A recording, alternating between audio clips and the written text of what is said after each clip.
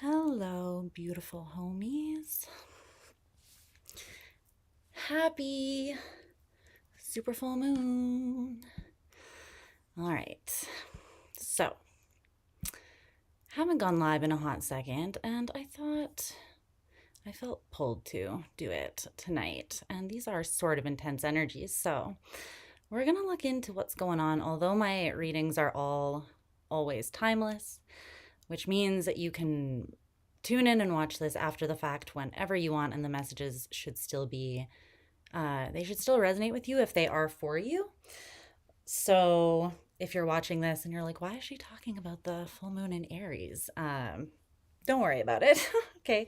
If that sort of stuff or anything timing related does not resonate with you, then don't worry about it, because the readings are timeless, like I said. I also don't read for a particular placement, so you could watch for messages for your sun, moon, rising, Venus, stellium, north node, whatever you feel called to. Okay. And I hope this is working. What's up, Kiss? How's it going? How's it going? Can you guys see and hear me? Hopefully you can. Okay. We're going to start with Aries. You are the stars of this chaotic show. I hope that you're doing well. And yes, I'm not even, you can see, okay, awesome. What's up, Manette? Thanks for letting me know, you guys. Okay. So I was being guided to pretty much use a very just like intuitive and open kind of spread. So I feel like maybe the messages that are coming through for each sign are going to vary a lot, or they might be on very different topics. So I'm just setting the intention that the message that is most important for you guys to hear will come through, and that only the most important messages and the most resonant messages that are going to support you will come through. Okay, so we're just going to kind of wing it a little bit, but we'll see what your guides and what spirit and the energies want to talk about for you tonight. I hope you've all been good. The energies have been wild, but they've been a little bit calmer since eclipse season ended, at least for me. So hopefully you've caught a moment of like rest in there as well. Let me just hydrate quickly. All right. So if you are watching while we are live, you'll be able to tell what sign we're on based on these little gifs up here in the left-hand corner of your screen. So that's where we are. And if you're watching after the fact, I will put timestamps in the info box down below for you, okay? If you like the content, like the content. If you dislike it, hit a thumb either way, if you would not mind, because the channel engagement and the input back to me based on, or telling me what you guys feel is helpful and what is not, is awesome and much helpful to me. So thank you for doing that. I am doing well. Thank you for asking. Yeah, there's been a lot of major shifts happening in my life, and so that is why I've been kind of not as present. I moved, first of all, at the beginning of August, which was a big shift, and then yeah, things have just been falling into place since then, basically, but I'm starting to feel like I've got a handle on it again, so I'll get back into posting a little more frequently. All right, so Aries, we starting with Aries. Let me not forget to take down the timestamps. Okay, so just right before we actually get into things, I am just going to, I'm a Pisces sun, Scorpio rising, Gemini moon. Yes, that is what I am. Let's see. Okay, so I'm just gonna quickly just kind of like feel through the energy a little bit, just comb through it. I'm gonna grab a thing of incense from my room, so I will be back in 1 second. I'm just kind of gonna comb through the energy and just make sure that we are clear and cleansed, and that the intention is set. And then I might just write a couple Reiki symbols in the energy just to clear and protect us and hold the sacred space. Don't worry, it's not going to affect you at all. It will just kind of clear. But if you do want to take this time to take a couple deep breaths and just kind of intentionally ground your energy, I find that that's always really helpful if you want to set any intention. If you have like a specific thing in your life that you are struggling with, or that you really want some like validation on, bringing it to mind right now, if it's a relationship, if it's something that's going on personally with work, with your health, with anything really, feel free to set that intention now or ask your guides to come through. Scorpio rising, it is. I love Scorpio risings. Well, I just love Scorpio energy, but you know, I be loving all the energies, but Scorpio is definitely, I love the depth and mystery. And how we're like leather jacket on the outside, but on the inside we're just like big mushy gushy ooey gooey heart. I love it. Okay, let me just quickly grab that incense. But yeah, if you have an intention that you want to set, if you have something that you would like an answer or validation to come through surrounding, then feel free to you're cute too. Feel free to set that intention now and just send that out into the ethers. Give me 1 second, okay?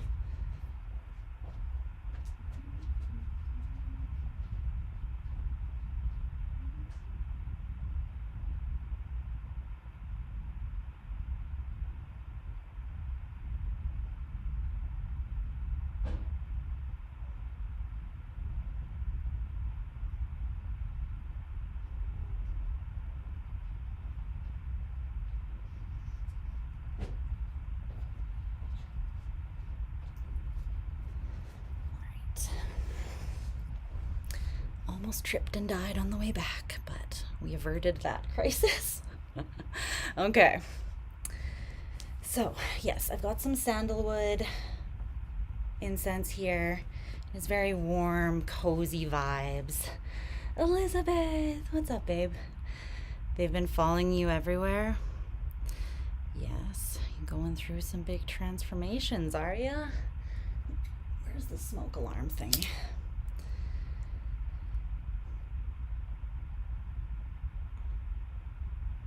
As long as it's not directly above me, I think we're good. Okay.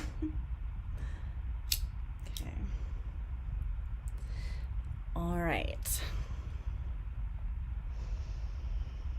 Over here. And we're done. Okay. Yeah, let me just take a second to breathe into and sink into this energy a little bit here. It has felt a lot, so if you are feeling overstimulated, there's also, there's a lot of other things going on. I think Pluto and Neptune are, and maybe Chiron as well, are quite active right now. So, you know, if you're feeling the things, any or all of the things, it's valid. I mean, it's always valid, but... Let me just move the light too so that we are getting, you guys can see me a little better. Okay.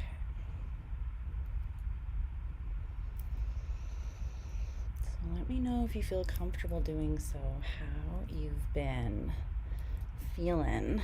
Have you guys seen any effects coming through from the happenings of eclipse season?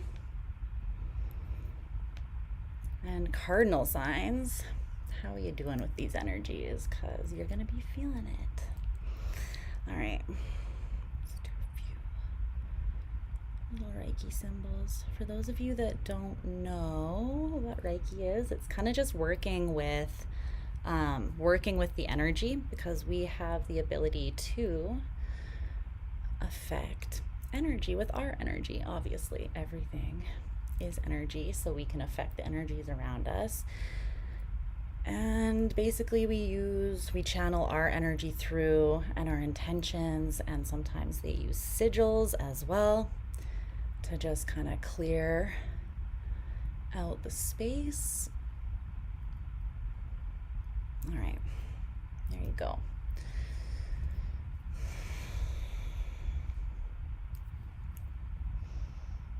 I'm just going to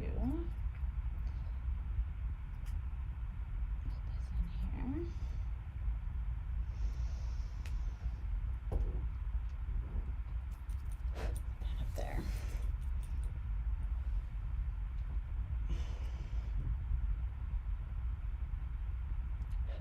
Okay. All right. We're good. We're good.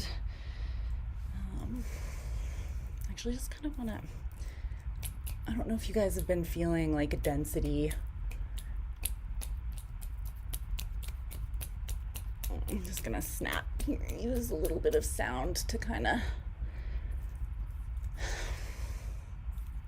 break that up a little bit. Okay,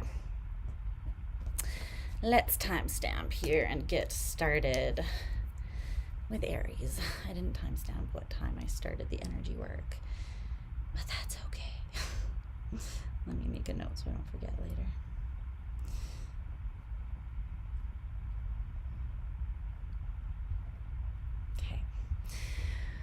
So we're starting Aries.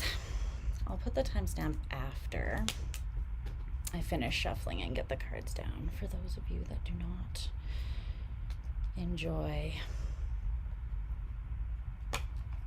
that part. Okay, what does Aries need to know? What do my beautiful Martian babies, my spicy little hot tamales, what do my Aries need to know at this time? Aries risings, are you guys feeling it? You are maybe having a big closure to something happening in your first house. Could be pretty significant.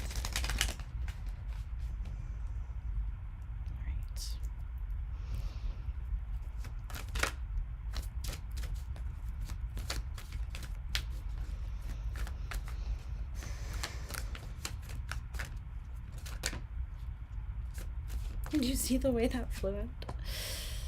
Oh, all right. Let's see what's going on.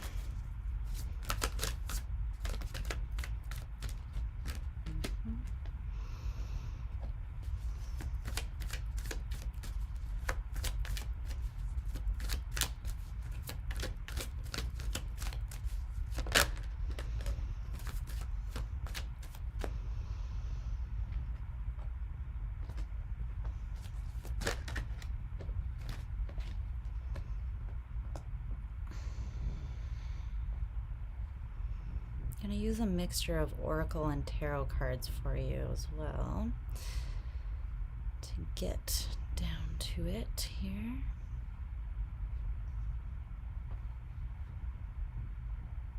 Just give me a second to get these energies down.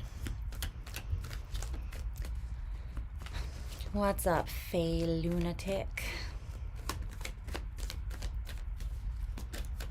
Speaking of Luna, our beloved familiar, she might show up. She's napping on my bed as per usual, but she might come and bless us with her presence.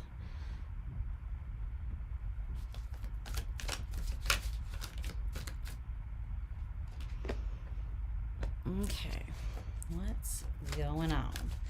There is a lot of reversed energy.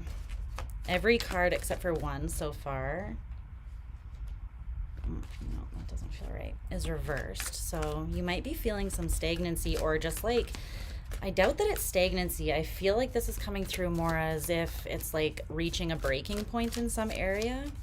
And that doesn't have to be a bad thing. It could just be reaching, like you are realizing that you're at the end of something.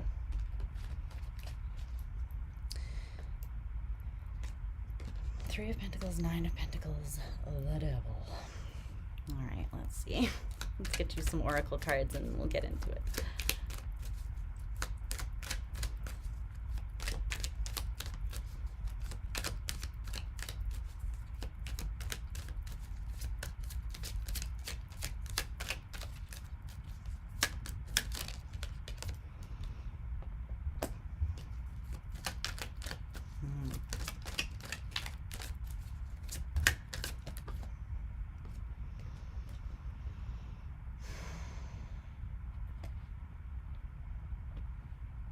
Wow.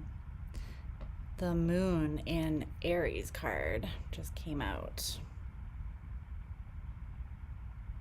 Came out in reverse, so we'll take that into consideration. You just discovered my channel. You're obsessed. Aw. Thank you.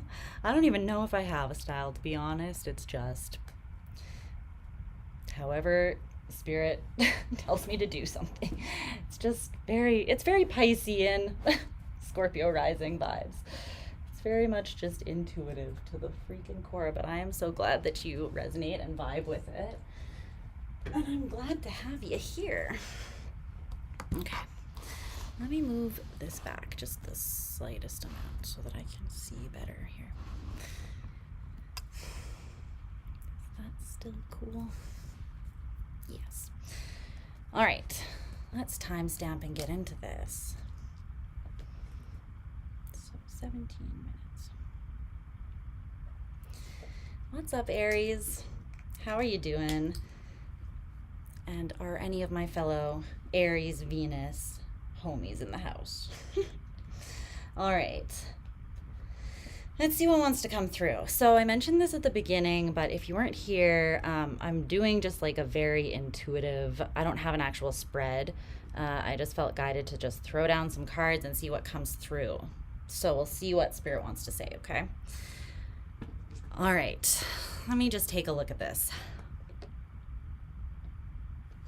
Let me see what's coming out of this for you. So at the very center of the reading is the King of Swords in reverse. Let's start there.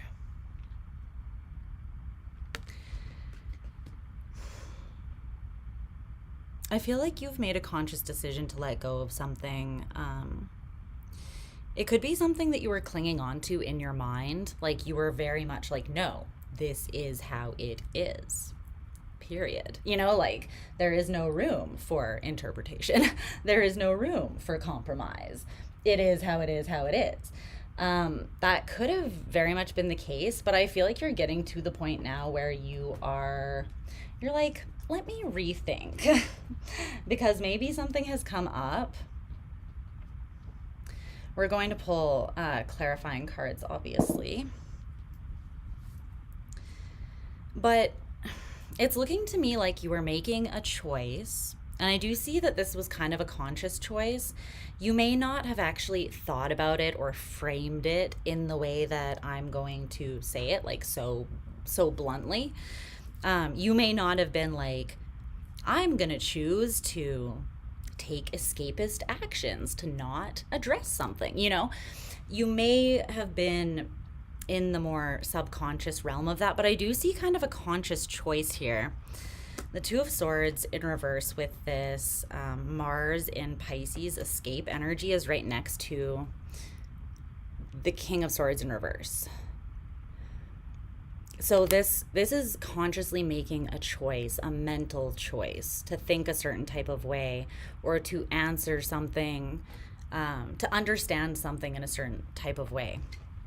And that could be like defining something a certain way, labeling something a certain way, compartmentalizing something in your life or in your mind a certain type of way.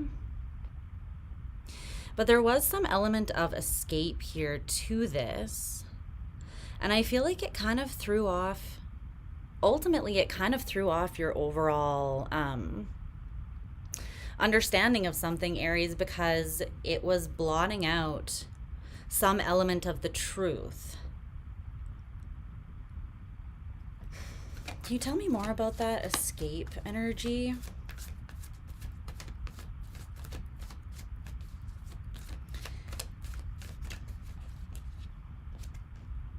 The Knight of Swords in reverse. The Six of Wands, the Queen of Cups, the Seven of Swords, and the Two of Cups in reverse. Okay. If this is not your message, then don't take it, okay? If it's not your reading, don't take it. That goes for everything always. If something doesn't resonate with you as truth at the core of you when it comes to these readings, that just means it's not your message for sure, right? So there is no ifs, ands, or buts. There is no, the message is wrong. There's just, the message isn't yours, okay? So that's okay. But this is kind of specific, which is why I'm saying that, okay? So I don't think it will resonate with everybody. For the Aries that this does resonate with, though, I feel like you really wanted success in a specific area. And for many of you, this was a specific relationship. You wanted to believe that it was going to work out a certain way. I don't want to say you wanted to believe that it was like a certain level of connection or caliber of connection, because honestly, who is to really say or define that but you, right? It's not up to me to say this person's not your soulmate, or this, you don't have a connection with this person and you thought you did, because I'm seeing that there was love there, like genuine, valid love. And it's almost coming through, though, as like, I hope that this feeling is enough to get me the overall success in the situation that I am hoping for.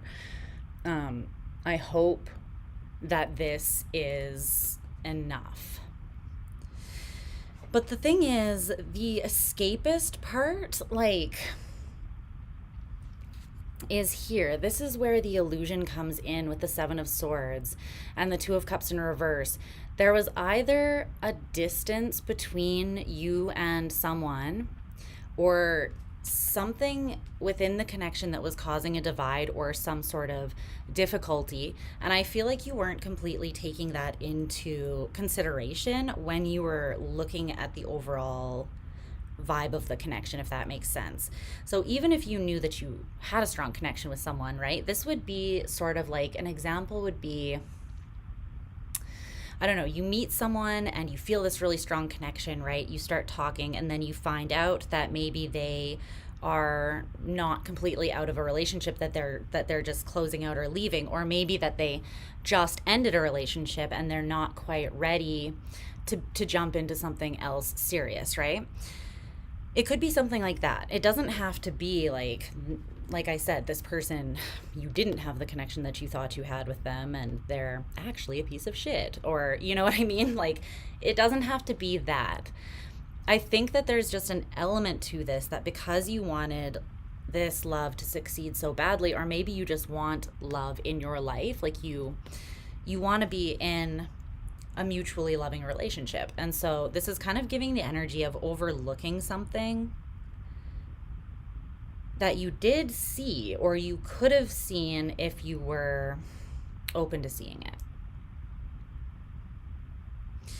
What is this? What's this Aries moon element here?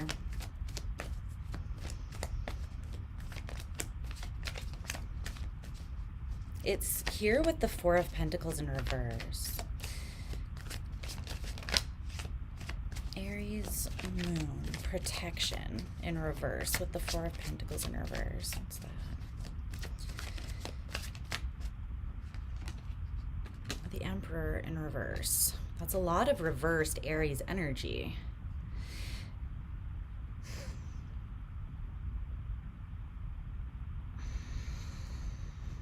Some of you have an Aries moon. You don't have to. You could also have an Aries sun with the Emperor here. But like I said at the beginning of the reading, I don't read for a particular placement. So no matter where Aries energy is in your chart that you resonate with, that's totally fine. I'm just pointing out certain placements for those of you that helps validate the message, okay?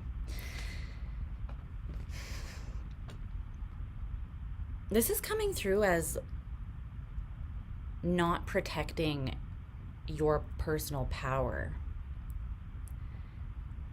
It's almost like by not seeing the truth and being open and willing to interpret it as the truth,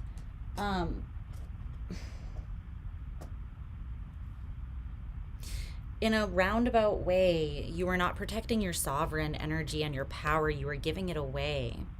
It's like you were sacrificing this. And you may have experienced this through, like, let's say you were involved with someone and you were just making a bunch of little compromises that over time compromised your overall, like, energetic integrity. And again, we do this, right? I'm not shitting on you at all. This is something that we do. We do this quite frequently, right? We want something, we really want it. We focus more on the thing that we want and a little bit less on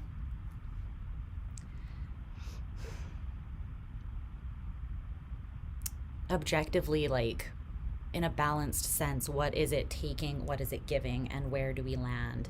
Is that a balanced, unified, sort of positive space that we land in when we take all of those things into consideration, right? Like, we can get a little bit hung up, especially when we are really excited about a new opportunity, whether it's with someone else or just in general. We can get a little bit hung up on like how bad we want it and all the things that it would potentially bring to us, rather than looking at the less fun side of things, right? And this completely makes sense, because when you meet someone new or when you have a new opportunity come in, you're naturally excited about it and you're in that state of kind of anticipation. But I feel like you sacrificed a lot here, more than you initially noticed, and maybe more than you even still realize. But you have both the Emperor and the Empress here in reverse as well. So just so you guys know, I have a 9-card spread. I just have 3, 3, 3. That's what I felt called to pull. So I'm just kind of taking the overall picture in and seeing what connects for me. But these are both here, and so is the 10 of Pentacles in reverse.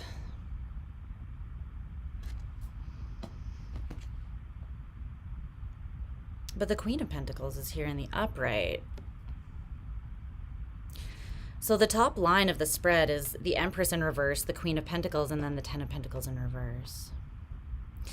Again, it's like, I don't see you completely treating yourself like crap. Like, I don't think that this was like a toxic connection where there was abuse, or where this person was just not, blatantly not treating you with respect, like playing games, manipulating, ghosting, whatever the case may be. I don't think that is what this was. And in some cases, when things aren't outright that bad, it can be even harder to see when something is not really serving us, our highest and best good. You know what I mean? It can take a little longer to catch on when things are slightly more subtle, when they're not in alignment. Because I see you taking steps to still provide self-care and love to yourself with this Queen of Pentacles in the upright. But again, your overall sense of abundance and expansion and that feminine energy of receptivity with the Empress was turned on its head here. Tell me more about this 10 of Pentacles in reverse. I want to know about that a little bit.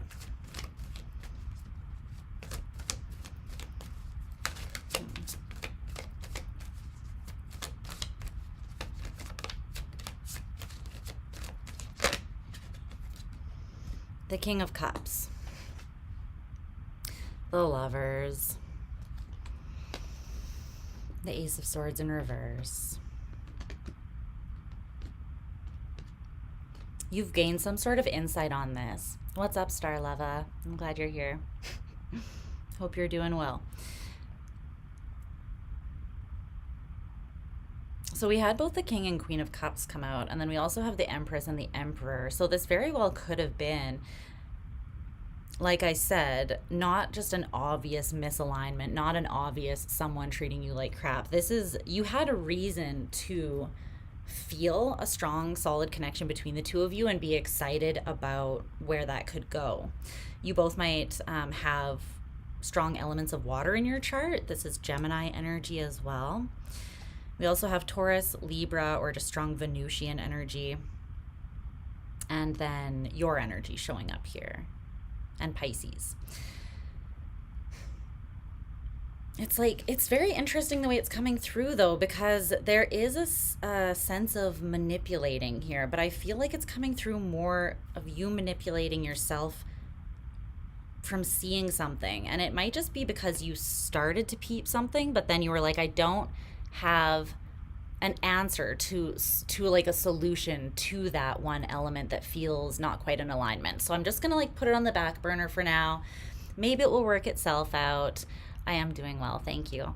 But I'll deal with it later, right? This is one of the ways we kind of compartmentalize things, but the only problem is when we kind of end up, instead of just compartmentalizing that and keeping it in mind still, when we kind of blot it out with a truth or a feeling that we deem as, like, we almost prioritize the truth of the lovers over some other element that is not working out. And I'm not sure that this is a connection that will never work out. I don't really feel that. This feels more like a right now type of thing, and it honestly kind of feels like there's just some healing and some liberation from old fears that you might have, and those fears like that need to take place before you and this person could come together. And that could be on both sides of things. That could be for you and them. Someone could overcompensate and give a lot of themselves because it's almost like a an anxious and avoidant kind of dynamic that could be here, like attachment styles, because the Ten of Pentacles in reverse, you could be wanting to give love in a way that you never really personally experienced it. So maybe you grew up in a house where your parents were divorced or something like that. And you're like, I want to do better. I want to give unconditional love. I want to support. I want to show someone that I will show up for them come what may. The only thing is when, like, you have to love yourself that way as well, or else it will throw off the overall balance and dynamic of the thing, right? But I see you having this genuine love that you want to give. There's just, the problem is kind of springing forth where there's this denial of something that is trying to be clearly communicated. It's trying to come through in clear communication to you, but I feel like you didn't really know how to deal with it. And so you kind of pushed it away a little bit is what I'm kind of seeing. Okay, this light feels like it's overdoing it, so hopefully it's okay. It just looks overexposed on my side of things.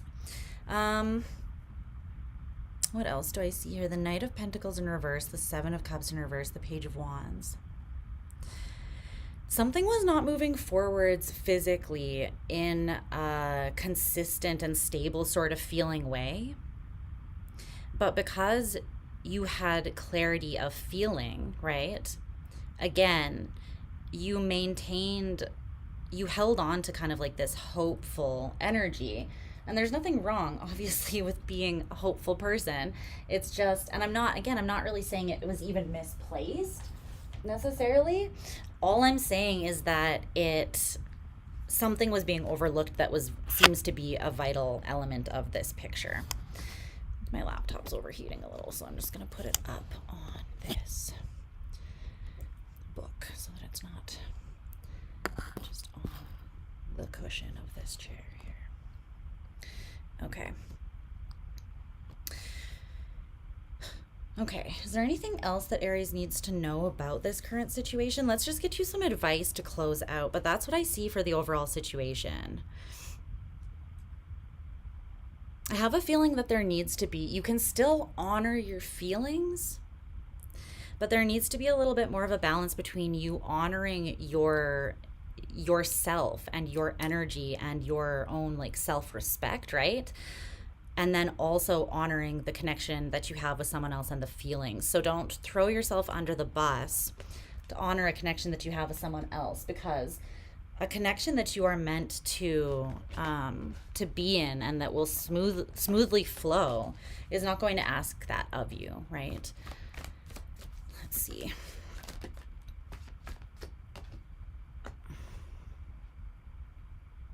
The Five of Cups in reverse, the Six of Cups, and the Wheel of Fortune. Yeah. There's time needed here for something. And in that time, I feel like you will be revisiting something from the past, or something from the past might be coming up. It's not coming up to trigger you. This is what you are being asked to release or to let go of, sort of the last remnants or strands of, I feel like, before you can move into something stable. And the Four of Wands is Venus in Aries, is the placement that this card correlates to. So it's kind of, Venus in Aries is very much about focusing that love on yourself, making yourself that top priority, because you understand that only when you love yourself fully do you then have the scale, the scope, the understanding of how to love another fully, while still respecting yourself and keeping yourself balanced, so that you can do that consistently, right? And you can, so that essentially it is, can be maintained. But there's something I feel like that you're going to release. You might have an emotional release, but it might take like a little bit of a visit to the past. But then this is going to propel you forwards. It's going to turn the wheel. So maybe you're closing something out that has karmic undertones here from the past. And that could just be a lesson. It doesn't have to always have to do with like a relationship or a specific situation even from the past. It could be an old way of thinking, an old way of feeling, a way of that you had limited yourself, a way that you handle situations or handle relationships. You'll know what this is for you when it comes up. I don't think that it's going to be avoidable with this Jupiter energy. The Wheel of Fortune is Jupiter. So it's very expansive. Once you touch this thing, it's going to expand. It's going to blow up. So the second that you touch on this, or the second it comes up and you give it conscious awareness, it is going to expand or blow up or amplify itself to the point that I feel like you're not going to be able to really ignore it. But that again is for your benefit. It's not to like to trigger you and to fuck you up and freak you out or to put you back. It's actually to like slingshot you forwards. But you kind of have to, the only way out is through, right? The only way out is through. So you are the warrior, Aries. I know you can do it. Harness the courage and the balls of this super moon in your sign. Because this moon has got big balls, it's got big dick energy. I love you, Aries. I hope that that was helpful to you and resonated for those that it was meant to. We are gonna move on to Taurus now. Okay. Taurus. I did not think through where I was going to put the cards when I'm done with them, because I'm using a different deck for every sign, because I'm extra like that. Okay. All right, Taurus. Let's see what's going on with you.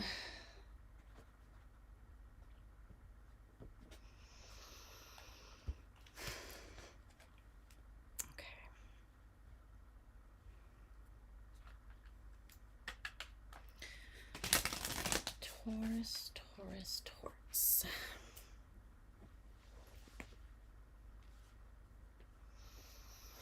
Sit in a more comfortable position.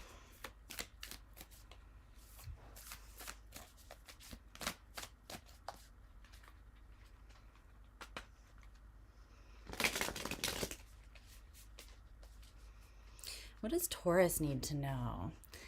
Cat. Hi, babe. Happy supermoon.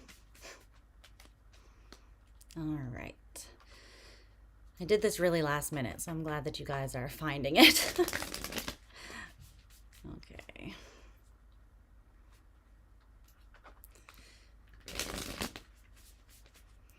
What does Taurus need to know, Spirit?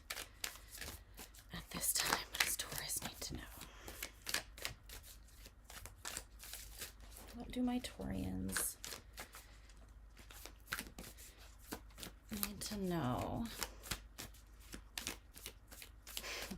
It has been a long time. I hope you're doing well. Okay.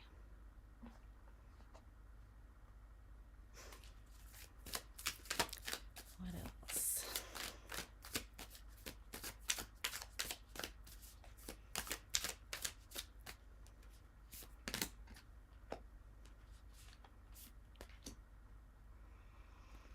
Okay.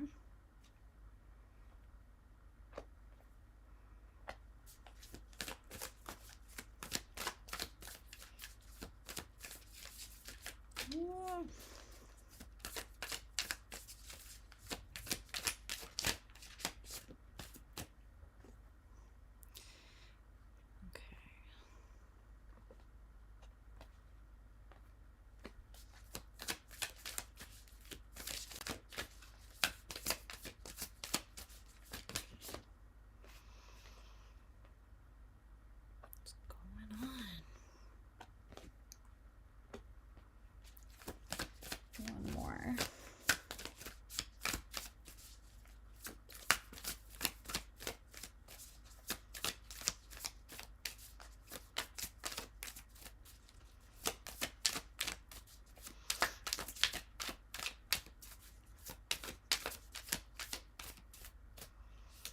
That's the one.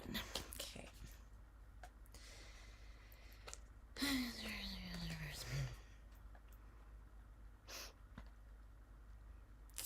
If you're not okay, it's not over. That is true, and an empowering and great way to look at things. I know that it's not always the easiest to bring yourself back to that understanding, though. It can kind of feel like one of those things that we just have to regurgitate to ourselves sometimes when we're hurting. But I hope that you're doing okay, or I hope that you will be doing better soon. These energies have unearthed and uprooted a lot in a lot of people, so know that you're not the only one, that's for sure. Okay, let's get you some oracle cards.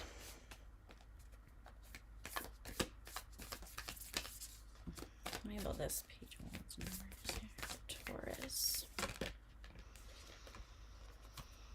Okay, sweet. Bridge.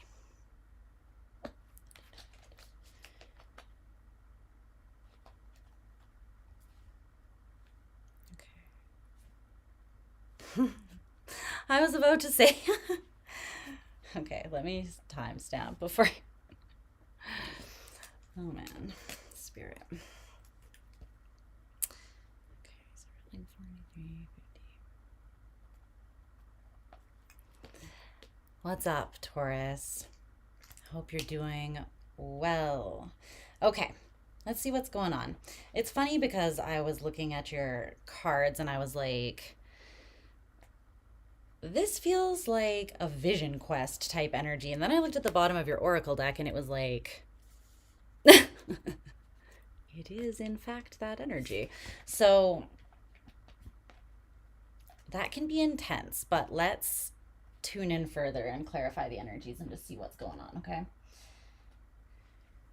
Okay. At the center of your reading is the 8. Yeah, things have been shaken up. Eclipse season's always good for that. The center of your reading is the 8 of Cups in reverse. Okay.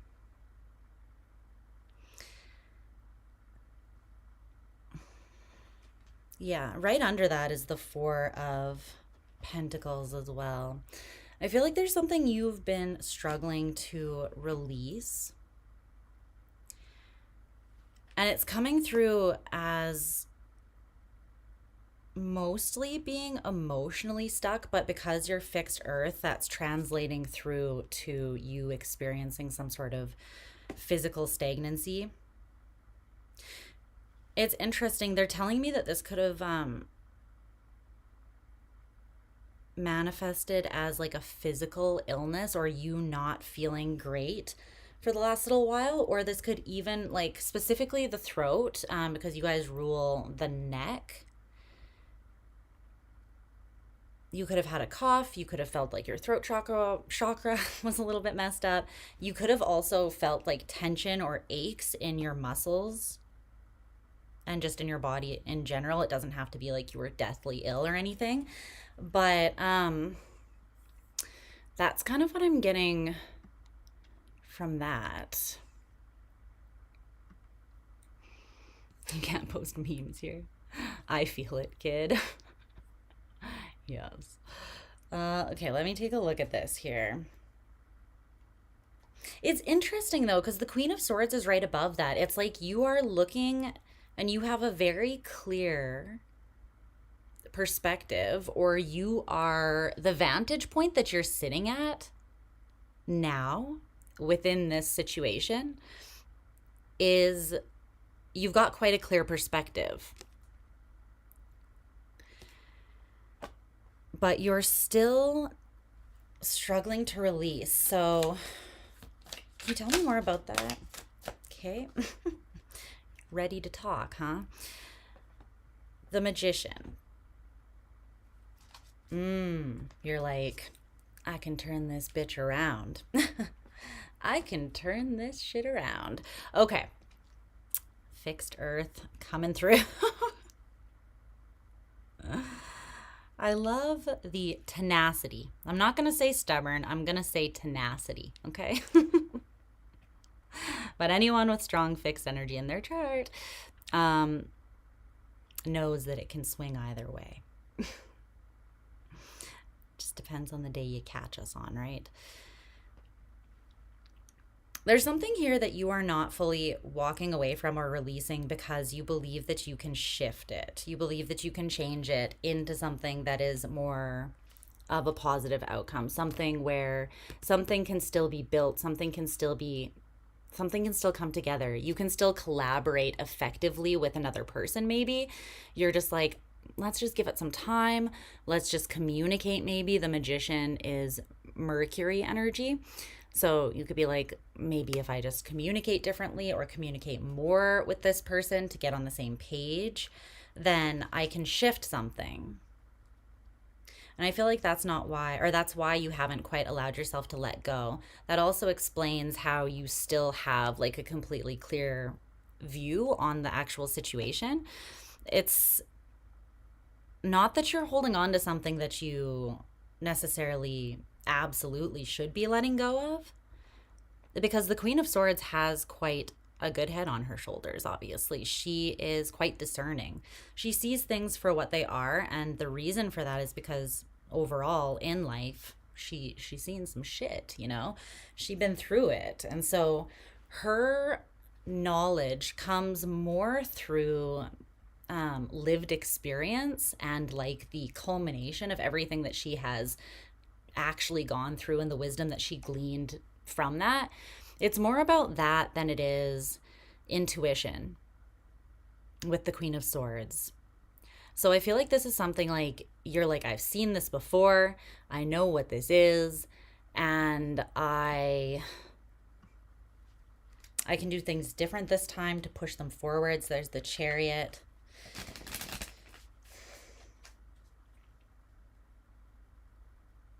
There is some sort of disappointment in this situation that you are emotionally connected to. So I don't know if it is a relationship. It could just be any opportunity that you were quite emotionally invested in or excited for, that you're just not ready to give up on yet. But you did experience some sort of disappointment with the Six of Wands in reverse. And this was significant. This was the first card to come out. However, it is beautiful because I like what you're doing with the place. Okay. I like what you're doing with the place, Taurus. I like how you're working with the energy. Because this is how the top line of the spread is for me to see it. So looking at this as kind of like the timeline of events. Okay, so you experienced some sort of disappointment. You took it in, and based on previous experiences and your knowledge and wisdom, and just, I feel like you also took a step back to try to see things objectively as well. You released any like really heavy feelings that you had connected to this. So if you did feel initially triggered, or if you felt like betrayed or abandoned, or some sort of wound was kind of like triggered by this disappointment, you saw that clearly, used discernment, let clearer heads prevail, and you processed that and released it, and it's not affecting you, which is mwah, chef's frickin' kiss, honestly. Beautiful. It's very evolved, self-aware, emotionally intelligent, just overall quite mature energy. So props to you for that. I also like that even though the first card or energy that came out was this disappointment, telling me that that did have quite a strong impact on this overall situation, the last card, or sort of the note that I'm seeing you end on, is this Five of Wands in reverse. So, and what comes after the Five of Wands is obviously the Six of Wands in the upright. So again, there's this strong sense of you trying to flip it, right?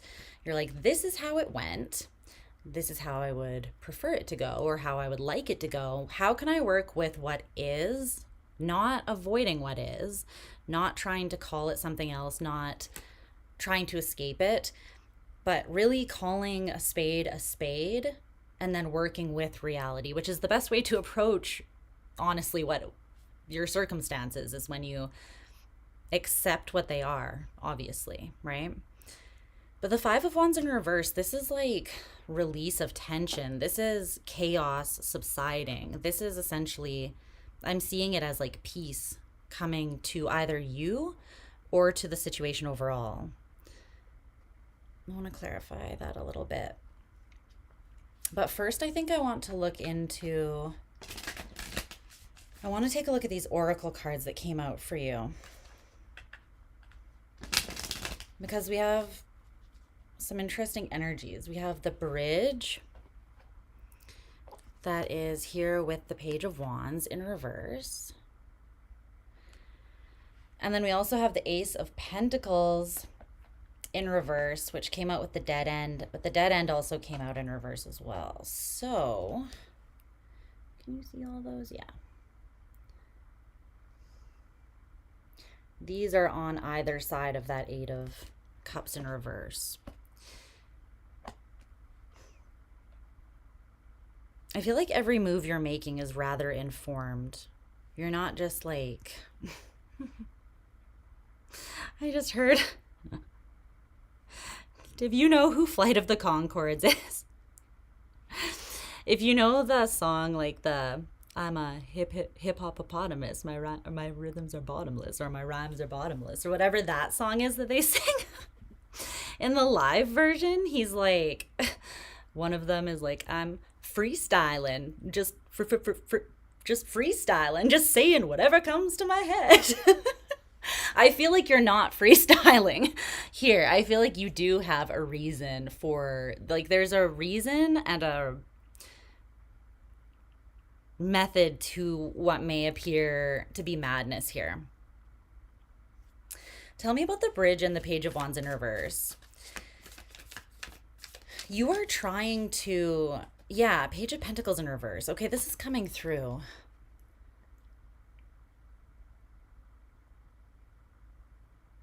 Without me pulling cards, more cards to clarify. So, surrounding this disappointment, I see the way that you're approaching it. You're approaching it from kind of it's a really interesting approach that you're taking, but I'm sure that you have your reasons why you think that this is the best way to go about it. It's almost like giving it time to cool off, giving things like, okay, we're not giving up, we're not walking away. No, we are keeping our eye very much on the situation. We are very much staying put because we've built a foundation with whatever this is, and I'm not ready to let go. That's your kind of energy. But you are kind of telling me that you're hoping to bridge the gap, that whatever gap is keeping you from the optimal outcome that you want with this situation or person, it's almost like you're trying to bridge it through not directly approaching the thing right now. It is like what I said, it's kind of like giving it some space, giving things some time to cool off. But you are aware that there is still energetic movement here. There's still something bridging the gap between you and whatever this is, even without your direct engagement is what this feels like. You are still directly engaging, but even without your direct physical engagement.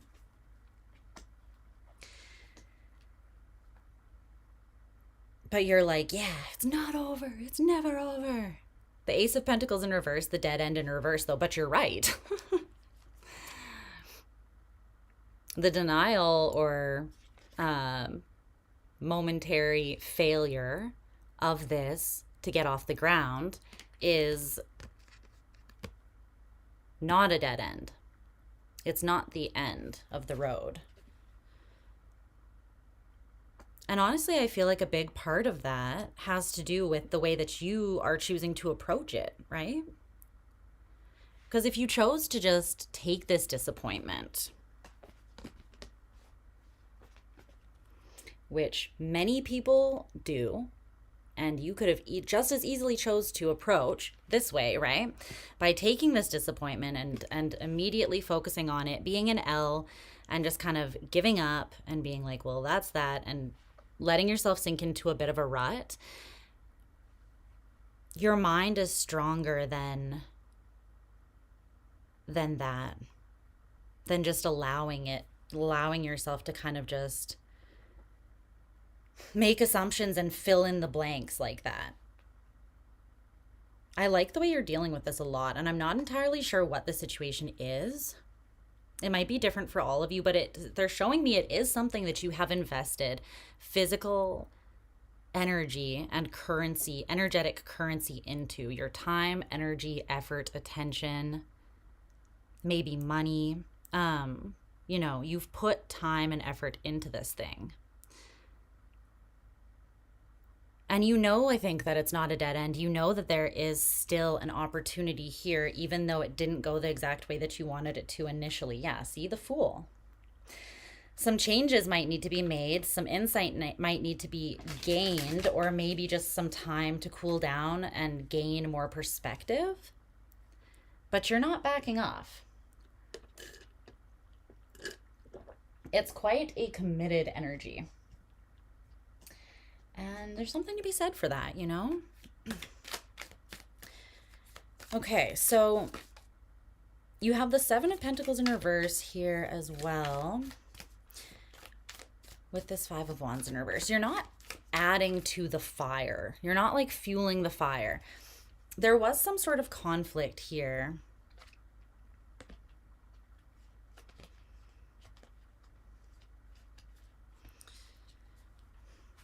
And you're not giving to it, but you're still holding your own. So you're not investing anymore, but you're still not letting go, right? It's like you're not putting more money into the vending machine, but you're not walking away while your chocolate bar is stuck. It's suspended there, You're like, I'm not letting go of my Kit Kat Dive Easy. Do you guys remember that? Give me a break. Give me a break.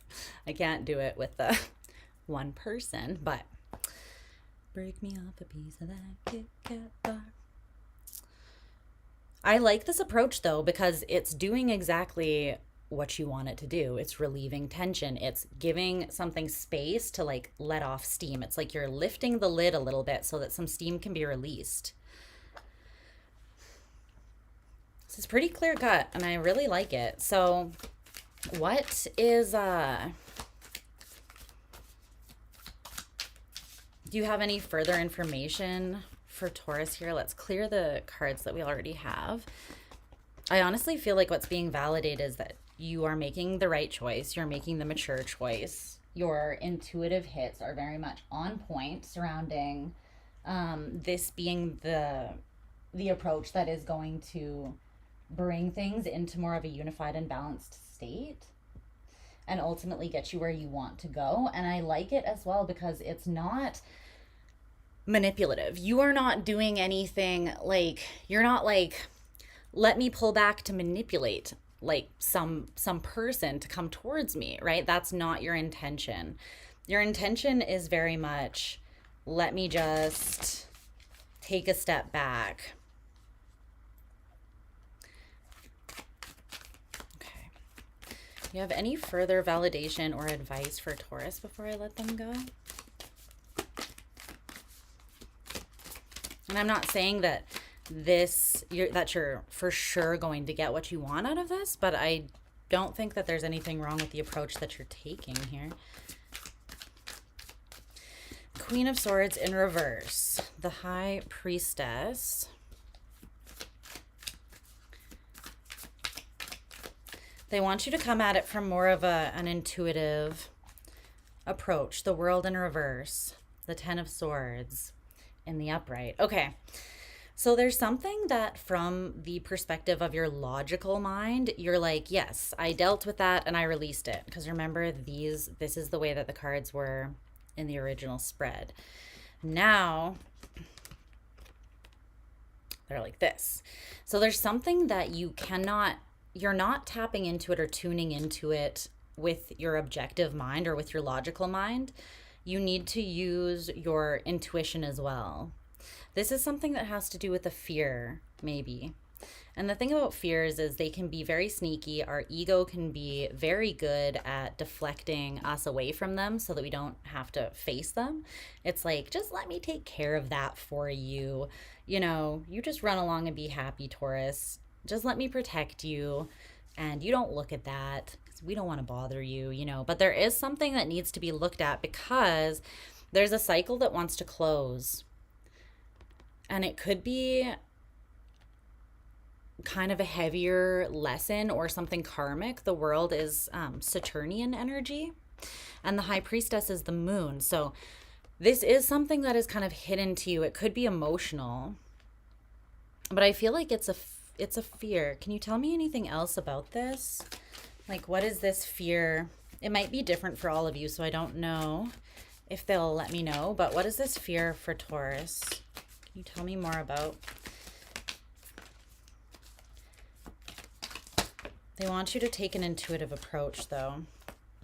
Three of Pentacles in reverse. Nine of Swords in reverse. There's the Eight of Cups in the upright at the bottom of the deck. Ace of Cups.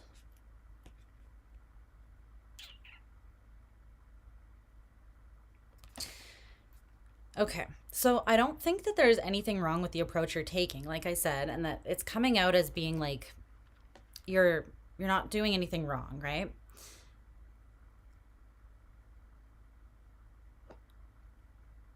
But there is something that they want you to look at, and they want you to put yourself first. They want you to put yourself and your needs first. More. Like, prioritize yourself more. The Eight of Cups walking, right? The Eight of Cups walks away from these things that maybe once served them, once supported them. It's a bittersweet energy with the Eight of Cups because they're walking away to find another cup, which is right here, to create the Nine of Cups, which is personal, individual, emotional fulfillment. And it is your fulfillment and your emotional well-being that you're focused on in that pursuit, in that journey. And then once you nail down the Nine of Cups, no part of you is relying on that to be fulfilled from someone else or from any outside source. So you might actually have a fear about letting something fall apart or a fear of letting something not work. And that fear could have something to do with a fear of failure or a fear of seeing yourself as a failure. Or if I walk away, then I'm a loser. Or, you know, like if I give up, then I lost. Well, no, that's not true necessarily, right? It depends what you're gaining by walking away. It depends if you're walking away to learn some things or if you're giving up for forever. It depends on a lot of things, but I see that there's some anxiety or stress for you surrounding letting something fall apart.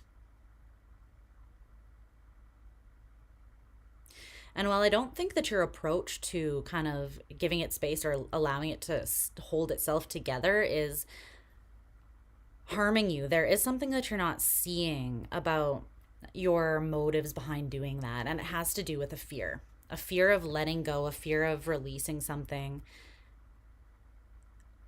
without anxiety, not worrying about it, just letting it go and not worrying about it. So the difference between this and what you're currently doing, honestly, is not that huge.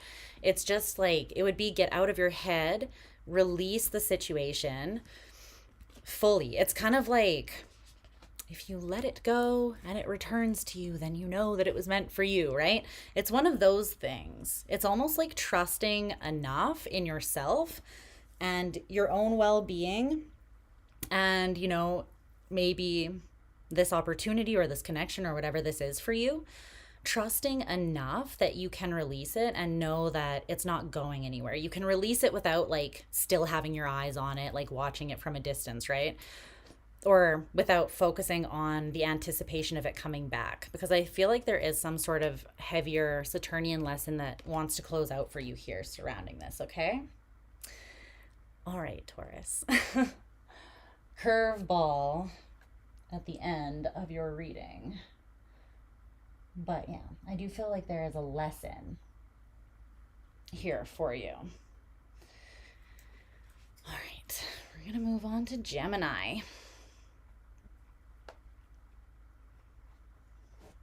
And I always say I'm going to pick up the pace, but I'm not even going to say that crap anymore because I'm like, let's be real. I'm going to flow intuitively. However that comes through is how it comes through. We're just not going to fight it anymore. Okay.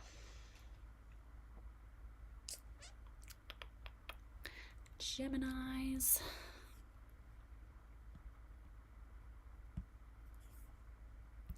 Gemini gang, where you at? All right.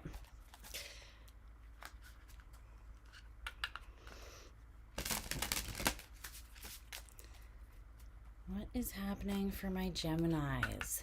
What do they need to gain more insight or awareness, validation or support surrounding here, Spirit? What do you want my Geminis to take a closer look at this time for their highest and best good?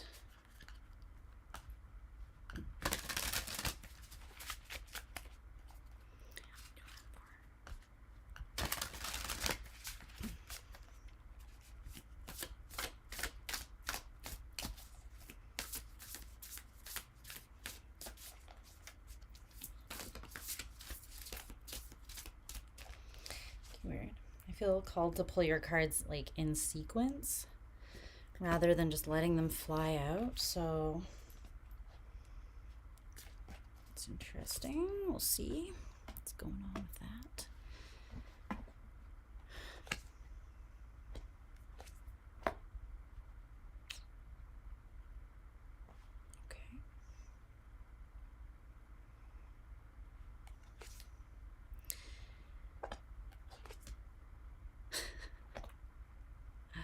Oh man, Gemini. What chaos springs forth here?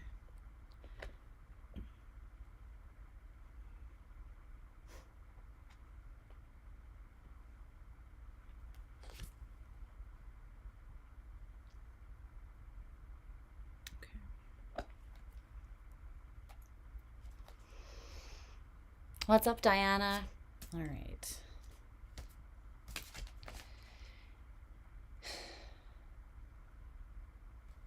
Let's get some oracle cards here. Just in time for Gemini. Gemini gang. I am a Gemini moon and Chiron. For those of you who do not know, I am part of the insanity. AKA the cool kids group. Because Geminis know we exist in both of those places at once. Alright, tell me about this, clarify this here.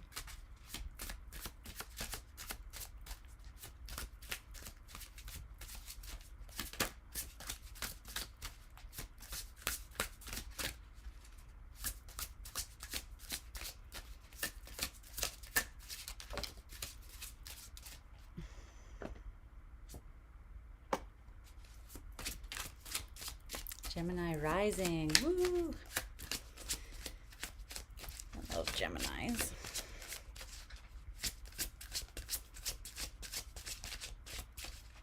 Never a dull moment with you guys. That's for sure. Let's see. Get one more.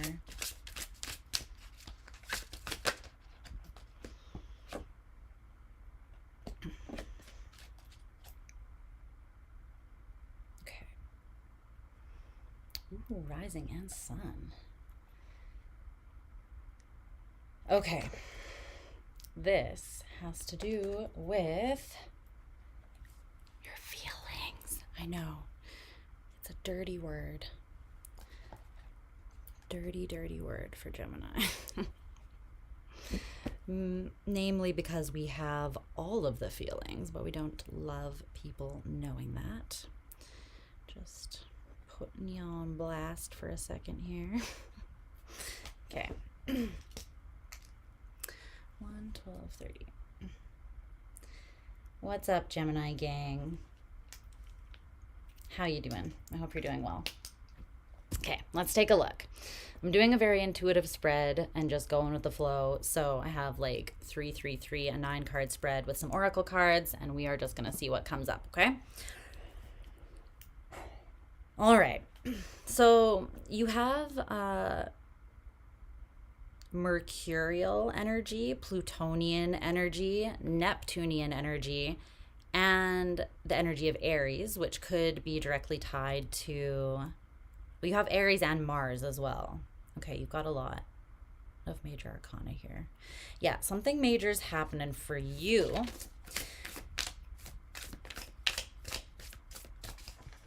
You are focused on making a judgment call right now because you're like, I need to bring some freaking peace back to my life. Either you feel like you don't want to compete in a situation anymore. So you're like, I need to figure out what I'm going to do about this, how I'm going to deal with this whole scenario, because I don't like the position that I've been in. I don't feel empowered. I don't feel clear. Yeah, you're like, I want to close out something where I don't feel clear. When a Gemini does not have their Ace of Swords in the upright, it's no bueno. It's not good times. It's dangerous. But I see you having something here where you were struggling to process. Okay, this is very Gemini. Sometimes we struggle to move beyond things until we're able to intellectualize them or make sense of them, right? It's like once we understand, we're like, oh, okay, bye, see you never, right? And then we're gone. We're somewhere else altogether. But up until that point, we can be in ruminationville, party of Gemini, right? And it's ironic because it's when we're in that state, when we are looking at things from every angle and every, like we do, naturally as mutable air, we can get more confused than we are likely to actually find a beneficial answer, right? But I'm seeing your ultimate goal here is to see some sort of truth, make a judgment call in order to transform your current situation where you feel stuck right now. And you want to end up, and you could be dealing with the Taurus, or you could have Taurus in your chart as well. You don't have to, excuse me, but they had, excuse me, they had this card in the same position on their spread.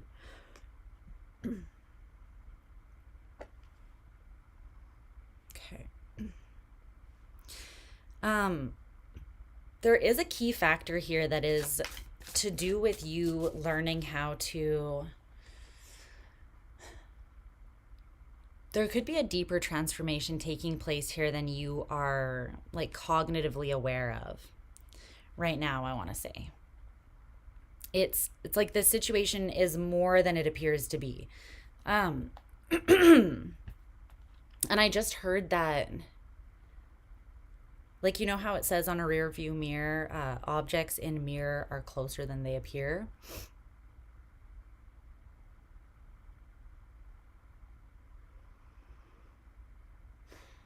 Objects in the mirror closer than they appear.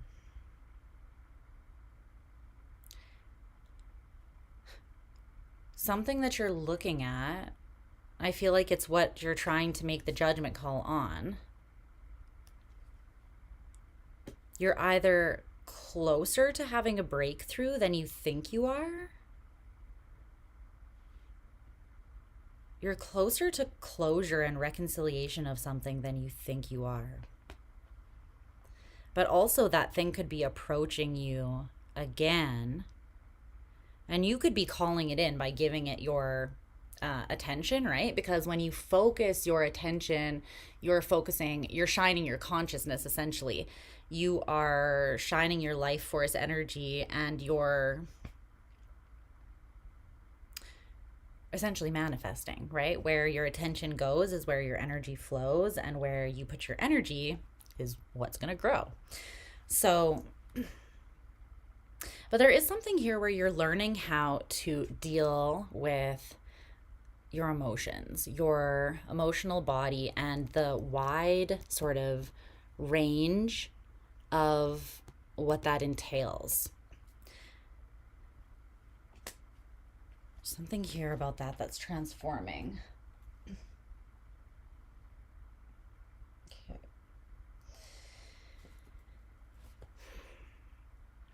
All right, let me see what else is standing out to me here.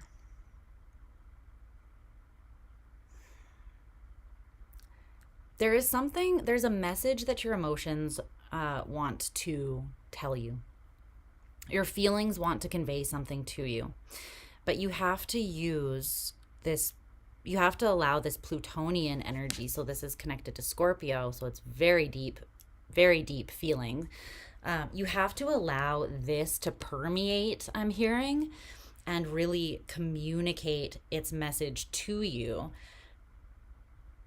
It's not something that you can just see something from every perspective, from the place of intellectualizing or from your mind, from like your human conscious, mind that deals with intellect. There's something higher that needs to be accessed here, and it's your intuitive and emotional body that wants to come through to you. Until you let that happen, there's some sort of higher perspective about the situation that you're not seeing. So I feel like you're almost, as long as you're approaching it just from this space, right?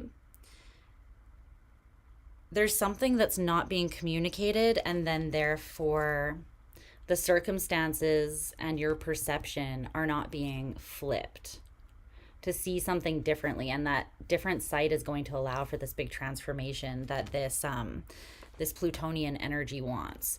Plutonian energy is about like violent transformation, right? Transformation through trauma, transformation through pain, transformation through darkness and shadow, and going to the gnarliest places and saying, hey, what up? What do you have to tell me?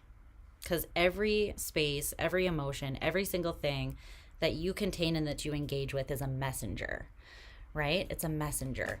So if you can look at it that way, if you can look at it and try to kind of like, it's interesting because you're not removing yourself in the sense that you're not going to feel this feeling, but you're removing yourself, like you're pulling yourself back.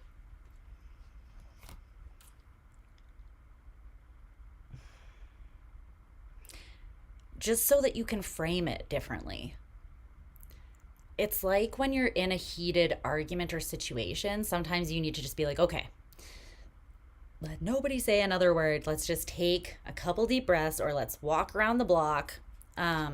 Let's come back to this when we are capable of seeing beyond that wall of like red. There's some wall that you're not able to see beyond, but I feel like it's your own mental capacity and the way that you're coming at this, trying to make sense of it. And I understand why you're trying to make sense of it that way, because that is your power, right? That is your forte. Your mind is your forte, and specifically looking at things from every angle and gleaning insight and understanding and the answer that way. So I understand completely why you're approaching this that way, but they are telling me that there's something that wants to be communicated to you that will not come through that way.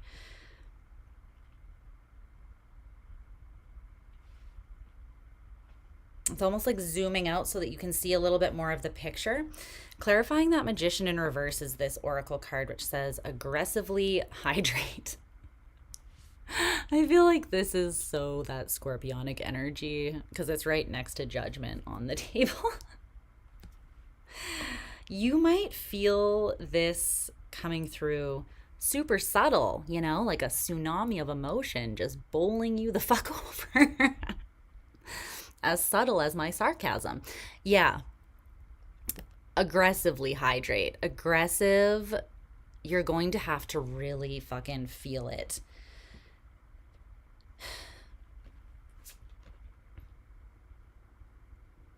I don't know if you guys can hear that, but there's a train going by outside and it just...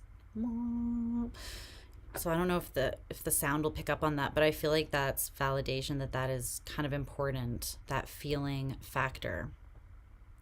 And it's interesting. The struggle is real, right? And I can relate because, again, Gemini, Moon, and Chiron in the 8th house, God help me.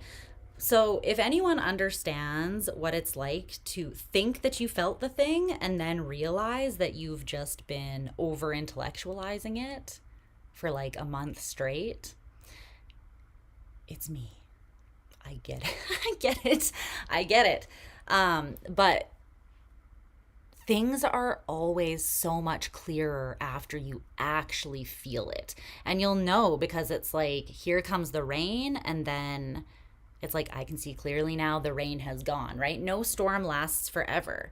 It might be aggressive while you're in it, but what it washes away and then what visual is left after the storm is going to tell you everything that you need to know, but you're not going to get there until you allow that storm to pass. And if you're fighting a storm, right? If you're fighting a storm or trying to avoid something, even you might not even notice that you might not be aware that you're doing this, but I feel like you approaching it from that intellectual mental headspace or mental space is that. It's a roundabout way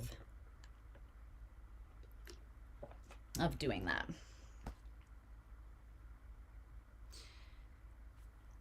Clarifying this Hanged Man in reverse, there's this other oracle card which is interesting.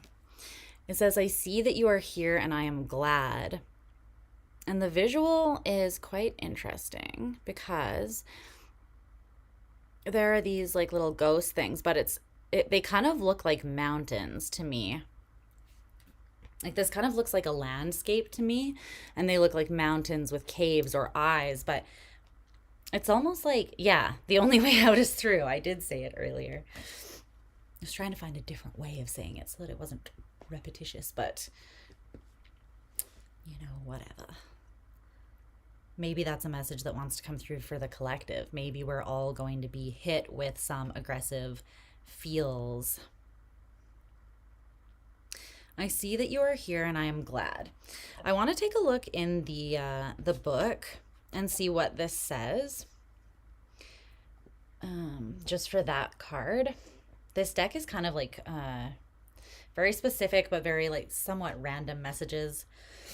And I can read it intuitively, but I feel like there's something here. Okay, it says, appreciating the presence of another is the equivalent of offering a plant water and sunlight.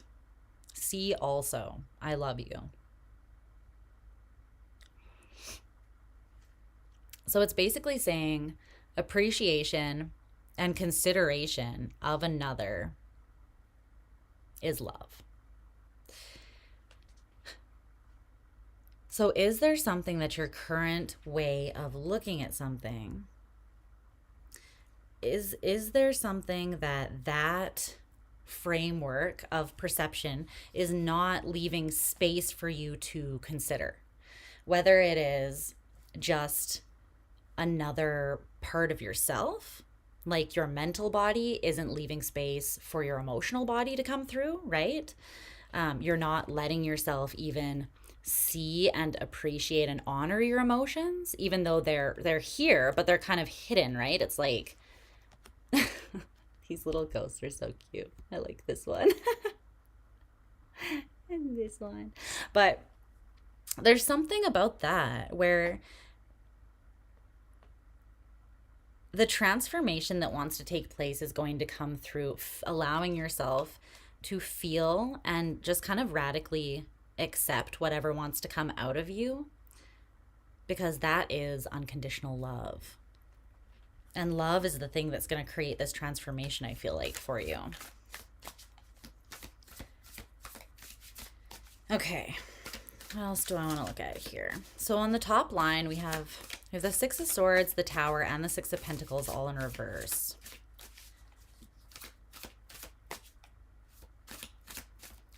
There's something that's not giving to you in an equal and balanced way. You may have been approaching it with a lot of passion. You may have been very turned on by whatever this thing is, whether that is just turned on in like an inspired kind of way, or whether that's turned on like a me so horny kind of way, you know. But there's something here where the place that you're stuck at in your mind is partially due to not allowing something to hit you about someone or something not giving back to you in a balanced kind of way what you are putting towards it. And that doesn't mean that it has to give back in the exact same, like it doesn't have to give back exactly what you gave it, right? But there should be some sort of balance energetically. So, for instance, if you are just constantly pouring into a situation to the degree that you are kind of getting, you know, worn down, exhausted, burnt out, and you're not really seeing any sort of significant, like something being built from that, something actually coming out of that, right? Something being put together that's tangible, then it's like, where is that energetic currency going then? If it's not building something that you are seeing coming back to you or being returned to you in some sort of way, then where is it going? Can you tell me more about that Six of Pentacles in reverse? For some of you, you're not looking at this imbalance because you want to keep the peace with someone. It's like you want to make a judgment call that will bring you peace, but you're almost sacrificing that peace to not create waves in another situation. So whether that's like in a workplace environment or with another person.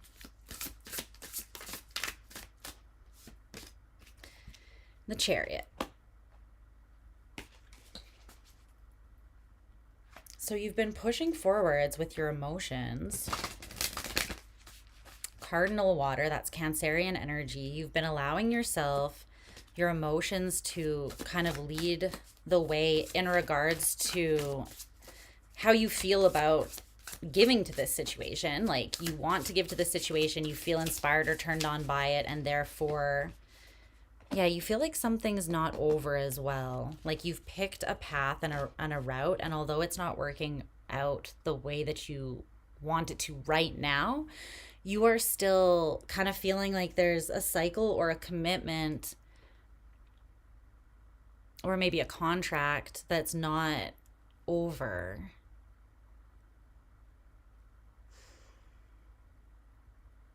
I'm seeing you try to find a solution to something while kind of pushing some of your feelings under the rug, or not looking at them, or not fully embracing the full scope of what, you know, all of your self is trying to tell you, your emotional, mental, spiritual, and physical self. And part of it is because you don't want to, again, like, cause a problem here. Move this so I can stretch my leg.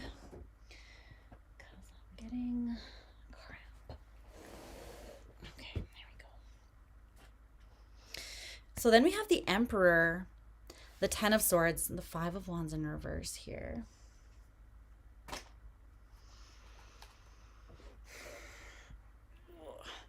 For some of you, this is a father figure or a figure of authority. Like a boss, maybe.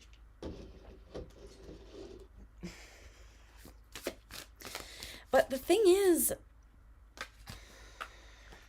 this could be someone or something that you have a history with. Like I said before, you have a contract or you have a relationship, like if this is family, if this is your, like, a parent, if this is a boss, then I feel like it's a job maybe that you've been at for a while. It's something that feels like it has been established and there's weight to it. But there's a huge transformation that wants to take place. Like, you have like 7 major arcanas, 8 major arcanas here.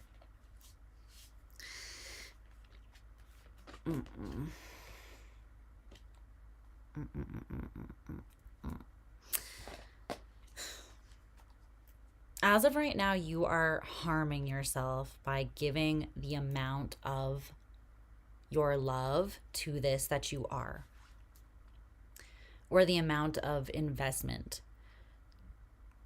Something about that is harmful to you, and it's because there's a lack of balance. There's definitely a lack of balance, and something is straight up not fair. This is one of those, but daddy, I love him, you know, type of. And I'm not saying it's that, but that's the energy, that's the vibe that it's kind of giving. The fact is that there's someone or something here that has caused you some pain. And you're being asked to make a clear judgment call, but not a judgment call that is necessarily based on the consideration of another. This judgment call needs to be based on the reality of what has taken place and what you need to do to protect and sustain your own internal state of peace. That is very, very important.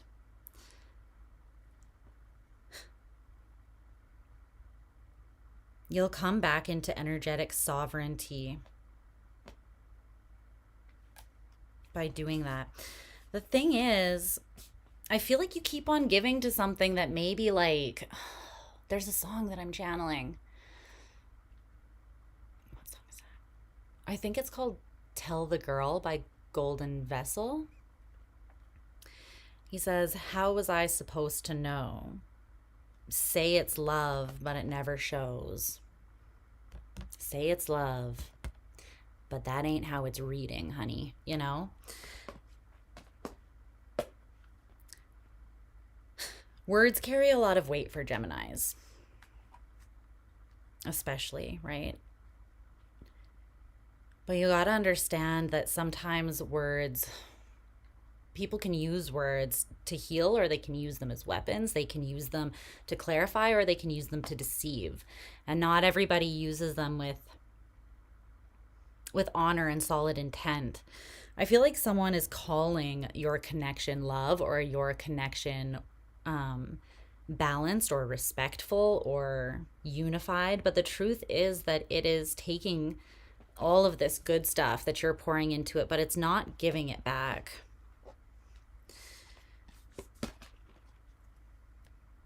Seeing through the illusion would be recognizing that this is not mutual, unconditional love. This could even be that you are giving unconditional love to someone and they are giving you conditional love back, which can be confusing as well, right? It's like, I love you if you perform this way. I love you if you show up this way. I love you if you excuse these actions of mine, blah, blah, blah. That's not love, though. That's something that's going to leave you disappointed in the end. Okay, so is there any further advice for Gemini before I let them go surrounding this situation? Aside from really giving all of your emotions and your bodies here room to exist without judgment, is there anything else? Story of your life. Yeah, mine too. I feel like Gemini sometimes learns discernment the hard way. And yeah, one could frame it and in such a way that they say that we do it to ourselves. But it's the same way that someone could say that Scorpios do it to themselves when they are super intense and then paranoid about things. But it's like every sign and every energy also has its own path and its own lessons to walk and its own way of optimally learning those lessons because they function a certain way.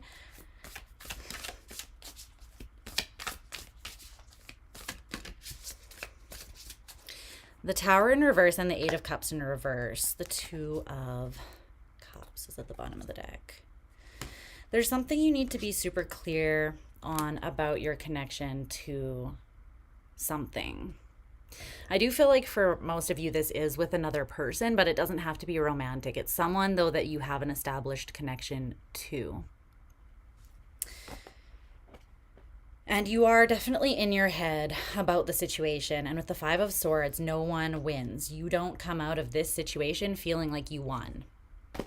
You come out feeling like you have head fucked yourself to infinity and beyond, right? So this is your advice, though. Tower in reverse, Eight of Cups in reverse. What are you not letting burn? What are you not letting fall because you're scared? What are you not walking away from because you are maybe afraid of the fallout that you will leave in your wake? I think that you're considering someone else's feelings or like the fallout of a choice of you walking away, the fallout of that. I think you're considering that more than you are considering yourself right now. That's what I think. But this is what they want you to look at, okay? I freaking love you so much. It is silly, really, how much I love you. Okay, Gemini. We're moving on to Cancer. Cancer.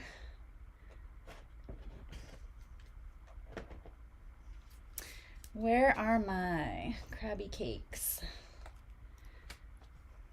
You are welcome. All right. Where are my crabs at? My little sweet little crabby cakes.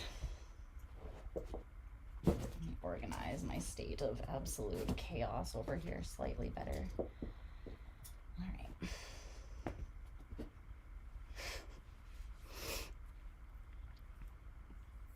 Let's see.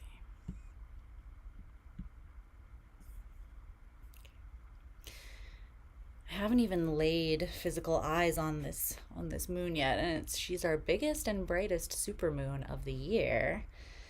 Haven't even seen her. I'm sure she's out there doing her thing.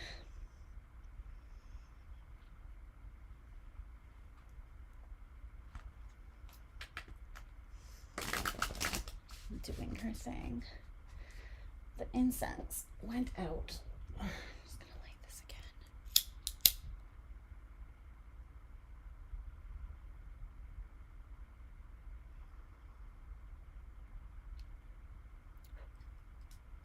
Okay. We're good. We are back in business. Oh, no, we're not. Why don't you want to stay lit?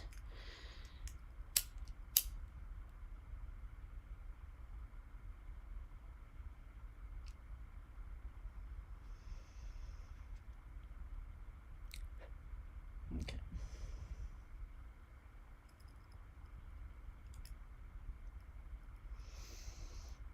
Over there. Okay. Cancer. What does Cancer need to know? Cancer rising, hey? I always mention this, but my little sister is a triple Cancer. Oh yes. Her big three. Sun, moon, and rising. She is a watery ass bitch, you know? But she's awesome. She's one of the strongest people that I know in this world, and she would have to be, honestly, with that under her belt. She's also like the most nurturing person I've ever met, though, so let's see. Worth the struggle?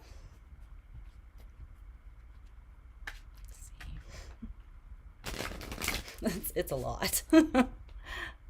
I still remember when she was in like junior high, she was reading that book, The Highly Sensitive Person. And then when I looked at her chart, I was like, oh, all the sense is sensing now. It's just all making so much logical sense now. Oh my goodness. Her partner is a Pisces though, so they're just in it, you know. Let's see here. Okay. What do you have for Cancer? What does Cancer need to know? What situation do you want to bring to the forefront for Cancer at this time?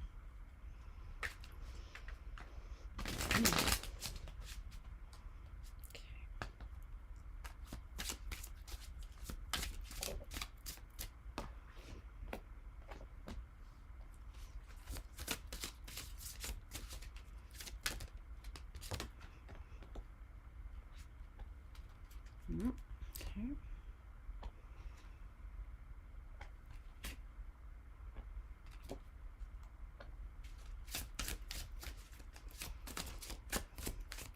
The only water placement you have in your chart is your North Node in Cancer, dang.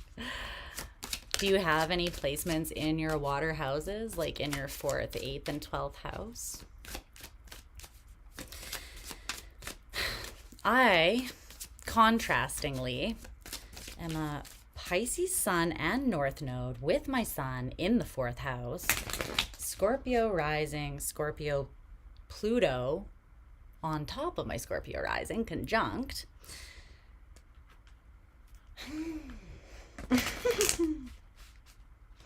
With my Moon and Chiron in the 8th house. It's good times.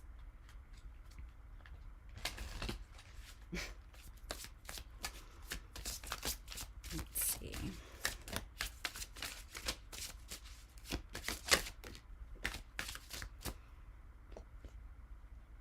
Okay. 2 more. Pisces Sun, Aqua Moon, Cancer rising. And North Node. Venus, Cappy Venus. Ooh. I like aqua moons.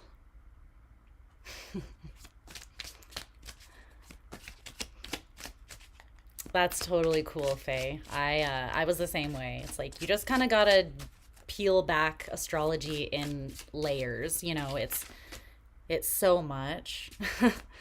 There's no possible way of even like ever learning it all because it's always evolving. Energies are alive and evolving, and we are constantly gaining new understandings of them. But yeah, if you like the next layer, if you feel so inclined to pull back, look at kind of the houses where your placements are. That will shed a whole nother level of understanding when you're ready. Don't overwhelm yourself though. It's easy to get overwhelmed when you're learning astrology for sure.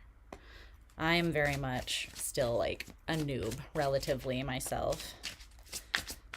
I feel like I know nothing. I know things, but it just still feels like nothing because there's so much. Okay, I guess we're taking 2 cards instead of just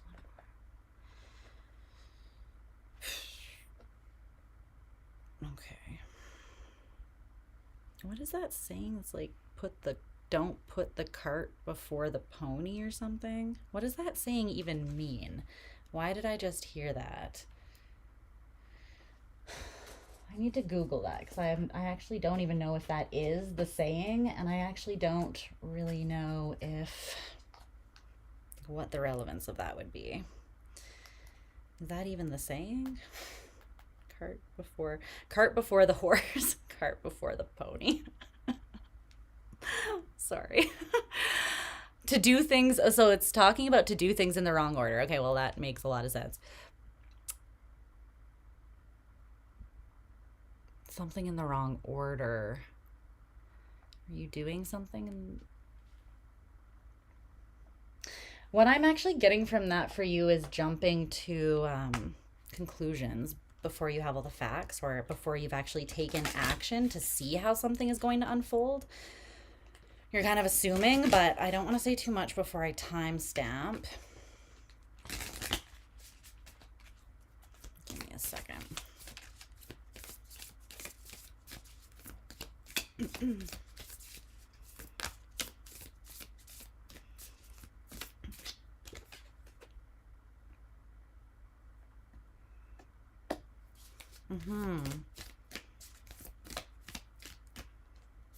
Exactly.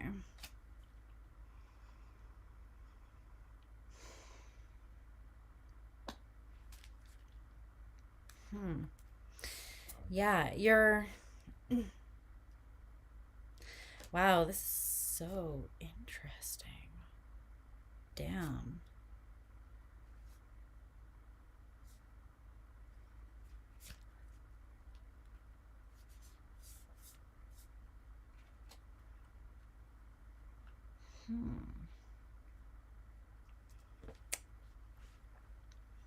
Let me timestamp and get into this.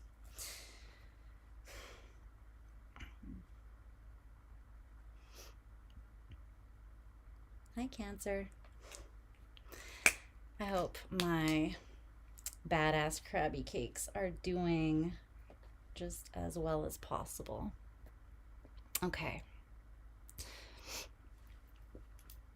So this is really interesting. There is a ton coming through, so forgive me. I'm just going to try to channel it through in a way that somewhat makes sense. Optimally, that's what we would like. Okay, so when I was shuffling out your cards, I channeled that saying or the idea or concept of not putting the cart before the horse. So not doing something in the wrong order, not getting ahead of yourself, almost. Maybe not making an assumption or jumping to conclusions. I feel like something about that is important. But it's really interesting because further along that, at the bottom of the Oracle deck that I pulled your cards from, there's these 3 cards at the bottom that are really telling a story. So I was about to say, like, it's not a sprint, it's a marathon, you know, whatever you're doing. It's not like quick from point A to point B. It's like we're on a road trip or this is a journey. And then at the bottom is the stairway card. And behind that is fairy bridge in reverse. And then right behind that is heart portal. These are telling me so much. So this is a stairway or a marathon. It's not just a bridge that you can just run across point A to point B, right? It's not that. It is a stairway. It's something that is going to require you to climb it and get to the top. And it is the stairway, I feel like, is a portal that is actually in your heart. So I'm not sure exactly what that means yet, but we are going to see what comes out as we continue to move forwards with your reading. But I feel like that is significant and very interesting. But there's definitely something here about not jumping into something with assumptions and not getting ahead of yourself in some sort of way. Okay. There's a lot of feminine energy here as well. So the feminine elements are water and earth. So cups and pentacles, but you also have the high priestess here, which is the moon, which is your ruler as well. She is in reverse. Okay.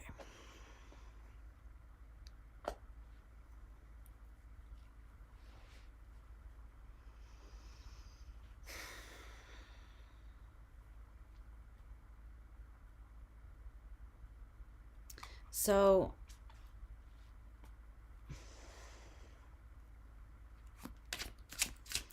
I don't really know where to start, and they just told me to pull a clarifier, and wherever it falls on the spread is where we're starting. So sure, let's do that. Okay. We got the star and the Hierophant in reverse that fell on, so this is Taurian and Aquarian energy. And it fell on the last placement of the spread where two cards came out. And that is the Three of Swords and the Knight of Pentacles in reverse. It's interesting because this, I feel like, is where you're putting the cart before the horse. This is the cart. And the horse, I feel like, is actual physical action and investment. It's like you're not committed to something here, or you're not putting in that consistent, committed effort because it's almost like you're assuming that something's going to break your heart. The thing is, I feel like you're kind of breaking your own heart ultimately by not taking action towards something. The Knight of Pentacles in reverse. This is the most consistent, stable, but slow ass moving person or archetype in the deck. They always get to where they're going. They always accomplish what they're doing, but they might take a long ass time to get there, right? They don't cut corners. But when they are in reverse, it's like they're not moving like molasses. They have their feet stuck in cement, dried cement. They are not moving at all because they're already the slowest when they're in the upright. When they're in reverse, it's like, mwah, like we have completely stopped moving.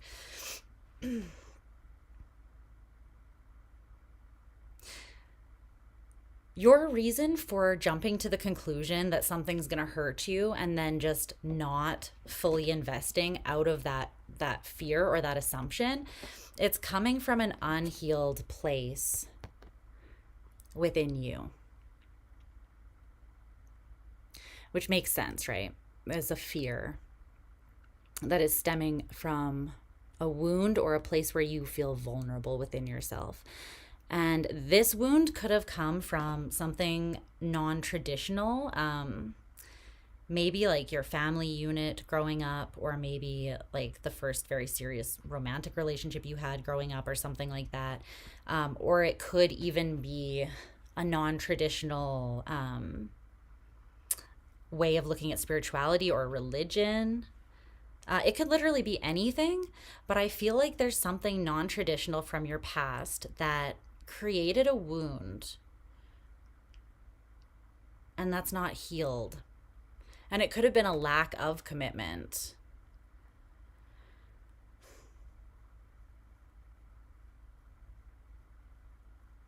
So for instance, and it doesn't have to be this is just an example, but maybe like your parents had an unconventional relationship where they weren't, it was more of an open relationship or an open marriage, or like your mom knew that your dad was cheating or vice versa, but just kind of allowed it to be there to continue that way, or kind of looked the other way, or just had an understanding.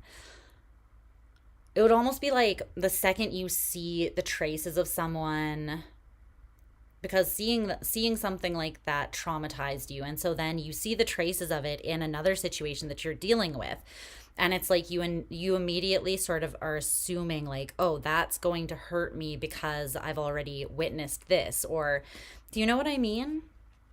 You've already been hurt or wounded by something, and so now I think that you're experiencing something that in a way feels similar.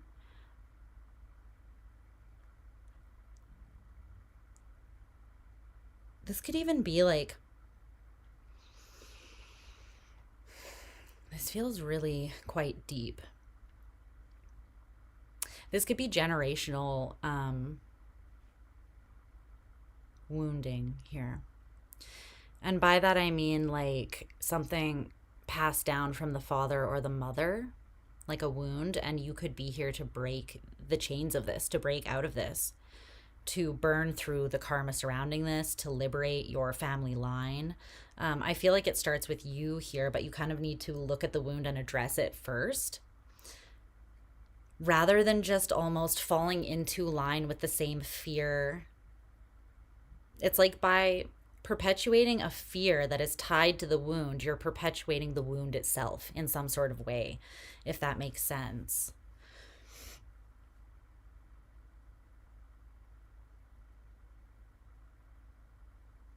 Okay. At the center of your reading is the Queen of Pentacles,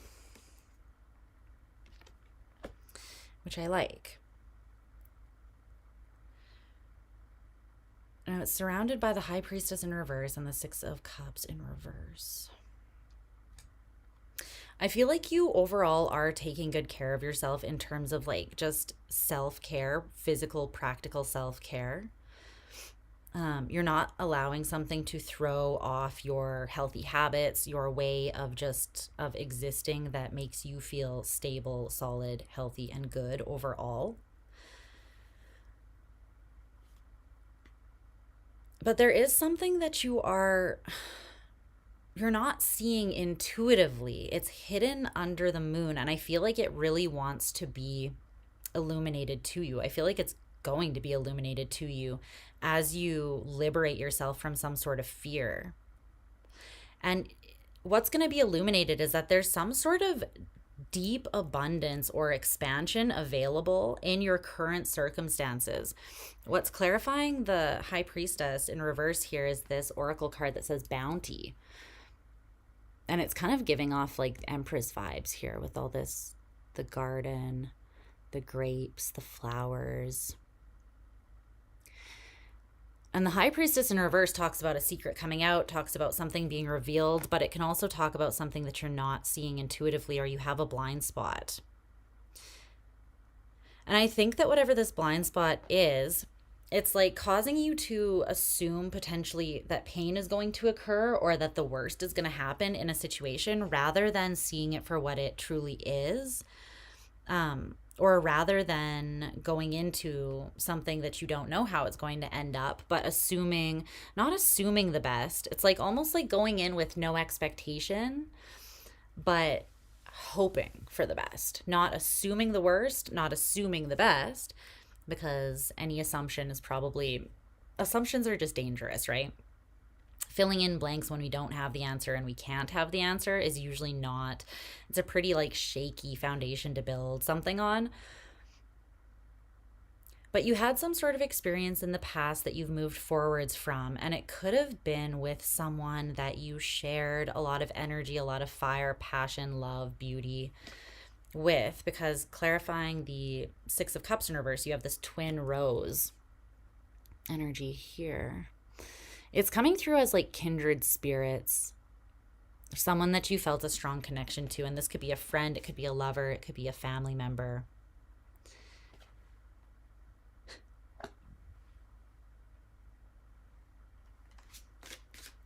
Can you tell me more about that Six of Cups in reverse with the twin rose?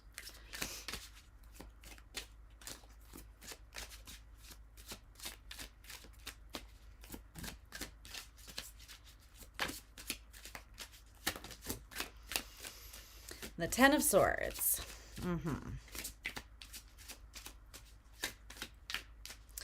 There's been breakage here. It could be breakage, though, that again has been contained, right? See how, like, this is so interesting how it's coming through. For a lot of you, this has to do with family.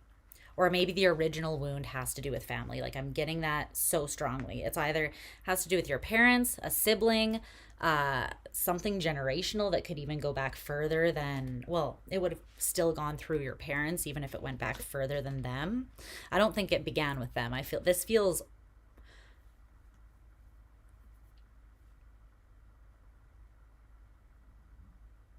almost primordial.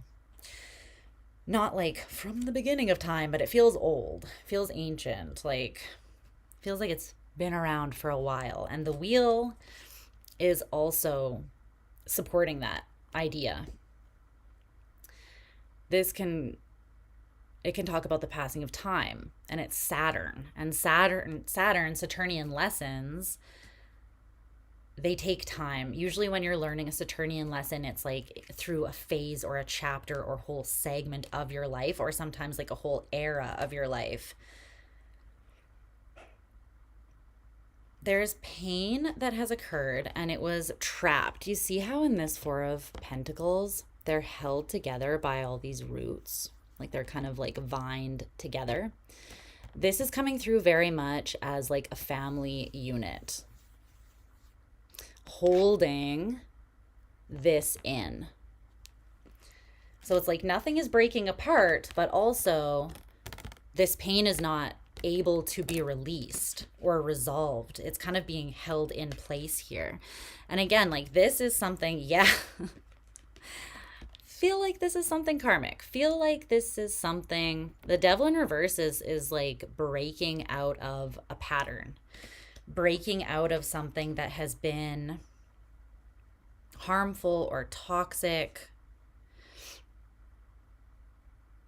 or just not beneficial. It's been stifling in some way. Okay. So the Eight of Swords in reverse, the King of Wands in reverse, the Nine of Cups is here. There's the liberation of that fear. It's almost coming through as the fear that there cannot be more. Yeah, the fear that there cannot be success when really the sun is available to you. Like ultimate grandiose fulfillment. But it's like the assumption here is that you're afraid to assume the best. And again, it's not assume. You're afraid to even hold space for the potential that the best case scenario could be what comes. Ultimately, the best case outcome, there's just as much of a chance as it occurring as the worst case outcome, right? But there's something here that skewed your perception and it has you believing that it's more likely that something shitty is going to happen. And so it's almost like, again, putting the cart before the horse. You're like, nope, only pain can come from that. And you could be holding yourself back from intimacy, honestly, is kind of what this is coming through as, because down here on the same line as the Three of Swords, we also have the Queen of Cups and the Nine of Pentacles leading into that. So it's like here you are with all this unconditional love, all your ooey gooey beautiful heart, that is literally so gorgeous, all of this that you have to spill out all over the world and make the world a better place, right? All of this that you have to share with those around you, with those who you decide to bring into that intimate space that you can trust, right? But yet, the Nine of Pentacles. And there's nothing wrong with the Nine and the Queen of Pentacles, right? But this is very independent energy. And again, there's nothing wrong with independence. Big advocate, actually, right? Even within connections. But I'm seeing you lean heavily into that at the cost of intimacy, at the cost of opening up. And it's almost like you're telling yourself that you're trying to steer yourself away from something that it wants to connect to you. And it doesn't just want to take from you. It wants to like share a flame with you. A candle doesn't go out when it lights another candle or when it shares a flame with a candle, right? It's like the light cannot be lost here. It can't be taken from you. It can't be stolen. Only you can ultimately steal it from yourself by not allowing yourself that experience. King of Wands in reverse. I feel like there could have been an abuse of power and abuse of authority, potentially masculine energy. You had a really negative, and that could be masculine energy manifested through a female. It doesn't matter, right?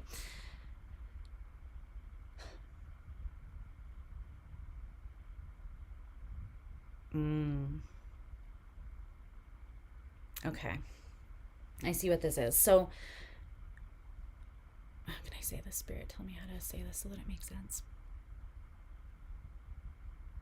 Sometimes when we're afraid of our own power, we're afraid of our power because we have witnessed other people in a position of power abuse that power.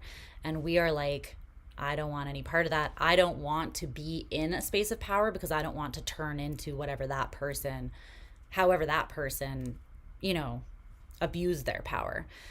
Now, obviously, we don't have to engage with power in that same way that that person did, but oftentimes it's like we witness that as a child, or we witness it when we are in an influential or easily influenced sort of stage of life, and we take that in and we have that fear. But I feel like you're almost afraid to be in your power, and by in your power, I mean you are afraid to put yourself first in a way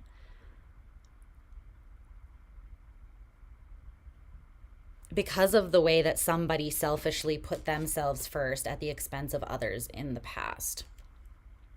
This King of Wands in reverse. They could have been a fire sign. They don't have to be, though. But they had power.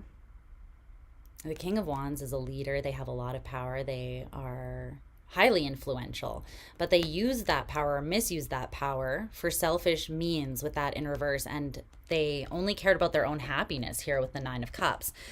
So now you have a fear surrounding almost focusing on your own happiness because you kind of equate it, or using your power that way, you kind of equate it to this King of Wands in reverse energy, which you don't want to embody. Now, this could be subconscious. This could be completely subconscious. So, and it most likely is the Moon in reverse, but I feel like it wants to come up and show you, because then you're going to see that where you felt oppressed, where you felt limited, there's actually a massive potential for growth and abundance and expansion. It's just the perception here and the way that you're holding yourself back, or what you're assuming as a result of your past experiences, I feel like that's kind of putting you in this box. And it's kind of ironic. I feel the last thing I kind of want to say here, Cancer, is it's kind of ironic. You might be like, how can you say that I'm not prioritizing or putting myself first when I'm in this energy? Because I feel like you're only in this energy because you feel like you have to be to avoid this. if you were in that independent energy, just kind of taking care of your needs in that way, because that's all that you wanted to experience, that would be something different. But I feel like there is something more that you kind of do want to move towards here, but you're holding yourself back. Okay. Are there any final messages surrounding that? Any final advice here for Cancer?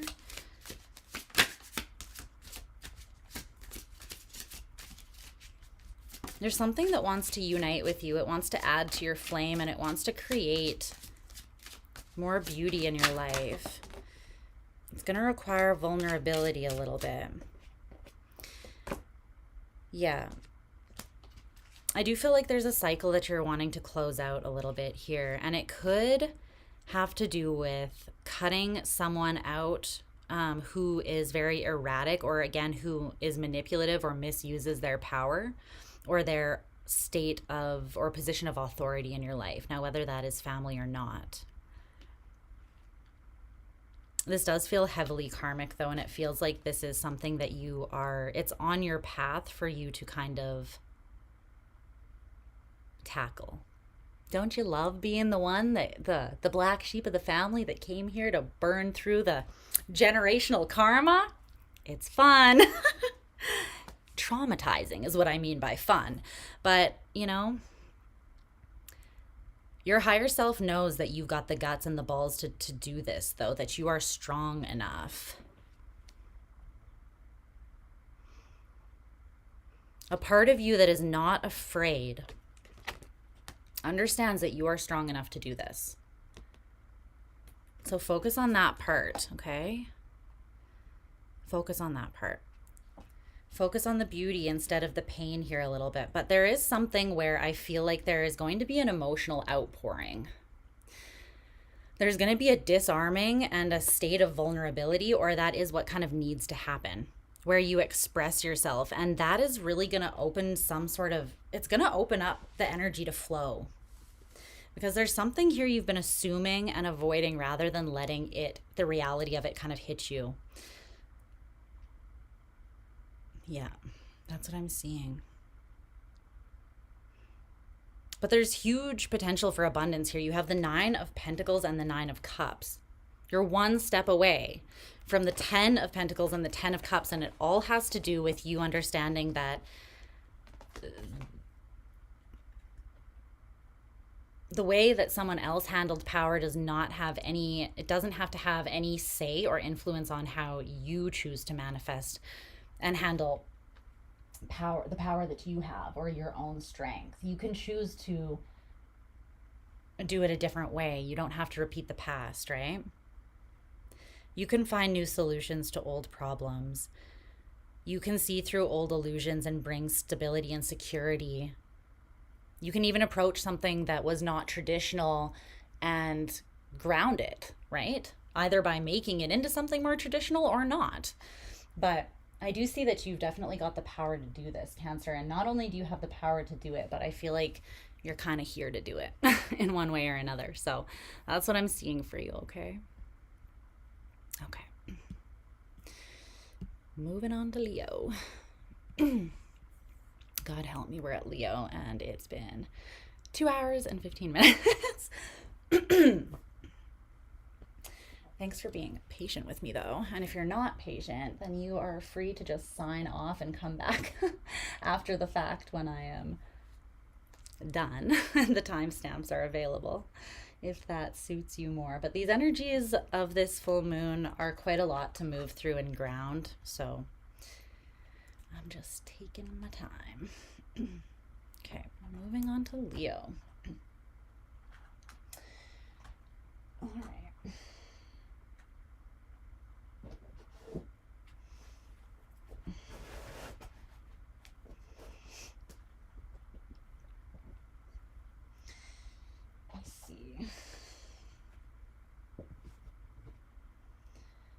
Do we need to know for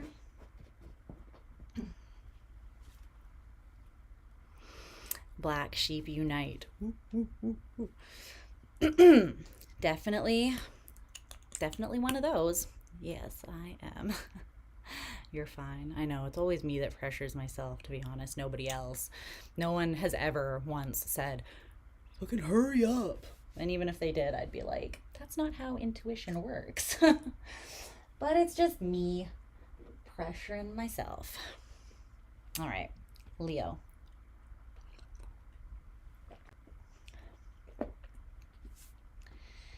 Leo.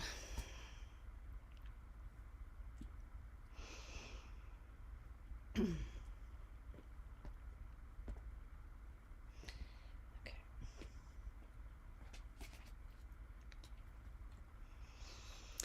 What you got going on?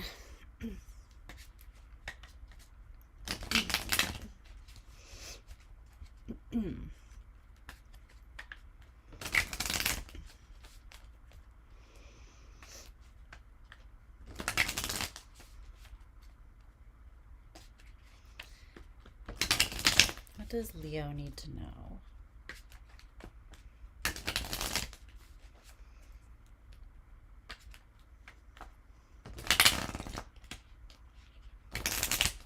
Cleanse all previous energies out.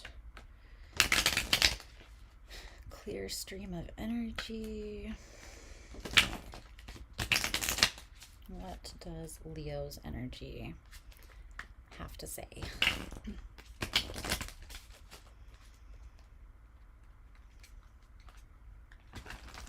Okay.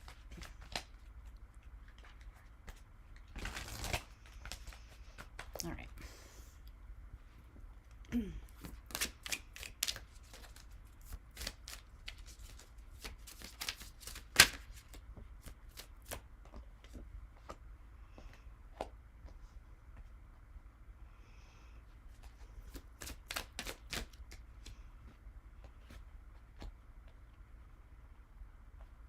Temperance, King of Cups, Wheel of Fortune in reverse. Maybe I should tell you as they're coming out also. Ah! Slow down. Page of Swords in reverse. 10 of Swords. 10 of Cups in reverse. Queen of Pentacles, King of Pentacles. Right next to each other, huh? One more.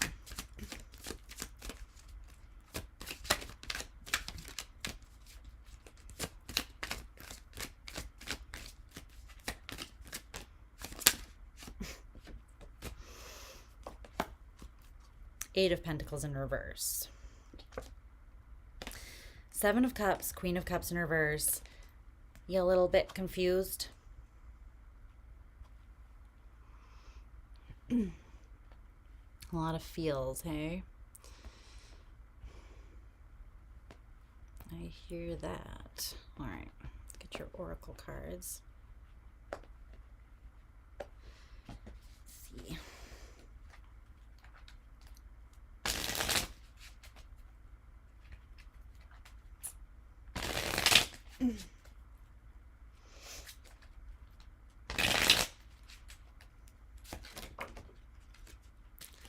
Well, sure.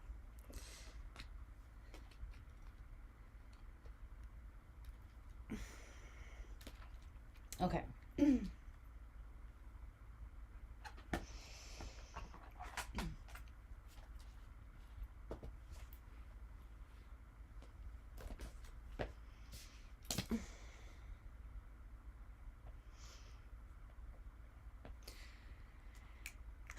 Hello, Leo. Puppa bath. Okay. Have a good time giving your puppy a bath.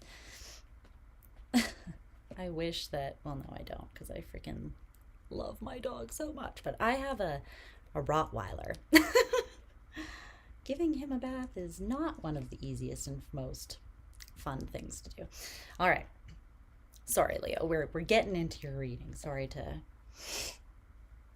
start talking about my Rottweiler. All right.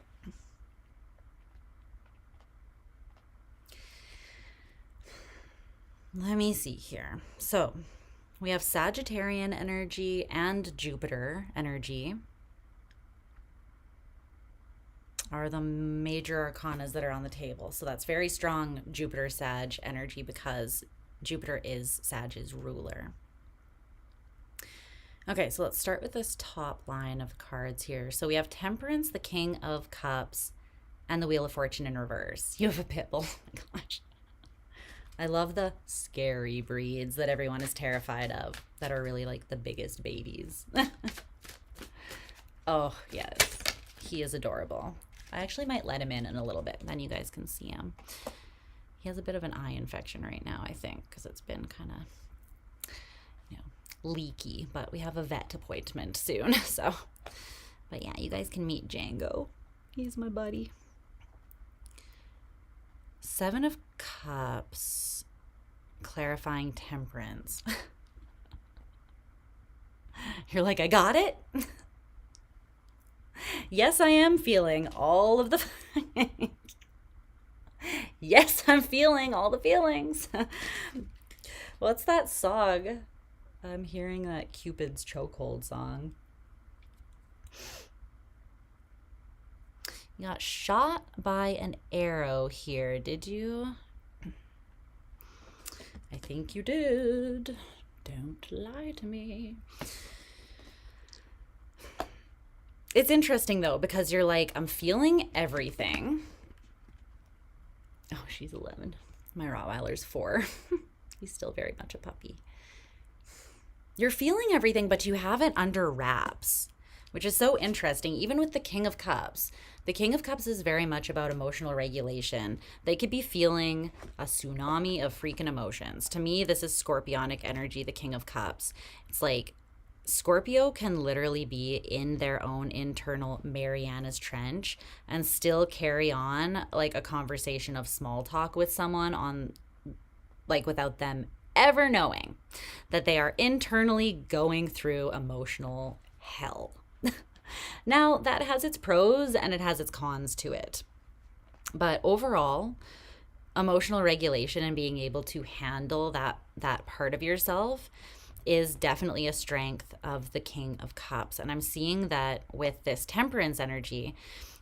With the Seven of Cups, it's like you're either experiencing a little bit of a lot of different feelings, or you're just experiencing a lot of emotion all at once, to the point that it could definitely have the ability to really overwhelm or confuse you, or kind of just like, I'm seeing it as like a wave just washing you away. Is how I'm seeing that. But it's not. Can you tell me about this Wheel of Fortune in reverse, though?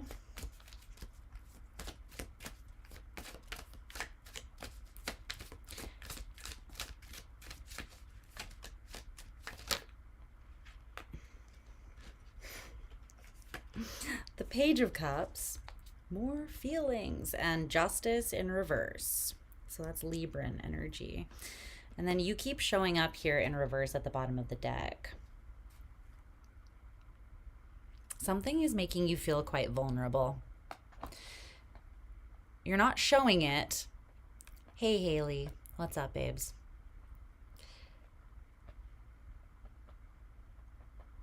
You're not showing it. There could be something low-key that you feel like is kind of like, that's not super balanced, or it's not completely fair, maybe. Or you're waiting to see if it's still, okay, that's what it is. Wow, Haley, this might be your story. Or this reading might resonate with you, not to put your shit on blast or anything, but I feel like this might. Anyway, not that a general reading is going to put your shit on blast, but you know what I mean. I'm seeing that you have a lot of feelings here, where there is the potential for a huge amount of feelings surrounding something,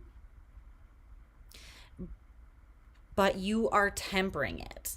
And it's because you almost don't know like which way this thing's gonna go, right? With the Seven of Cups, it's like there are a lot of options. There is a lot of different potential feelings that could come out of something, but you are tempering or balancing them at this time. And it's like with this Jupiter energy in reverse, you are not allowing things to take off and expand rapidly the way that you know that they could. Not yet. And it's because there's still something up in the air. There's something that hasn't been completely materialized into a strong and stable something, right? Something's up in the air, but it has a lot of potential, which you're recognizing. And there's also a depth of ability to love and feel within you. But I think that you are respecting and honoring that about yourself by not just full steam ahead, pouring it into something that is not completely defined yet. So this is like not putting something on pause, but not pushing to expand something the way that you feel that it could easily expand. Not yet. But I like it because you are still open to it. You still recognize that there is... Oh, thanks, Haley. Thank you for the 5. I appreciate that. There is still an opportunity here. And I feel like you're kind of trying to approach it with this childlike sense of wonder, being like, what is going to come from this? You know, like, I'm curious. What is this situation going to show me about my emotions? But it's interesting because you're kind of simultaneously the King and the Page of Cups, which does make sense because within the King of Cups is contained everything, all the previous evolutions that you had to grow through to get into the King of Cups, right? So you can still put yourself back in this energy because it is within you as the King of Cups. However, you could be dealing with someone that is just, there's nothing wrong with them. The way that they're showing up is in the upright. It feels like they're open with their heart. They know that they have something to offer and they're willing to offer it. But I feel like the Justice in reverse energy, it just talks about there being a difference between where the two of you are at in terms of maybe emotional maturity or intelligence. And I'm not saying that this person is stupid. Emotional intelligence is only one kind of intelligence, right? And we do have to work through our own feelings to learn more about ourselves and how we function to heighten that certain type of intelligence, right?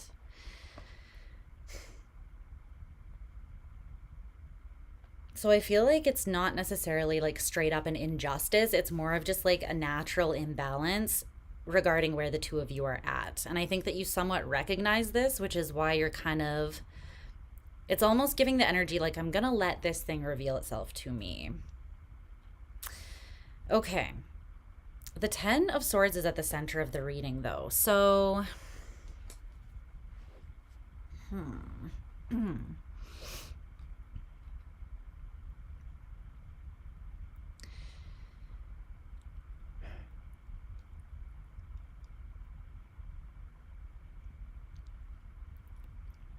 I feel very strongly that this is about you and somebody else, Leo.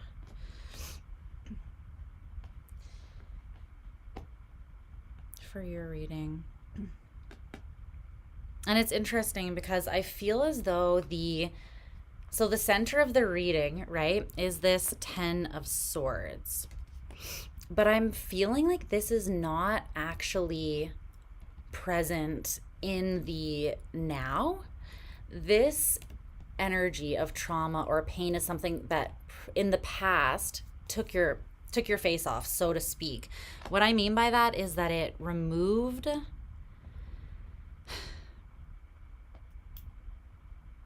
it caused an ego death. It caused you to learn something about yourself that was uncomfortable. It caused you to integrate something new into yourself through, like, via pain, via something painful. And it showed you something that forced you to drop a previous perception that you had about yourself. So it changed the way that you define and look at yourself, something in the past. Something like this also happened for this other person.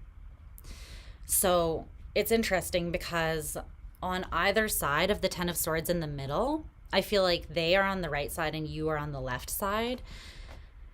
And you're both...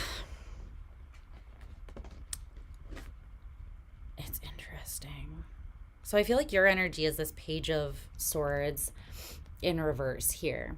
Then this Ten of Swords is the central sort of like influence or factor that is kind of at play here currently. And then they are this Ten of Cups in reverse on the other side of things here.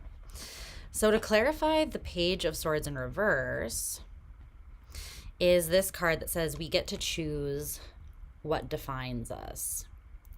We get to choose what defines us. It's the equivalent to the Five of Swords here.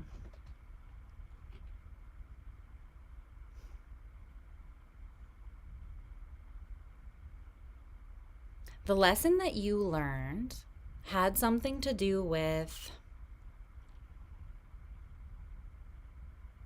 empowerment over your own mind. It makes sense that you're in this energy, the King of Cups, because you're ruled by the heart, right? You got a whole lot of heart. You got a whole lot of love and a great capacity to hold that and to share it. You are an incredibly generous sign, incredibly generous, especially when you have affection for someone or something, whether that is a passion project, a creative endeavor, anything that really like lights you on fire or that you are committed to from the spirit, fixed fire, right? You give all of yourself to. You really don't hold back. You're kind of all or nothing like most of the fixed signs are, which is beautiful. The Page of Swords in reverse though, something was flipped on its head surrounding what you allowed to define you in the past, and you learned to not get in your own head in a way that where you would turn things over until they got really muddied, and then you would like let the muddiness seep into maybe other areas of your life, like confuse you emotionally. Because when one body is afflicted by something like confusion, right? So like, let's say you're mentally confused, that's going to trickle down. So it might manifest in physical ailments, or it might manifest in emotional confusion or a spiritual block or something like that. On their side of things, the Ten of Cups, and I feel like also what you learned is not to make assumptions about yourself or other situations. So I think that that's why you're kind of sitting back and letting this show you something. There's the energy of not assuming the worst in yourself or in the situation, and then not ruminating and going over that to the point where it becomes like a self-fulfilling prophecy. So even when things are confusing, you learned how to self-regulate and handle that in a balanced, kind of beautiful way, honestly. But it starts with the mind. It's like how you choose to frame something that then doesn't allow your emotions to be thrown off balance, which I fucking love.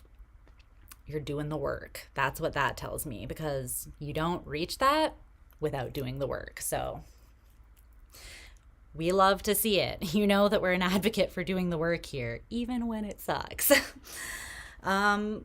This person, though, the Ten of Cups in reverse, they have that clarified by this card that says, help me come to you. Help me come to you. Sorry, these cards are really shiny, as you can see. Help me come to you. Ten of Cups in reverse. This is the Joker card, and on the back it also says lust. So I feel this person on their side of things, how their woundedness manifested and what they learned from that, or how they grew from that, or are still growing from that. They may have rushed into something. They may have called it their Ten of Cups, right? They may have rushed in very quickly and given all to it, but it could have just been lust. So this person could have been like, they threw themselves into something under the guise of it being like something that could be stable, emotionally fulfilling, consistent, committed. And I feel like they got a rude awakening. I think that their lust, or even just desire doesn't always have to be, lust and desire don't always have to be tied to sexual stuff. It's just like you feel this pull, right? Something about this past situation that this person threw themselves into, they felt called to because of some sort of internal lust or desire. Now, it could have been sexual, but something muddied their waters. And now they are learning how to balance that out. The lesson they're learning is about balancing, so they don't just throw themselves into it. They allow the other person to show up in equal parts so that it's like we're taking steps and meeting each other. And I don't take another step and another step and another step until you take a step to match me, right? You take a step, I take a step. You take a step, I take a step. And that is how we grow in alignment, right? We don't have to necessarily take steps at the exact same time, but you don't want to take a bunch of steps and get ahead of someone, which is, I feel like what this person did in the past, kind of assuming that they were on the same page emotionally, just because there was maybe like a strong sexual connection or physical connection or passion between you and someone, or them and someone, right? So they are learning to temper what they give, specifically emotionally. And they're doing that by allowing the other person to help them come, like to usher them towards them, to almost take action in each step that they take to show this person that it's actually safe for them to take another step as well. And that's the thing. That's how we know that it is safe, because when one person takes a step, then it's like, okay, I'll meet you there, right? One person's not way out on a limb, way further ahead than somebody else, having like risked it all and gone all in, right? So that's what this person is learning or has learned. The bottom line, though, is the Queen of Pentacles, the King of Pentacles, and the Eight of Pentacles in reverse. The Queen and King of Pentacles are here together. I like that. There's something here. This is working itself out. It's working itself out in the physical. There's something about like the two of you are both still putting physical, tangible effort and energy into the lessons that you are learning. So even though this initial thing happened somewhere in the past, I feel like you're still figuring out what your face is now that that kind of took, like, wiped the slate clean, so to speak, right? And the face, just to bring more clarity to that, usually represents like identity, right? Again, it's how we are defining or seeing ourselves, or the identity that we're clinging to, the face that we put forward to the world, or like the mask we wear, however you want to see that. It's the face I equate to like identity. So you are still piecing together a new identity or a new way that you are defining yourselves, both of you, in the situation. But I do feel like there is a natural balance here between the two of you, or you are in the same energy or somewhat on the same page here. And I don't feel like there's a lot of physical effort that needs to be put into making the connection itself work. I think that the work that is being put in here that is going to bring the greatest benefit is just to continue working on yourselves here. Because I think you're going to find that as you continue to kind of unfold those personal lessons and redefine or re-outline yourselves, I should say, you're naturally going to fall into these roles that are very well suited and compatible, like very well suited with each other, very complementary, very compatible, almost effortlessly so. Is there anything else that Leo needs to know? The Ace of Cups. The Ace of Cups. There's love here. And it's very pure. It's very easy.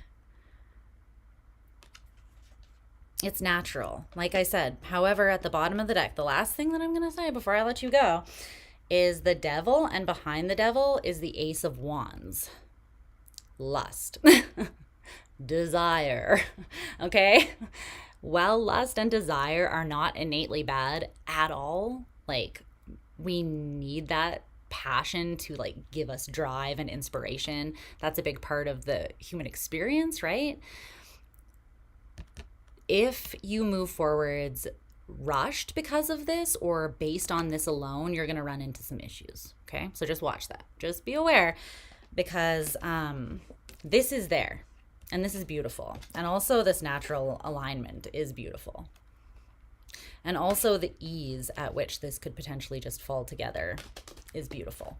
So this seems to be coming in as like a gift for doing the work and continuing to do the work. So all you need to really do to receive it is validate that you have done the work, validate that you are continuing to do the work, stay focused, tempered, and balanced in a state of internal like unification with yourself. As within, so without. You are going to push that energy out and relate to this person naturally in that way, as long as you keep doing that for yourself. Okay, that's what I see. Yay! We love to see it, Leo. You're fucking killing it. I love it. You're doing great, babes. Doing the work. Getting your hands dirty. I love your heart, though, honestly. My nephew is a Leo, and he's just the best thing in the entire world, honestly. Honestly. Freaking love him. Okay. Aw, thanks, Haley. Okay. Let's see. What else we got going on? So we're moving on to Virgo here. Virgo, Virgo, Virgo. I'm glad you did too. Hopefully that gives more context to that situation specifically, in case it doesn't come up in your 3-month preview sort of check-in reading. Okay. Virgo.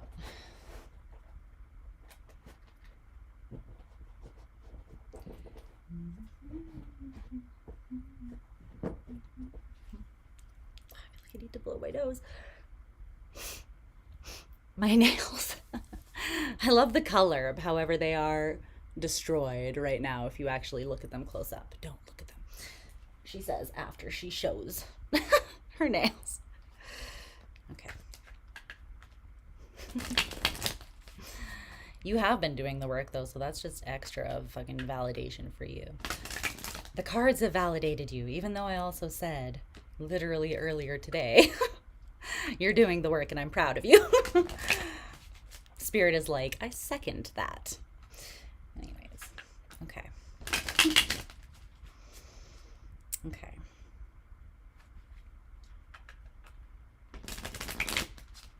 Let's tune into Virgo's energy.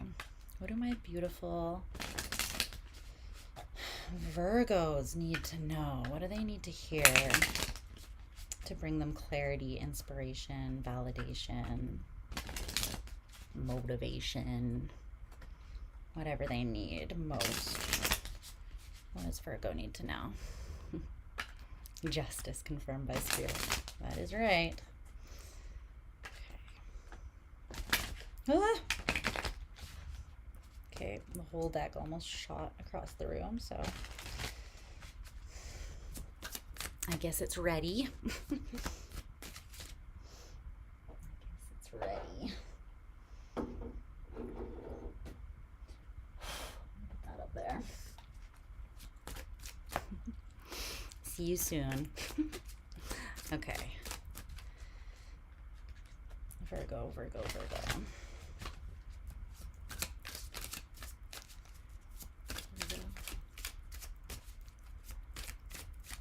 Interesting. Something wants to come through in a very uniform way for you. which isn't always the way that it comes through, ironically, because you guys are about, or you're big on, you know, having everything in its order and place and kind of having a method of refinement. You are sort of all about refining, which can be a messy process. I don't think people talk about that part of Virgo energy enough.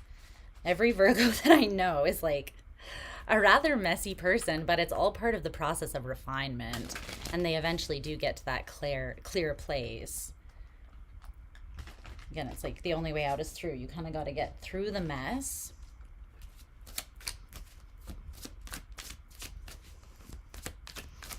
See what's going on.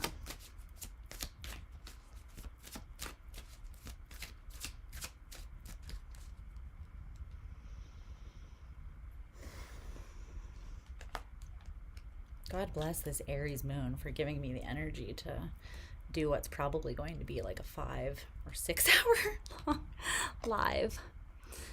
Appreciate it. Okay.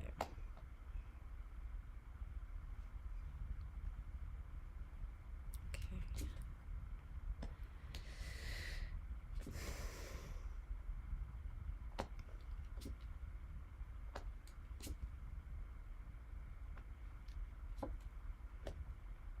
Wow. This is definitely a significant moon for you.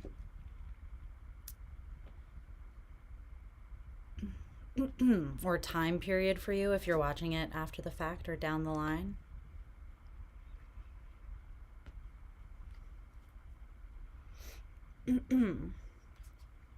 Yeah, the Knight of Wands to the Empress. You're like, I'm okay with making a little bit of a mess for the, you know, for the sake of creativity, for the sake of love, for the sake of expansion.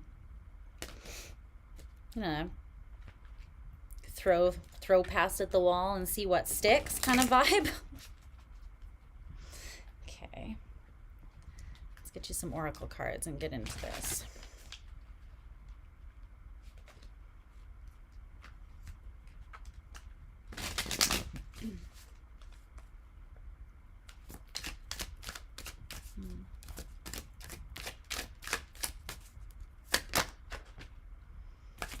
Mm-hmm.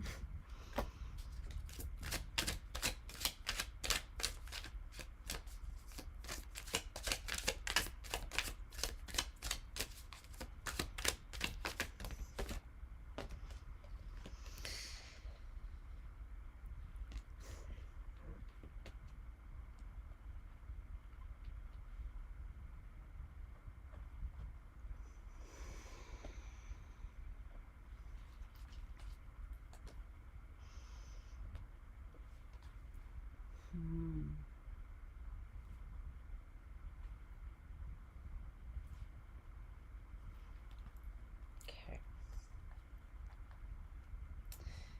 Yes. I like this, I think. Let's see.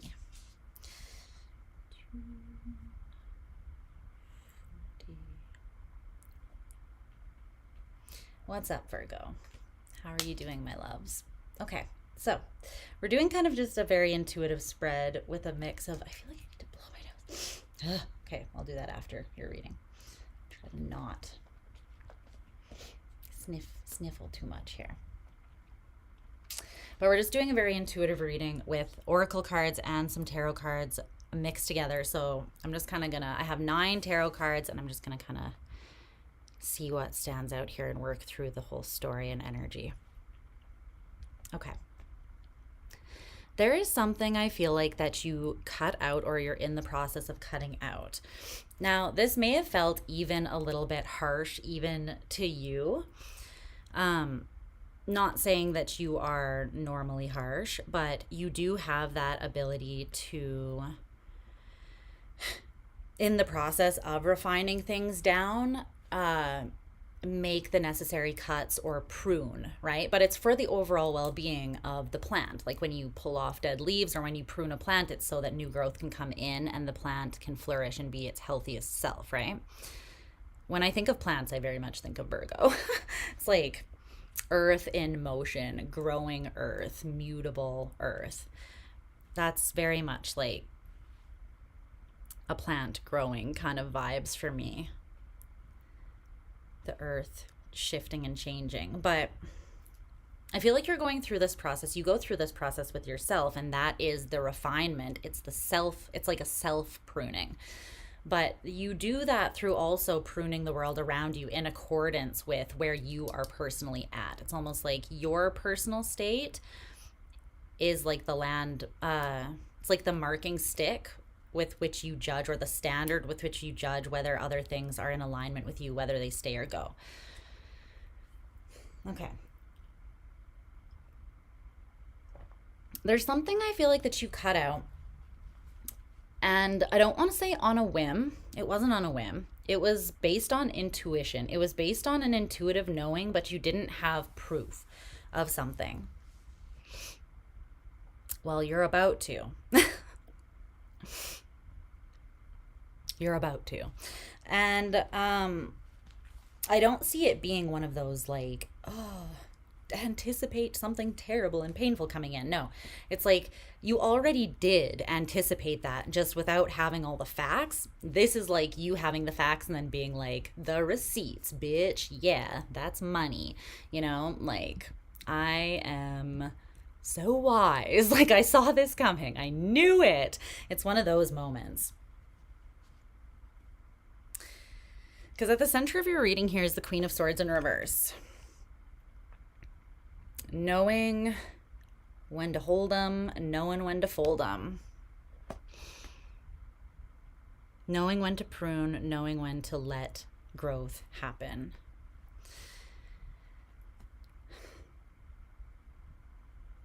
The Moon in reverse and the Seven of Cups in reverse is above and below that in the spread. So something is going to trickle down into your awareness or be revealed. It could be very much around the time of this full moon. This is Pisces energy. You also have Plutonian energy here, Libra, Aries, and Neptune. So very heavy Piscean energy is here. And also heavy Aries, just because we're having the full supermoon. Or the super full moon, or however you say it, in Aries tonight, like as we speak. Something's going to be revealed that's going to, you already have clarity of emotion though. You know how you feel about something, and that is why this is what informed you to make the cut. Your clarity of emotion. It's just going to be the facts to back up what you were feeling. That's what's going to be revealed to you. Or just recently has been, maybe. But I feel like it's something that's still coming in for a lot of you. Okay, so I want to look at this bottom layer, because it's coming through as this is what is influencing you, almost like from like what you've learned, what you've already put in place, what you've already built, or knowledge that you have in your subconscious kind of bubbling up and informing your choices. And we have the Emperor in reverse, the Seven of Cups in reverse, and the Hanged Man in reverse in the bottom, or in your bottom sort of line here of cards. Okay.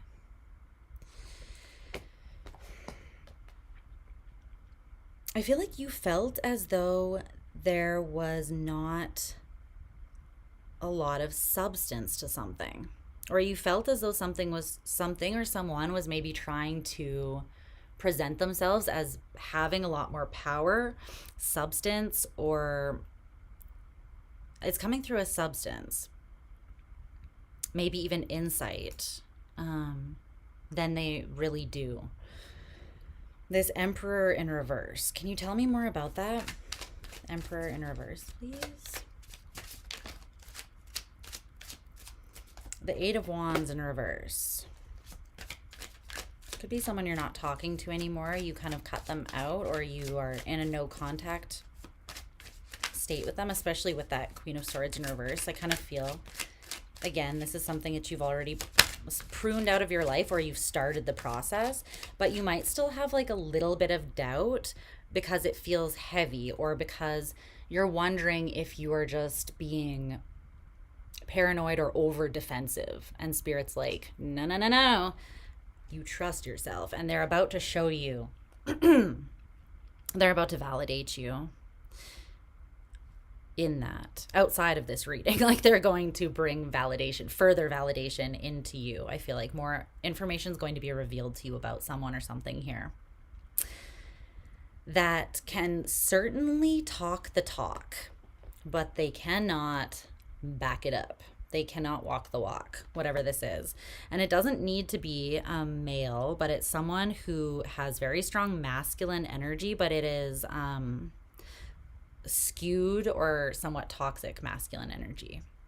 So it's just manifesting more as, in the shadow, which could be like an abuse of power, the need to control, the need to dominate, being overly assertive, almost to the point of like aggressive. It could also be very emotionally shut down and like too much in the energy of the ego or in the energy of the mind. And also someone who thinks that they know kind of everything. But you peeped them and you were like, I don't think that you're actually all that and a bag of chips. And I don't think you were even being mean about this. It's just your natural process of refinement that took place here. What I think it is that you see that this person is still invested in healing an unhealed space within them, the star in reverse. And that process is not that the healing process ever is like complete and we're just done.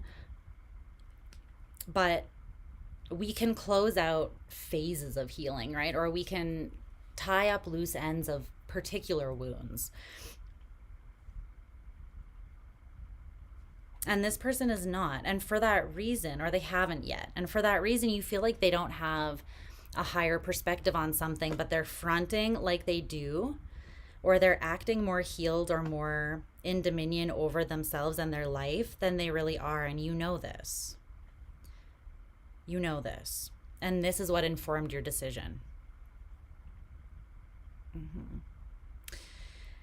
However, you may have been doubting yourself because, again, you feel like maybe you feel like when you cut this person out, you hurt them, and you might feel, you know, you have a conscience. You're not a heartless ass bitch, right? So you could feel bad for hurting someone through cutting them out, right? Because there's this. 10 of Swords is next to the Queen of Swords in reverse. Someone could be like, well, thanks for betraying me, you know, thanks for deceiving me, thanks for backstabbing or abandoning me. However, clarifying that 10 of Swords is this oracle card that says, what is hidden will be revealed. And it's about this Emperor in reverse energy because this is right above the Emperor in reverse. And then above that is the 10 of Pentacles in reverse. So we have two 10s here in alignment with this person. There's a cycle that they have not closed out in terms of their physical situation.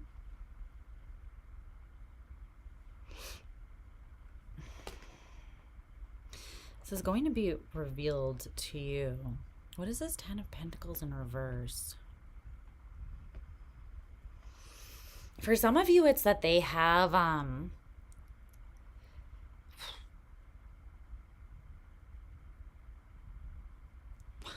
I ain't saying they a gold digger, but they ain't messing with no broke. You know what I'm saying? You know what I'm saying? That's coming through a little bit.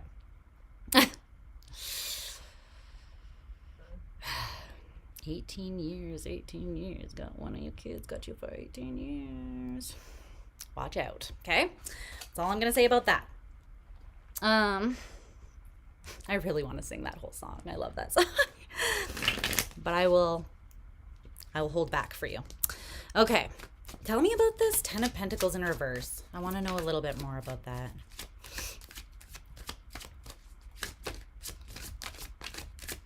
something about they don't have a lot to offer in terms of like either their health in some sort of physical way in their life is not exactly what they have been portraying it to be. So that could be their financial stability, their family, like their relationship and connections with their family could be very divided, very divisive, very...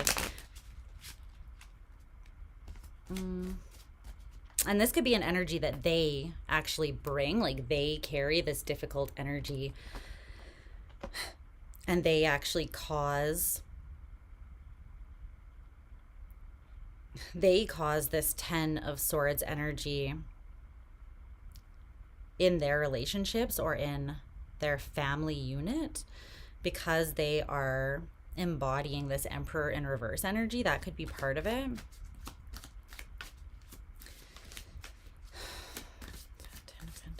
Reverse.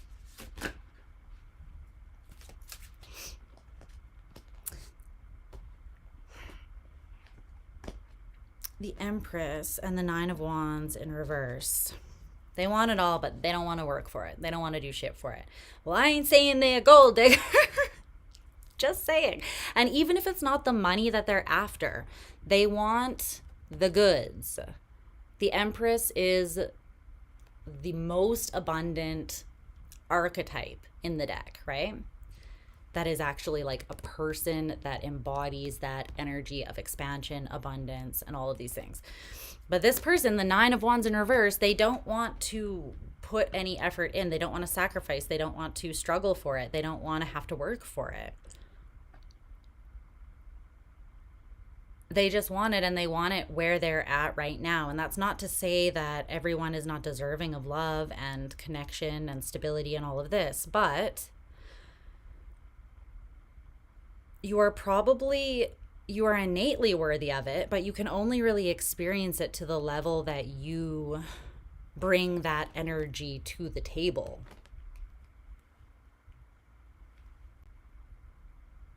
Because this isn't balanced, obviously, right? And they want to be like, I'm the Emperor. I deserve the Empress. It's like you carry the Emperor energy, yes. However, your expression of it is unhealthy right now, and there's some shadow work or there's something that needs to be done there to bring yourself into a state of dominion and sovereignty and accountability over your own energy, and they don't want to put the work in to do that, right?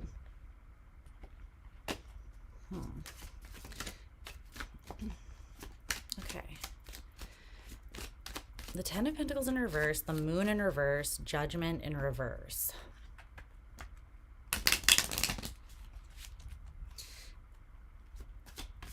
So the Moon in reverse, again, something's going to be revealed.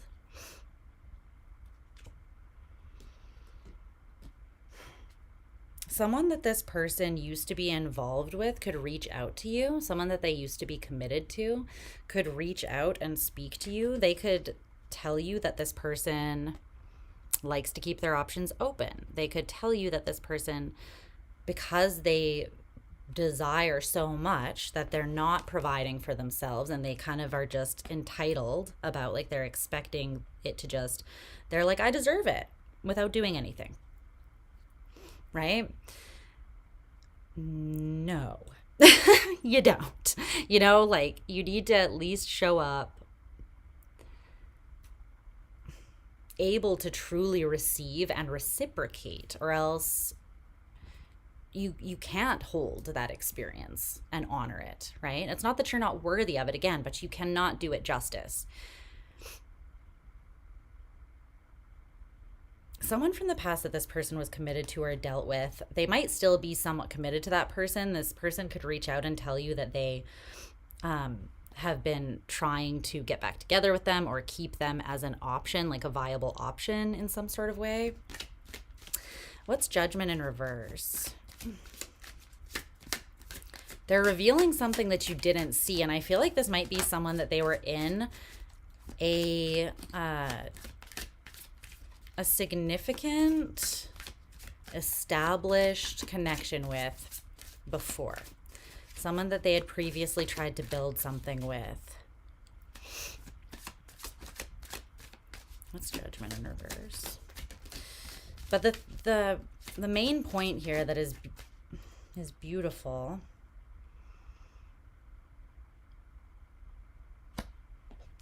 The Seven of Wands. Oh.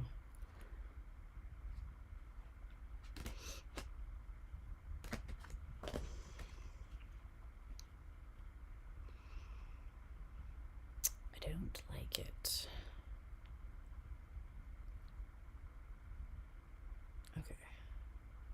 Take this on the scale of depth and intensity that it resonates for you, obviously. But I feel like this person that you were dealing with, again, it's that Emperor in reverse energy. It's the energy of wanting to dominate or control the energy because you are not really in control of your own energy. So you feel out of control, and you might even get triggered by other people being in their power because, again, that just mirrors back to your highlights that you yourself are not, right?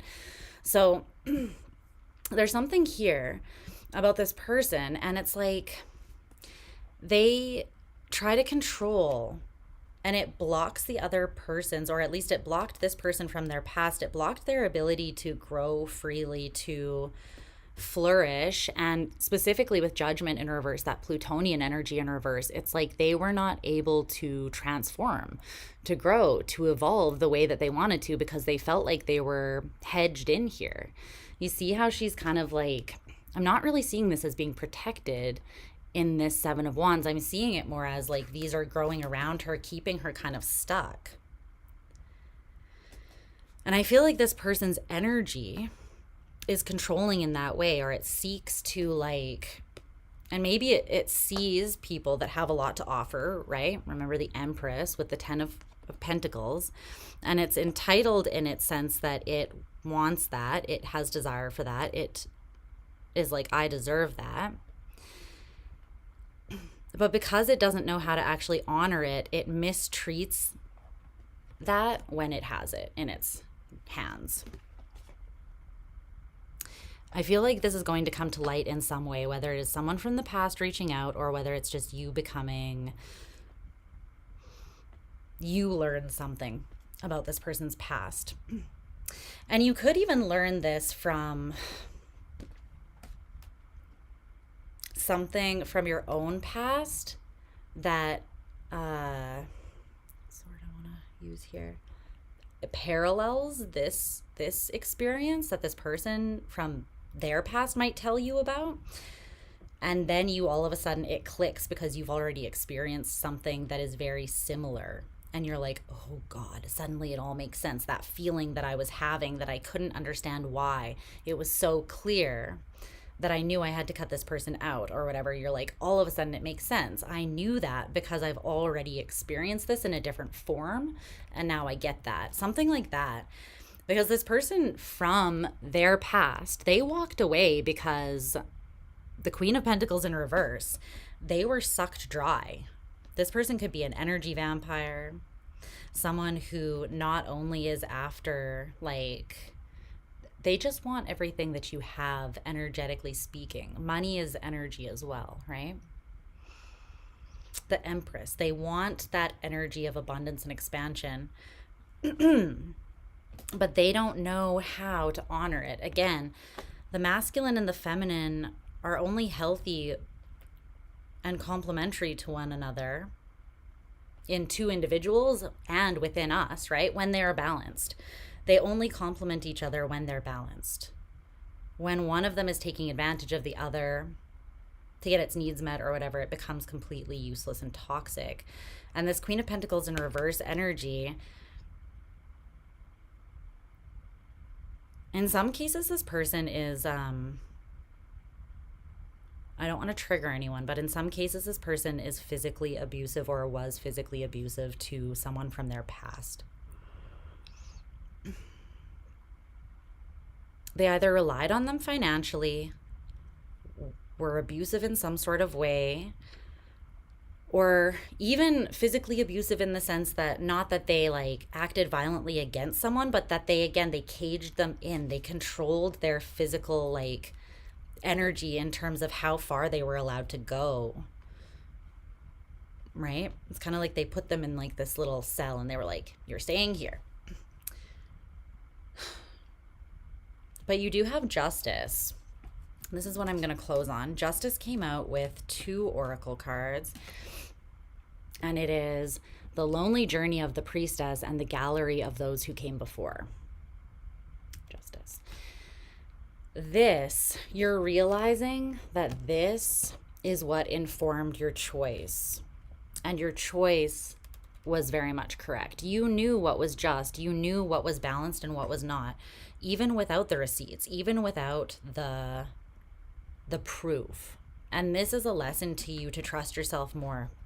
To trust the long and winding journey that you've gone through. To trust everything and everyone that you experienced before and all the lessons that they taught you. All of this has been culminating.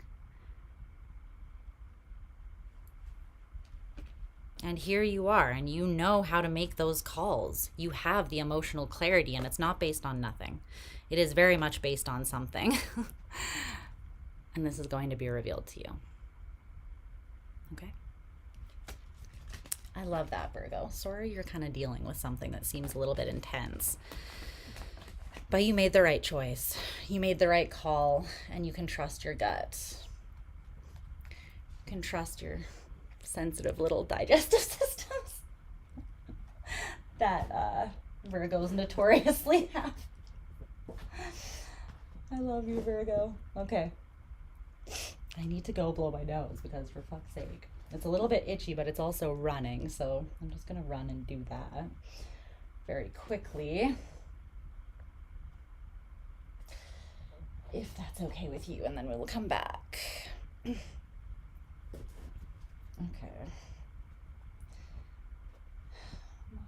My goodness.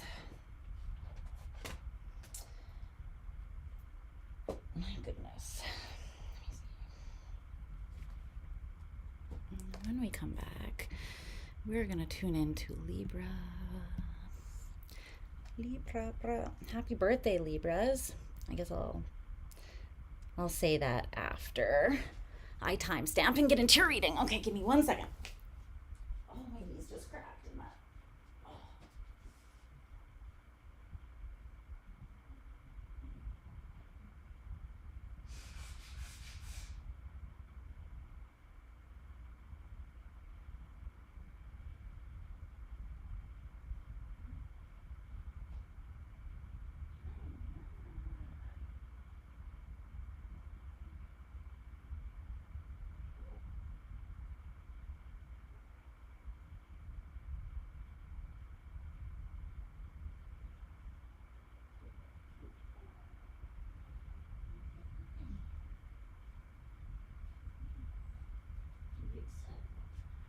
People, they love seeing you because you're adorable. Yeah, you're cute. I am back. I have my fuzzy little friend with me, Luna. Oh, you're stuck on me, buddy. You wanna hang out?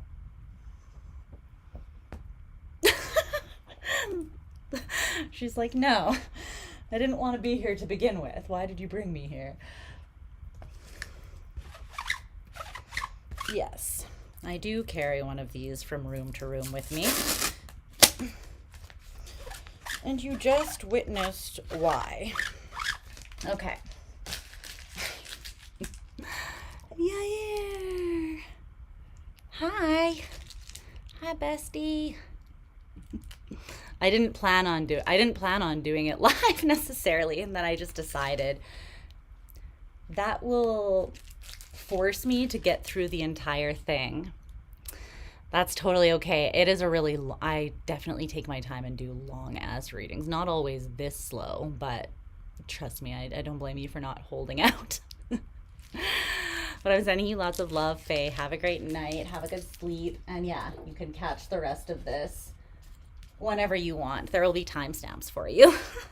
Okay. Libra.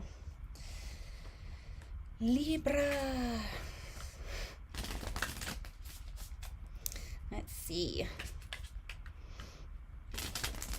What does Libra need to know about where they're currently at?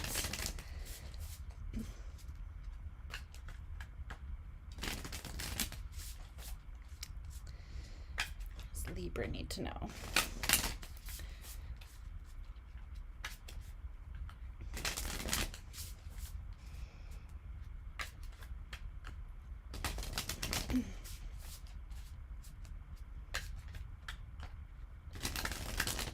You were asleep. Had your nap. Nice. Nice. I'm glad you got a good one in. Okay. Just a few more shuffles until it feels right. Nice. I'm glad to be your packing background noise. She returned. Hi. Want to say hi to the peoples? She came back on her own terms. Don't mind all the boxes piled in the corner of the room. Those are needing to be sorted through and donated. Eventually. Still working on that. But yes, this is Luna, by the way, my familiar and little homie. Favorite little gangsta in the whole universe. Okay.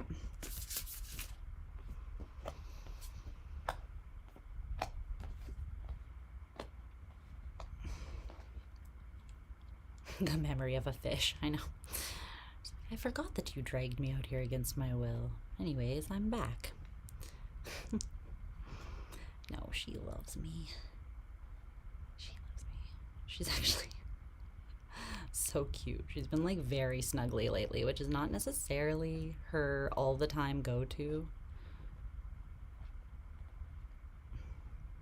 I woke up this morning and she was sleeping like right, like as close as one could get to my head without being on my head, essentially. And I was like, oh, hi, you're right there.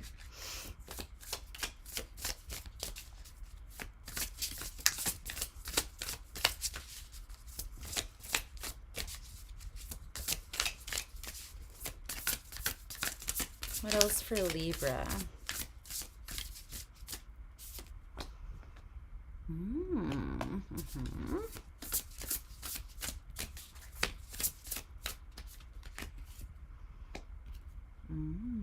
There you are. Oh, spicy. Libra. Tell me you're shaking things up. You're shaking things up. Doing something the non-traditional way.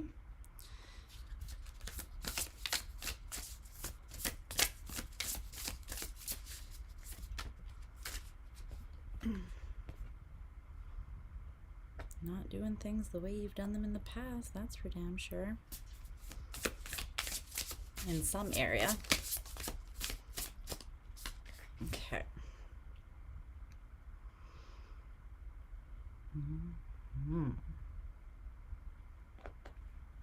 Wow, I like this. The number 7 might be significant for you because we have justice and you rule the 7th house. We also have the 7 of cups above that and the 7 of swords in reverse below it. So 777. But let me pull the oracle cards and timestamp before I say too much.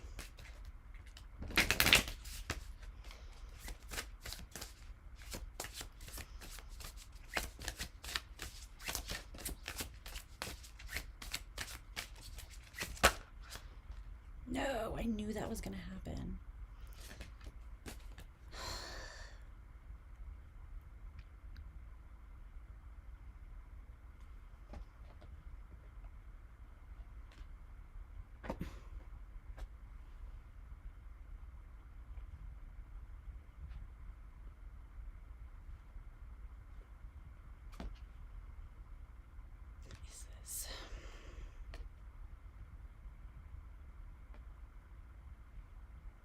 clarify that for me? Oh, wrong way.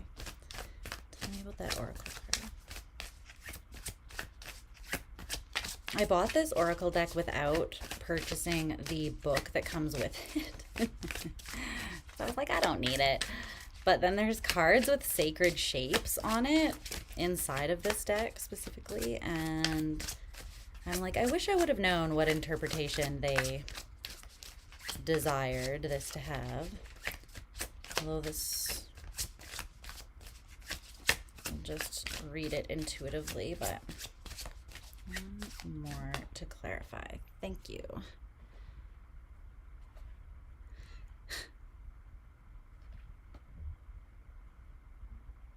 Okay.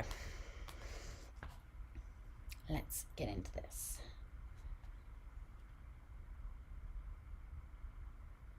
Yeah, for you. Oh my gosh.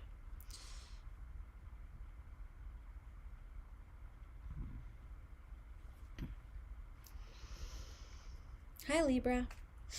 Okay. Let's see what's going on here for you. We're just doing a very intuitive reading. So I'm just mixing some oracle and tarot cards and just seeing what message wants to come out here, not using a specific spread. All right. So I was saying that the number 7 before I timestamped might be significant for you because we have the Justice card, which is your energy, and you are connected to the 7th house. And then we also have the 7 of Cups and the 7 of Swords both on the table too. And they're all in a line. So 777. She's back again. Guess who's back? Back again. Luna's back. Tell your friend. Okay. Hi, sweetie. So at the center of your reading is the Hierophant in reverse. So we have your energy, Sag, and also Taurus here. Your energy, your major arcana card is the only one of those 3 that's in the upright. So I love this, honestly. I think you're very much in your power.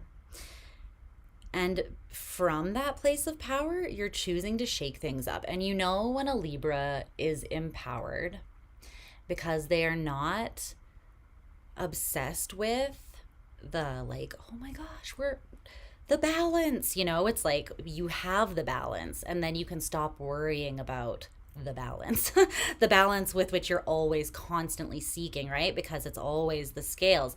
But I think when you realize that you are balanced is when you realize that you are not one scale or the other. You are the center piece that holds them, that never moves. That's what you are, right?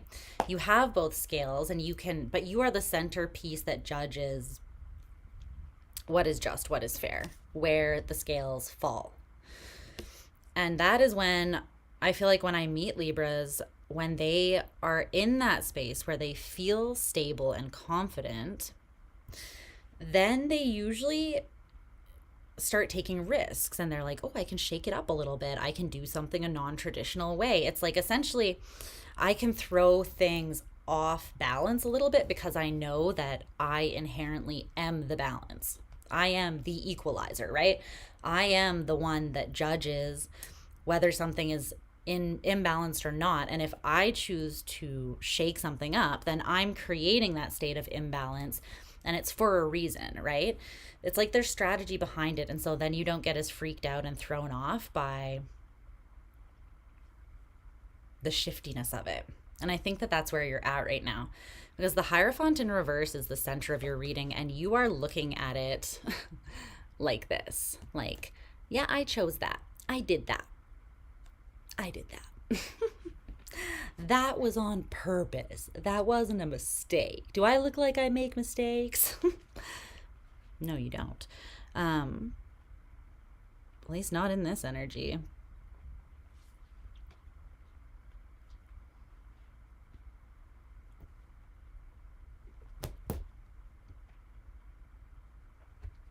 Okay. I was like, is she going to make the leap? She did. So there's also the Nine of Cups here next to that Hierophant in reverse. And the Nine of Cups is clarified by this fire element oracle card.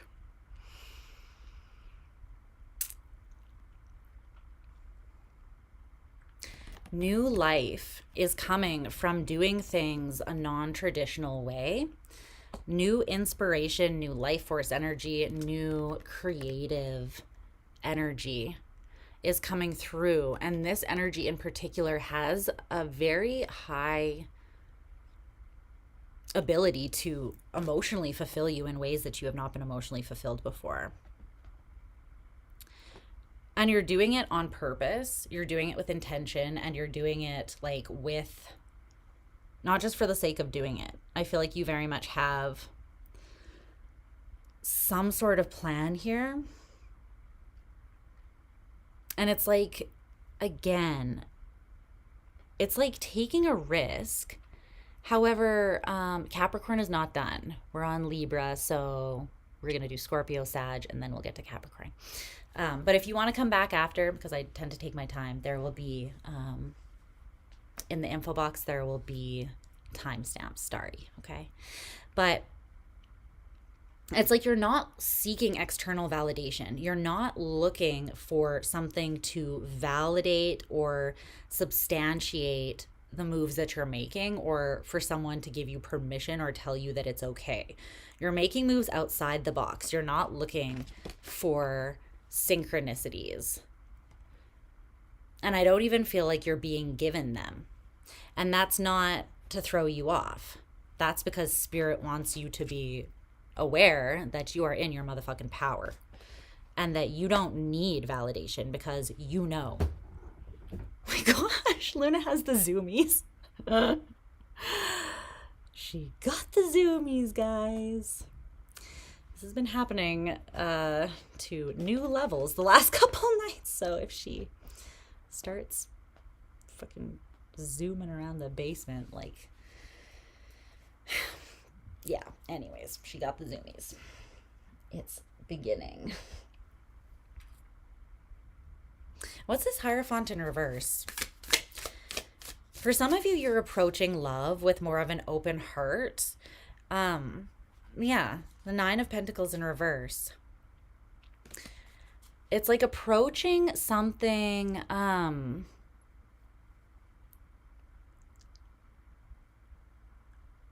a different angle, because you are aware of where you want to get. And it's almost like the way that you've been doing things has not really been getting you the results that you would like.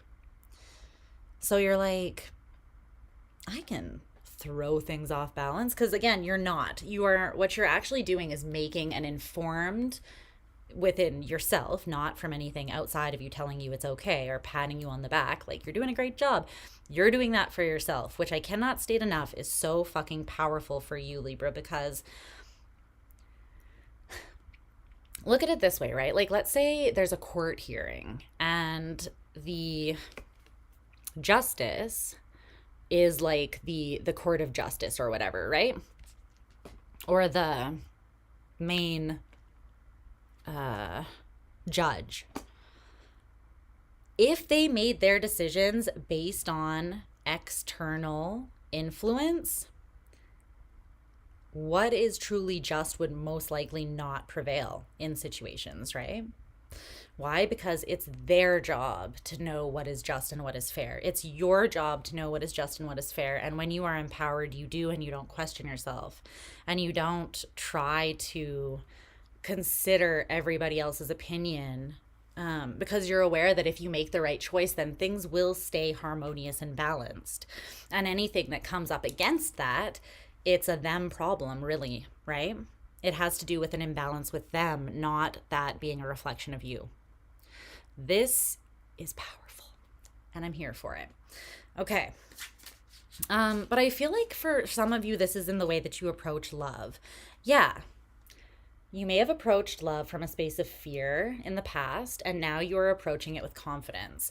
It's like you are opening your heart and being vulnerable in a way that maybe you weren't in the past. And I think that it's because you realize that approaching love with caution, it didn't necessarily save you from disappointment in the past, you know?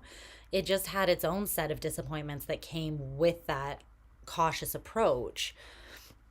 In other words, if something's not going to work out, it's just not going to work out, right? It doesn't really matter how you approach it. If something is not meant to work out long term or whatever, then it's not going to. And it's not because you make the right or wrong choice. It's because it's just simply not aligned. It's not aligned with you.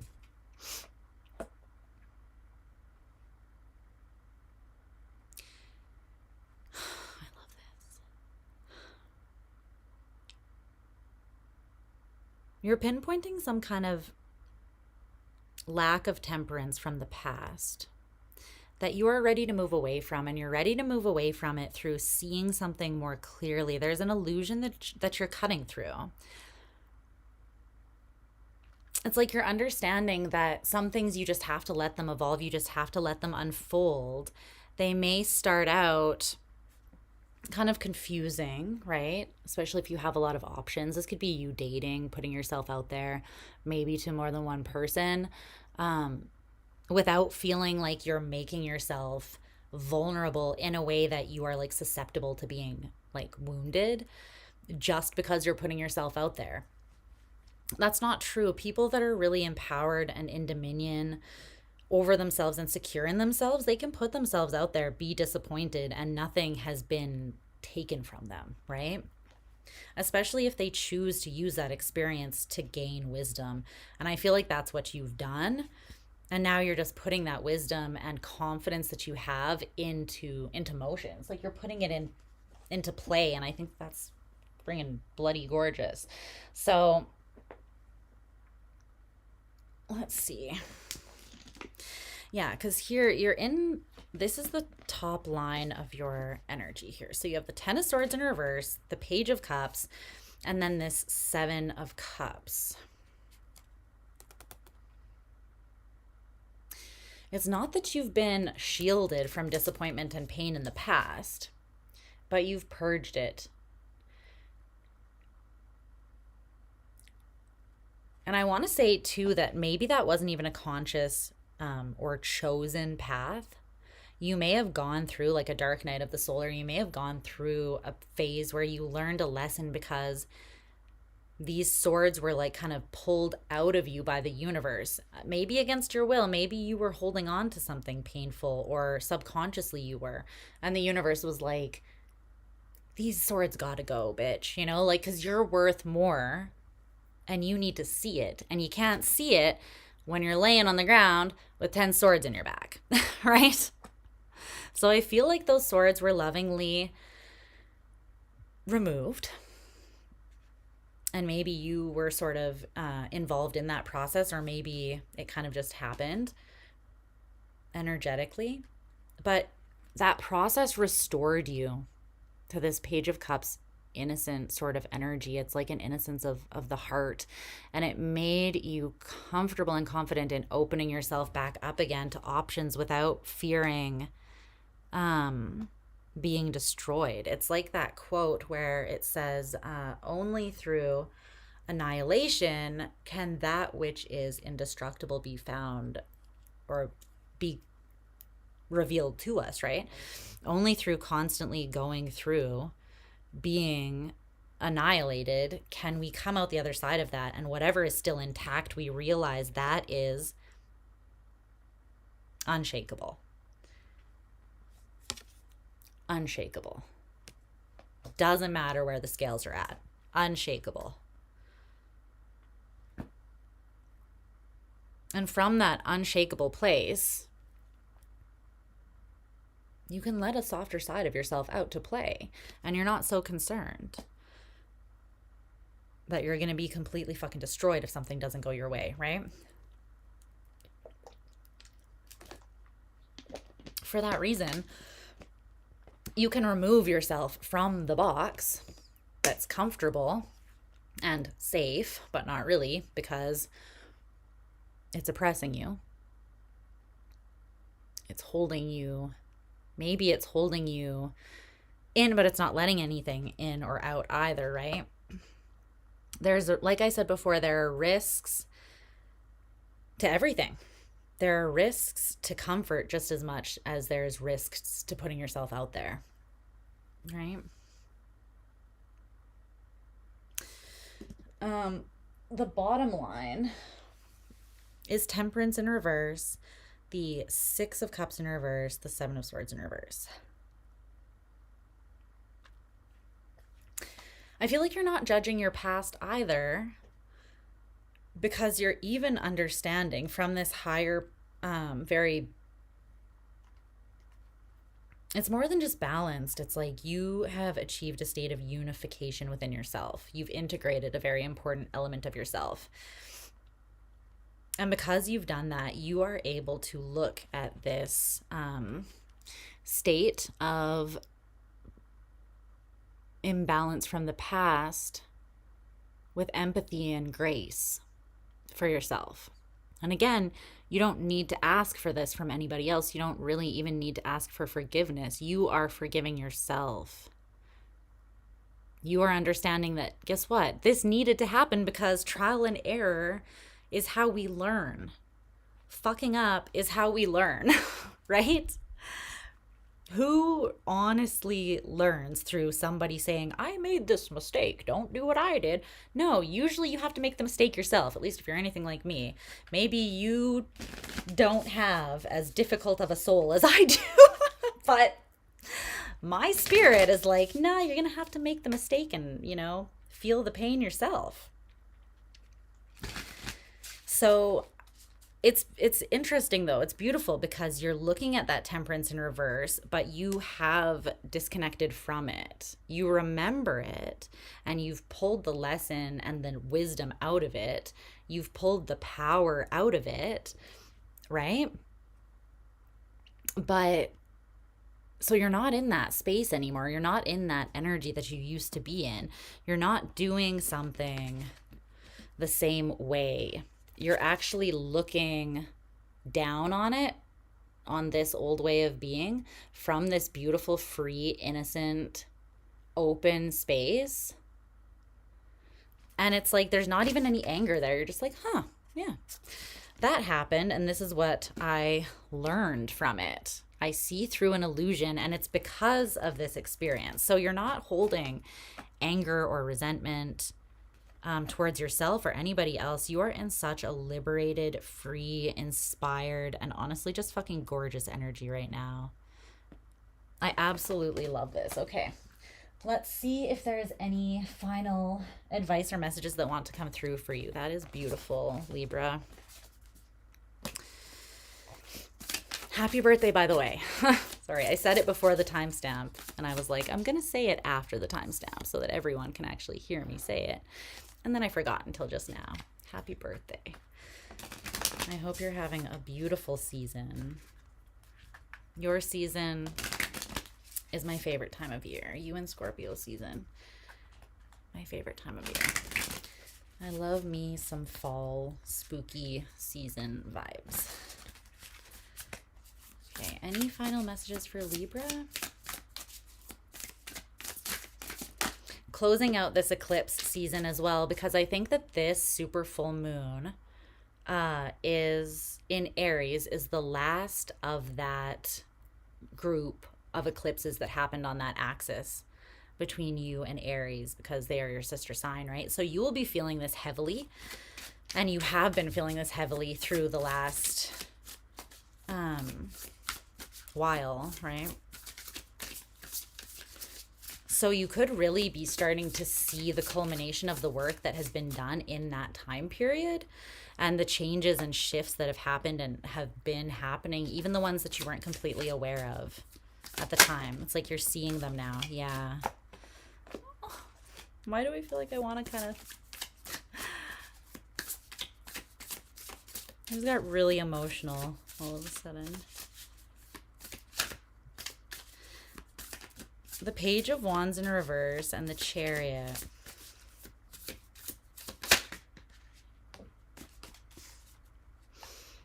The Five of Cups in reverse and Strength is at the bottom. My little Piscean heart is just gonna explode. Why do I get the sense that, yeah, you've come a long fucking way, haven't you, Libra? There is a wound that it took a lot of strength of will, strength of character, strength of commitment, discipline, all of these things to address and to continue addressing until you got to a place where you'd evolved beyond it, or you could perceive it in a different way where it wasn't stifling you and dictating things or pulling the strings behind the scenes anymore. This could have been a childhood wound, like a core wound, Page of Wands in reverse. For some of you, it's some area where you used to not have a lot of hope, faith, or optimism. And for some of you, for many of you, this is relationally, specifically like romantic relationships. And that's a huge area for you. Obviously, you rule the 7th house, right? And you are all about connection, the self and the other, and how we strike that healthy balance. There's something that you have healed from the past. You've grieved it and you have come out the other side. You let yourself feel it. And so now you're able to move beyond it. But this is also saying, because this is how the cards came out, you not only moved beyond that past wound with this Chariot energy, you see that? But you will continue to be able to tackle grief and pain with new levels of grace and harmony intact moving forwards. This is a lesson that you've integrated that has shifted who you are fundamentally, not in that it has changed who you are fundamentally, but in that it has reminded you who the fuck you are and of your power. And I don't think you're going to forget that again moving forwards. I hope you don't. Bookmark this reading, bitch, and come back to it if you start forgetting, because so help me God, this is beautiful. So yeah, it took a lot. So don't forget to give yourself a pat on the back, because this does not just happen. This happens through blood, sweat, and tears, and through intentional, focus and healing. So excellent work, Libra. Beautiful. Okay. We're moving on to Scorpio. Scorpio.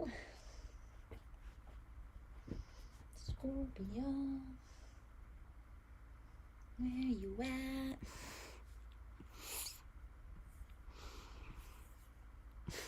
Oh, Lord.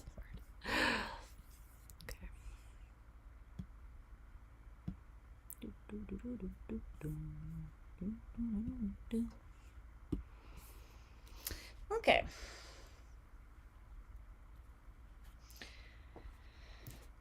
Scorpio. Using that deck, this deck. Okay. What's going on for Scorpio's energy, Spirit? What does Scorpio need to know at this time? Or what would it benefit the most to know? Luna, got the zoomies for 5 seconds and then probably went and fell asleep on my bed again. Either that or she's sitting by the sink in the washroom waiting for me to turn it on so she can drink water. Hopefully that's not it. Maybe I'll just run and see if she needs water really fast. I'll just turn the sink on and come back and turn it off when I'm done your reading.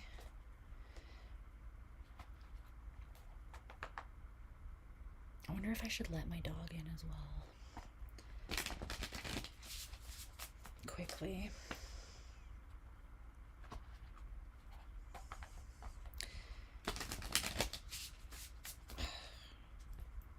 I should maybe actually go to the washroom quickly too. Drink coffee in a water bottle since I've been on here. Okay, going to take a very, very short little hiatus. I got her one of those and she freaking hated it. She refused to drink out of it. She hated it. I bought like an expensive stainless steel fountain thing with like a filter and all of this, and no go. Not for Queen Luna. It is not good enough. Okay. Let me take a very short break to just use the washroom, let my Rottweiler inside, make sure Luna doesn't need water. I will be back in 1 second, okay?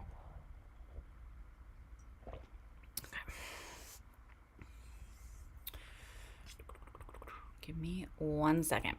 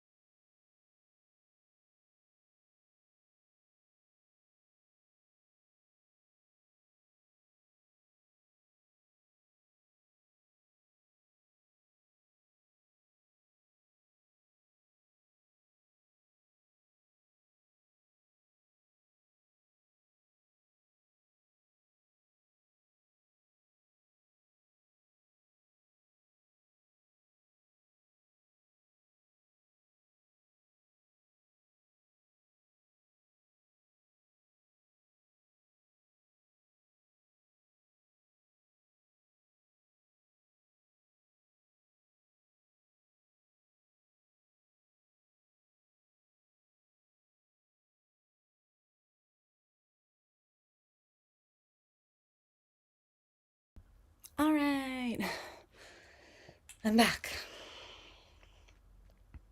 Oh, it's freaking cold outside. Django. Do you guys want to see my Rottweiler? He's super cute. I'm gonna show you regardless of whether you want to see him or not. Just, you know, giving you a heads up. That's just how I am with my animals. I'll show you him. He is He's adorable. James. Oh, okay, you didn't have to get that aggressively excited. Hi. Hi. Oh, you're here. Oh, you're up close and personal. Oh, you're attacking me. Hi. Hi. Hi. Hi, Django.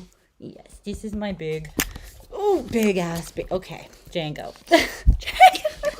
He's attacking. Okay, yes, you can stay in here. Yeah, you lay down. Good boy. Good boy. You lay down. Hey, hey, hey, hey. That's my tea. What do you think you're doing? Hey, okay, go lay down. Go lay down. Go lay down.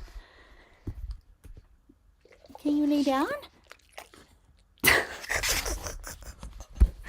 Wow, that was a lot more chaotic than I thought it was going to be.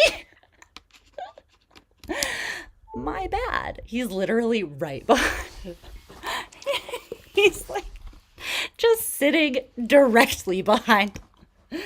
Hey, you lay down. Lay down, okay? Yeah, you, oh gosh, Django. Okay, he's staying with us, so. Hi, you're so happy that I let you in. I know, sweetie. It's cold and lonely out there. Hey, he's got like a huge doghouse that he like loves, so he's not hard done by. Okay, you gotta calm down a little bit. I know. I know. I know. And people are scared of Rottweilers. I'm sorry, but make it make sense. This is his, that's his eye that has a bit of an infection, so don't worry. We're taking him to the vet, okay? Don't worry. He's like literally the biggest motherfucking baby. Okay, hold on. I just want to move the lamp so you have a little more room. Okay. Good boy. Yes, you can stay. Well, how am I, Django, how am I supposed to put the cards down when your head is right there? Hey, lay down over here a little bit more. Just a little bit more. Okay, there you go. You stay there. You stay.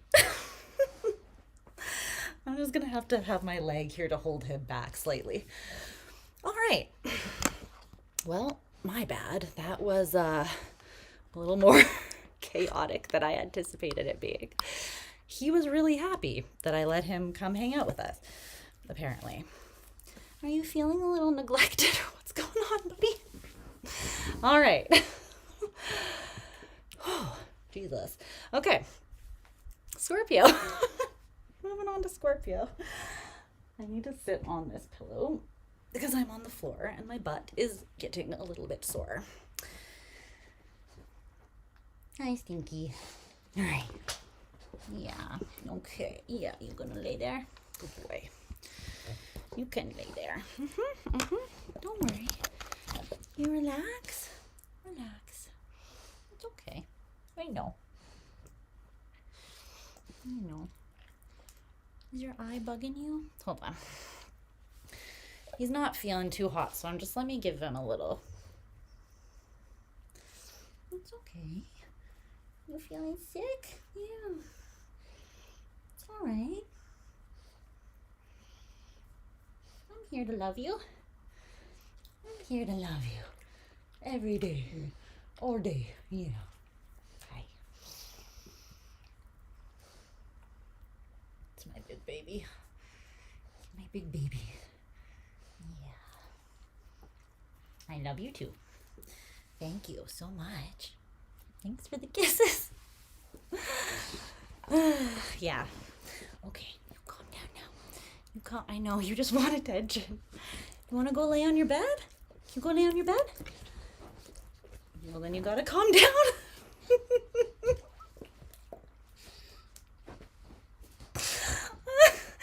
He like has got my leg wrapped.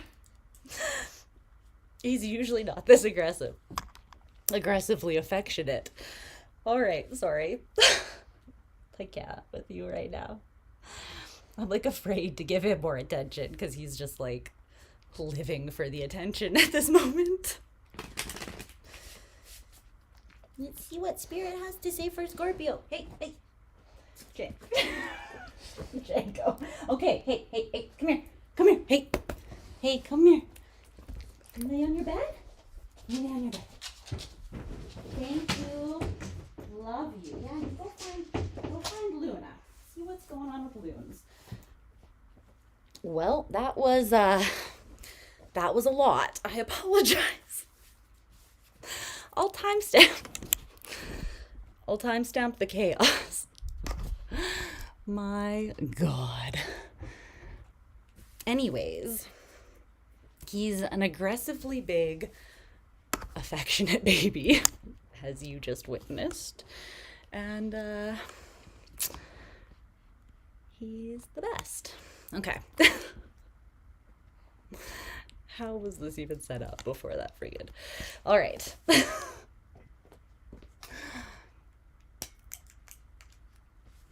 My God. Hey. What you doing with your big heavy head over there? What you banging into?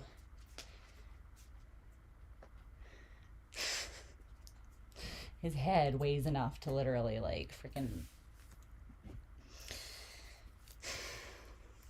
I'm sure you understand.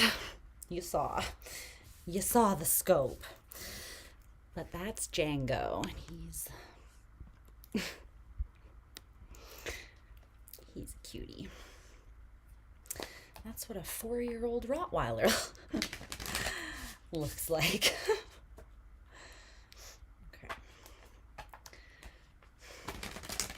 Thank God he's well trained. I mean, he just got really excited about the snugs, so.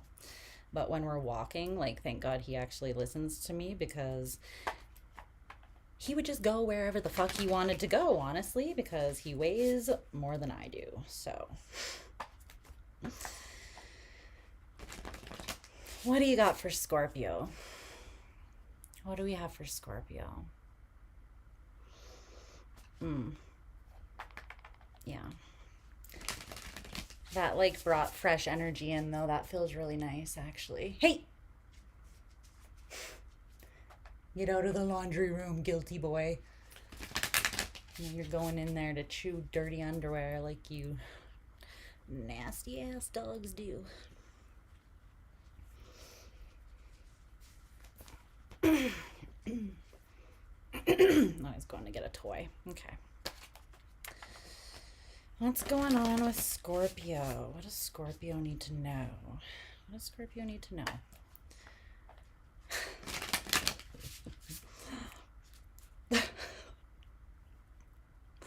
I can't wait to watch the playback.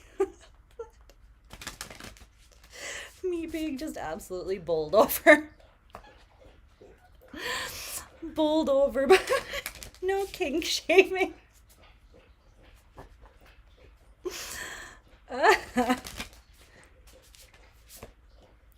He's a really loud drinker as well. Not shaming, just, you know, letting you know.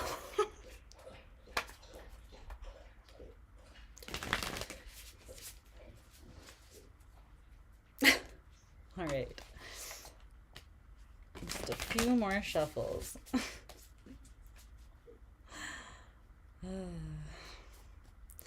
So many things I could say right now.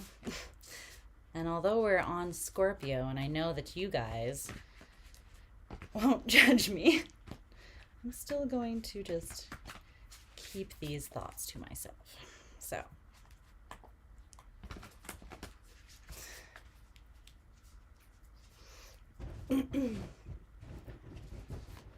Good boy. You chill out on your bed. Good boy. Love you. The lamp is directly in the way of his vision of me, and I think he's getting annoyed. There you go. See, we're very close. You're just not physically on top of me. Better for everyone. All right. Django. Oh my God. Named after a jazz musician. Yes, he's very, very classy. Okay. Scorpio. Can I get 9 cards for Scorpio?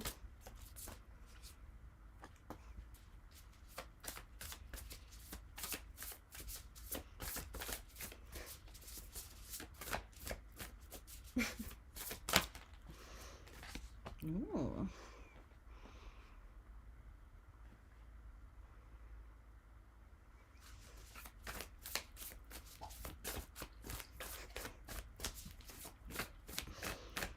Just watching me. Yes, Scorpio.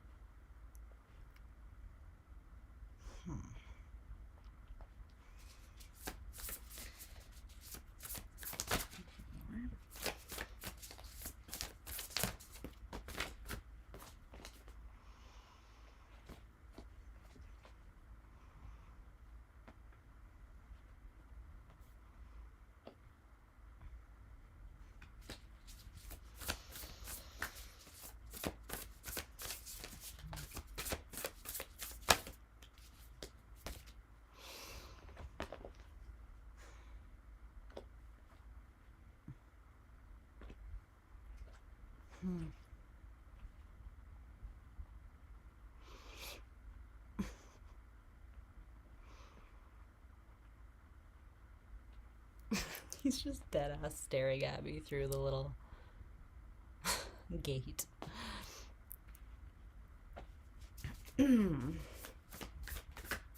Hi.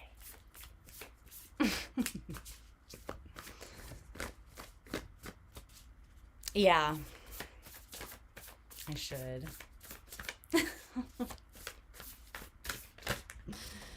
I'll mention that I put a timestamp announcing his chaotic arrival in case they want to witness it themselves. Lord help me. Okay, can you just clarify that last card for me a little more, please? Okay.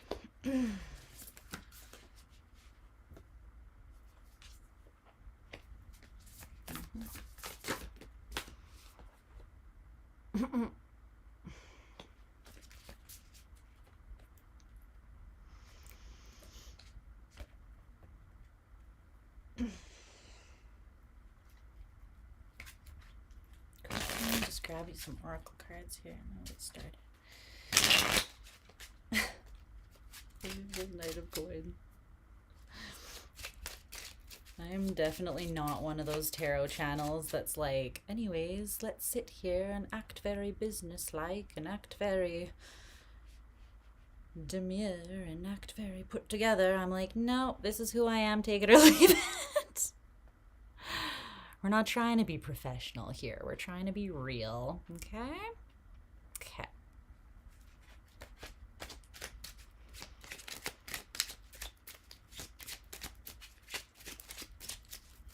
That's the way we like it up in here. Okay, no. I don't think so. Just one. Knight of Coins card.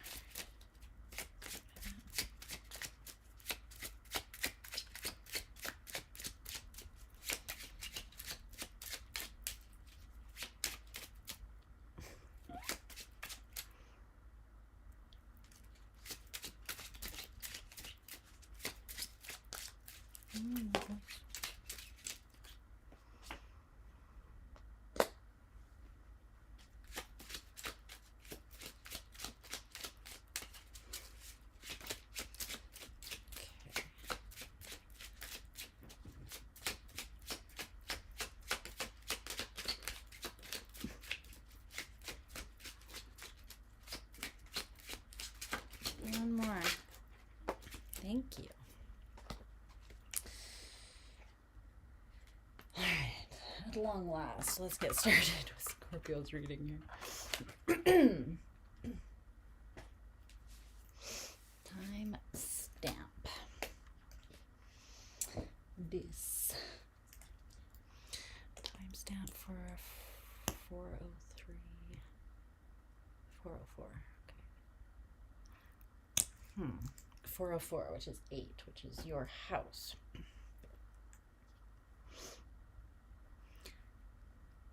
Hi, Scorp.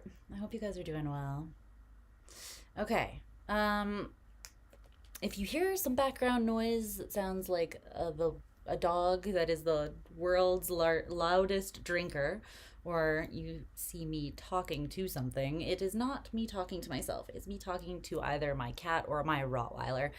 if you want to witness the incredibly chaotic entrance of my Rottweiler when I let him inside, then you can check out the timestamp labeled Django right before your reading, and you can enjoy that entertainment. Okay.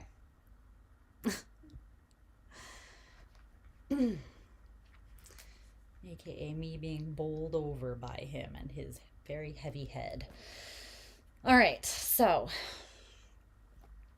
Scorp, let's see. It looks like you're learning some big lessons, but when honestly are you not? That's just kind of your shtick, isn't it? Okay, so let me see, where do I want to start with this?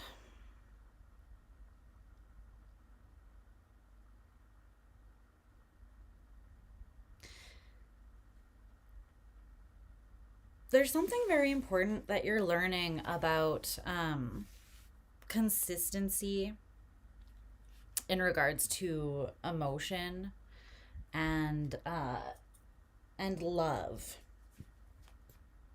I think, here.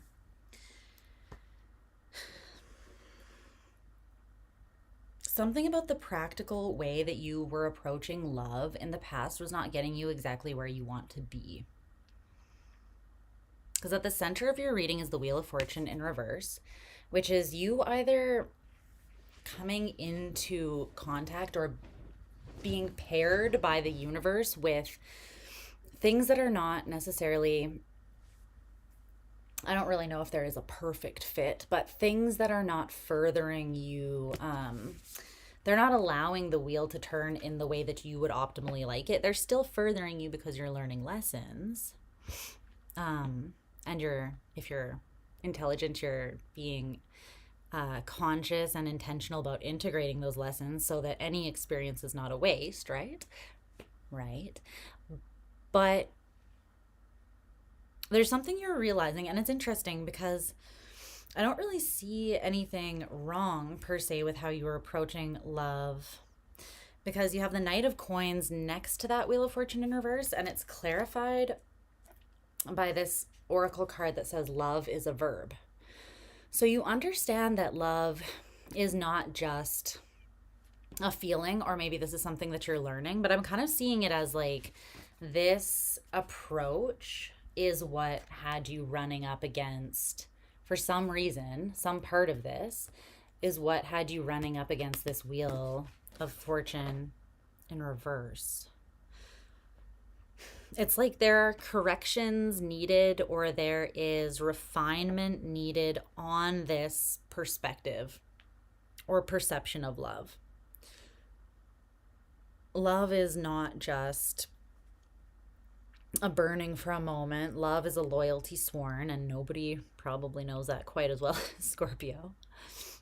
So you're aware that it is about action and about being loyal, being committed, and showing up. But on the other side of that Wheel of Fortune in reverse, it's interesting because this deck has extra cards, one for each element and one for each zodiac sign. And the Taurus card came out, and I asked for clarification, and the Hierophant came out, which is Taurus's major arcana card. So it's a Taurus squared, double Taurus vibes here. And clarifying that is this card. It says, this is a quote by Franz Kafka from a letter that he wrote and signed off. I think it was to Milena.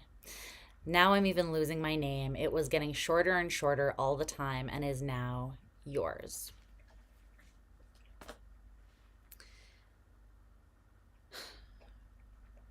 Maybe there's something here about, yes, love is a verb and it's something that you need to commit to showing up for. However, you also need to commit to showing up for and loving yourself so that you don't lose yourself in that commitment to or pursuit of love. There could be something here about that. Because the thing is, Scorpio, when you give fixed water, right? You might be a little cautious, sometimes even to the point of borderline paranoia, right? Scorpio rising with Pluto and Scorpio conjunct. Don't come for me. I know these things. I learned them the hard way. But there's a balance that needs to be struck between giving it all and then having nothing left to give to yourself. And I think it has something to do with how you move in love. Like the action behind the love and how you take action to manifest or to show that love that exists. Do you know what I mean? Can you tell me more about this this Hierophant? Well, the Hermit in reverse and Strength.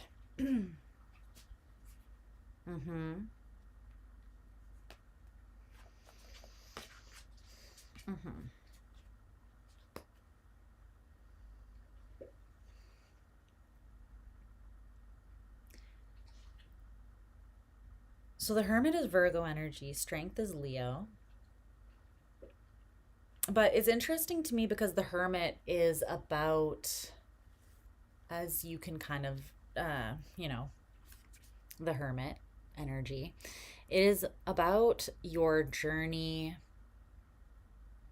of understanding yourself through experience and then reflection, thoughtful reflection on those experiences, essentially, which is for the most part a solo journey because it's very intimate and it's like walking this journey, but you're taking this lantern of consciousness and you're going to the deepest, darkest places within yourself to make sense of those places, to refine those things that you've learned through the experiences. Again, the good, the bad, and the ugly experiences, all of them culminated together.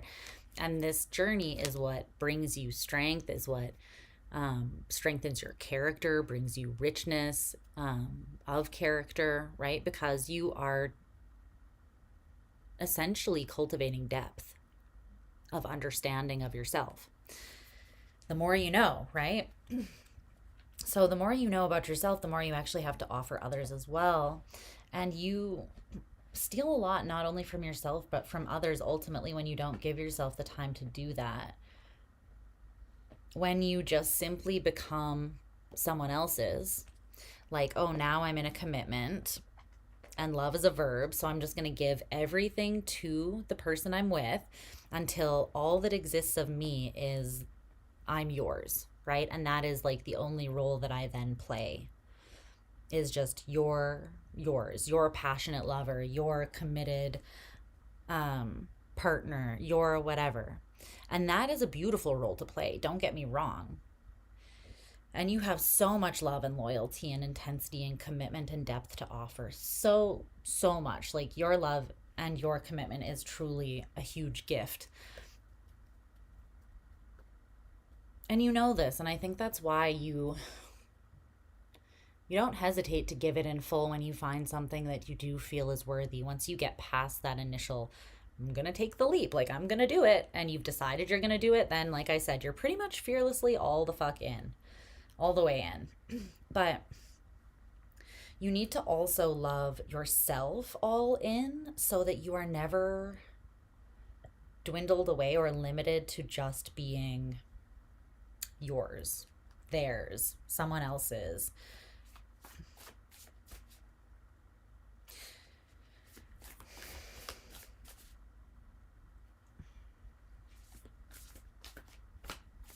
There's something that you're kind of breaking away from that is a pattern here, and it's limited you.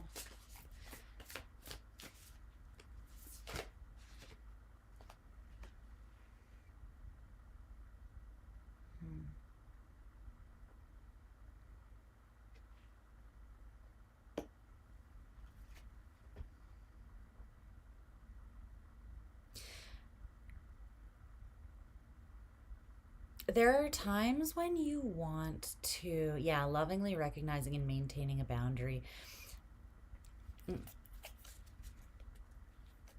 Made you grateful you don't have a person yet, because even without a label, I still go all in. I feel you, dude. Potato. I feel you.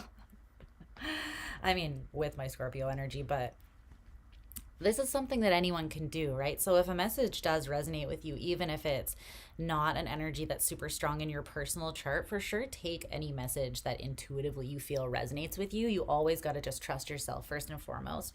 And we are coming up on Scorpio season. It's just a hop, skip, and a jump away. So because of the intensity of that energy as well, a lot of people do feel that collectively as well.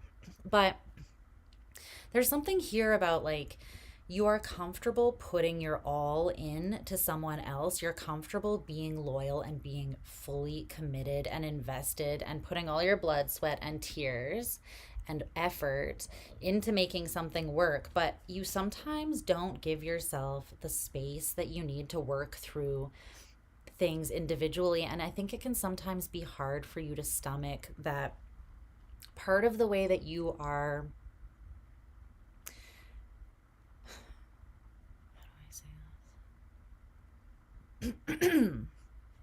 the thing is, Scorpio, this is a this is a big part of your path, the Hermit. And the reason for that, it's interesting. I've talked to a couple different people over the last couple months about this topic, so it's interesting it's coming up, but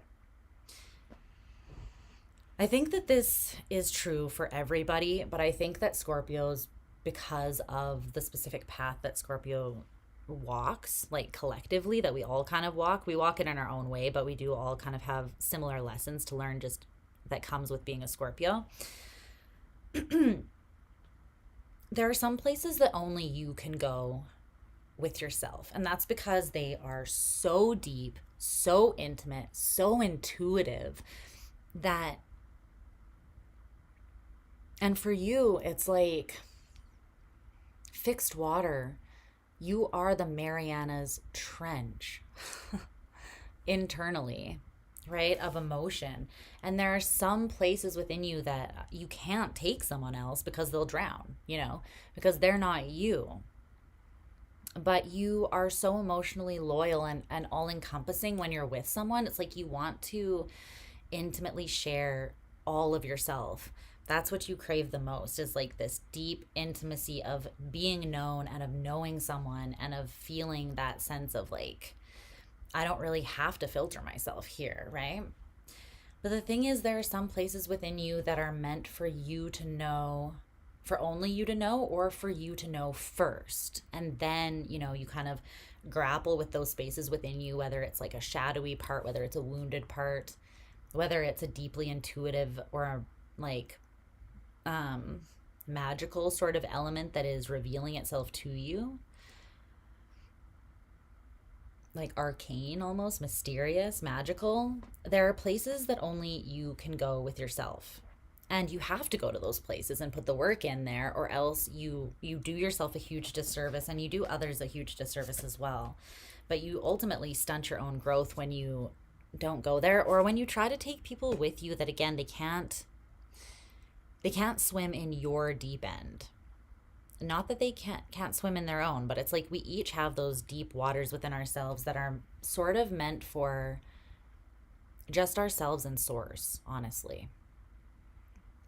And there's something sacred about that space where even if you want to let someone into it after the fact, it's like I get this very strong feeling that sometimes we're meant to go places alone and have that sacred moment of connection with source or with our higher selves or spirit before we try to articulate that to somebody else, before we try to share that or let somebody else in with us, right?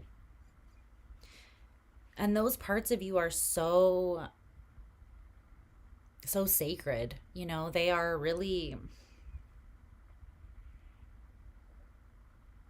it's like the deepest, most sacred room of the temple that is you.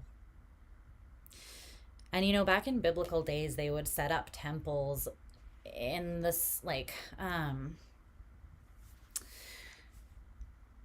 they would set up temples so that it was like one big, obviously Well, usually it was like it had like a courtyard outside that wasn't even inside the building. You'd go through a big gate, there would be a courtyard where you could make your offerings on like the fire outside.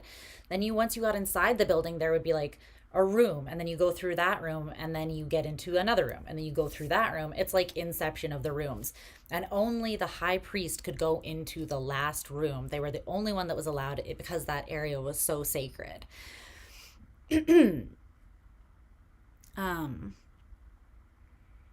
They were the only ones that were allowed to have the privilege to access that sacred space. And they could maybe come back out and share the knowledge or the wisdom that they gleaned from that space with other people, right? But ultimately, they were very much meant to go there alone to begin with.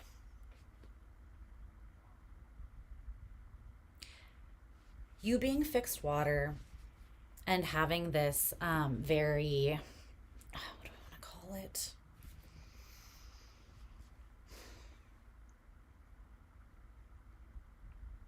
You have this connection to source that is very, what's up, Starlove? How's the bath? You missed the chaotic entrance of my Rottweiler, but you can go back. It's right before Scorpio's reading. I let him in and he tore the place up. Bowled me over. It's entertaining, I'm sure, to watch. I'll have to watch it back later. But there are these sacred places, and I don't know how to get into this without taking like an hour to do your reading, because this is some really deep shit that we're getting into right now. But I'm just going to assume that you're going to understand that if this is coming up intuitively, that you'll understand what I'm saying, and I don't need to like over explain. You're just going to get it. So God is everything. Source is everything. God, or whatever you want to call it, right? I personally call that source, the source of all things, but you can call it whatever you want, is omnipresent, omnipotent, in all things, at all times, everywhere. Because that seed of source, which everything else came out of, is still within all things. And a lot of people, right, ask, well, why does sin and why do all these atrocities and terrible things exist if God is love, or if God exists? And a lot of like atheists and people will use that as their, I grew up very Christian, in case you're wondering where all this knowledge is coming from. I studied theology in Greece before I kind of like broke out of the took the lid off of religion, and kind of, that's what I sort of call spirituality. It's like outside of the box of religion, which is man-made. There is our innate connection to spirit, which does not have all of these rules and guidelines and restrictions and all these things that, don't get me wrong, humans need a level of that because it creates order for us and understanding. Like when we have definitions, they help us to understand things more deeply, right? But I digress. Because source is all things, source holds within it duality. Because source is above duality, because source is all things, right? To spirit, there isn't really shadow and light. There isn't really good and bad, or you know what I mean? We have trouble comprehending that as humans. But spirit is like up above duality. You can see that really everything just is, and everything has free will. And the reason for duality is so that we have context and contrast. Like we wouldn't know what light is if there wasn't dark, because we'd always be in the light. We would have no awareness. It's like, does a fish know it's in water until it experiences something outside of water? Probably not. Do we think about breathing air until we're taught, or until we have an experience where we can't breathe, right? So you see what I mean? If there was no darkness, we would have no fucking clue that light even is a thing. So duality has to exist for us to understand the scope of things. And it's not good or bad, it just is. Because it holds all that is in a state of balance, which is necessary for existence. Like philosophical freaking reading. This is just my understanding as well, intuitively and from my studies and stuff like that. So if you disagree, that is totally fine. That's totally fine, okay? Don't take my word as like the word, but feel free to like look more into it if you feel like it's interesting though. But this is what my understanding has come to be through my own experience and intuitive downloads and dealing with source.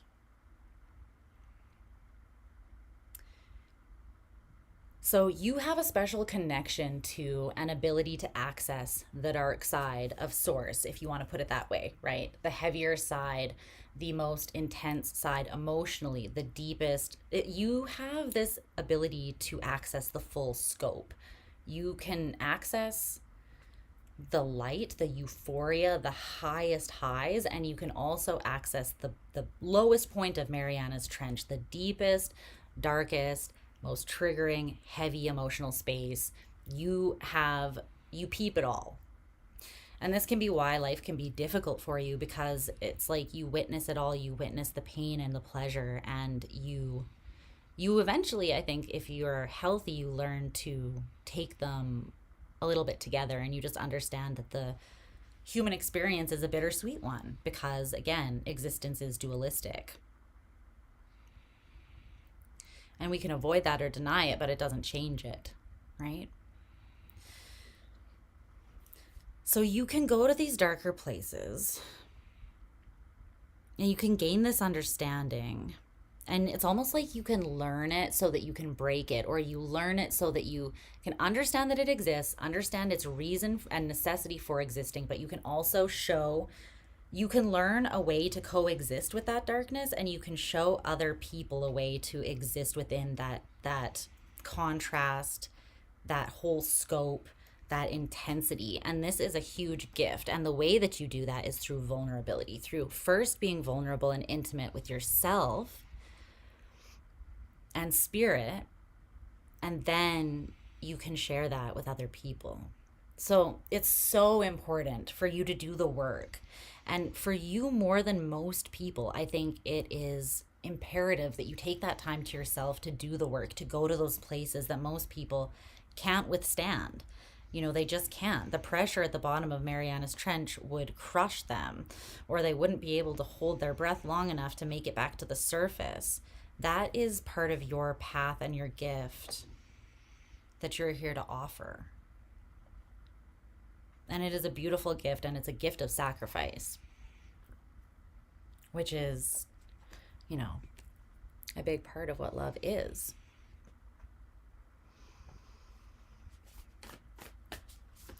So you have the Knight of Wands in reverse, the Six of Wands, and the Devil in reverse on your top line here.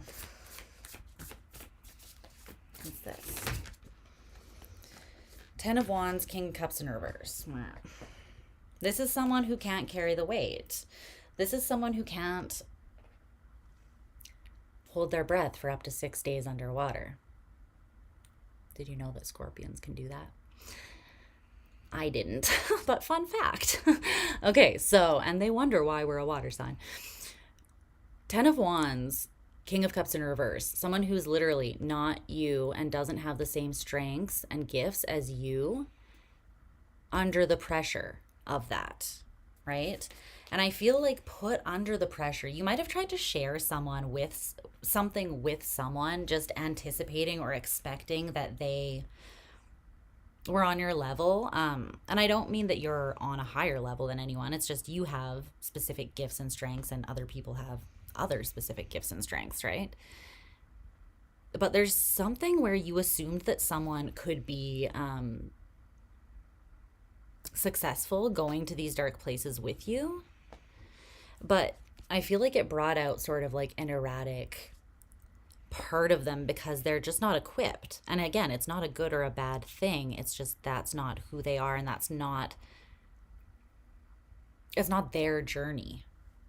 You can share it with them, but I feel like you kind of need to go to those places, integrate, come back, and then maybe like dilute it and offer it to them in a more digestible way, which is, a big part of the transmutation of Scorpio. We can take that poison in, we can carry the poison, we can engage with the darkness, and it won't swallow us. It won't consume us. It won't drown us. The pressure won't destroy us. We break those bonds. It's almost like learning the rules or understanding the darkness so that you can work with it in the most optimal way. Learning the rules so that you can break them. You know, it's kind of that sort of thing. Or similar. You're obviously not like breaking rules, but you're not allowing the darkness or the toxic or the heaviest side of duality to hold you in this space. You're not allowing it to influence you to the point that you get eaten up by it. This devil is eating someone. Their legs are sticking out of his mouth. You know, you are kind of a badass, in case you needed your daily reminder.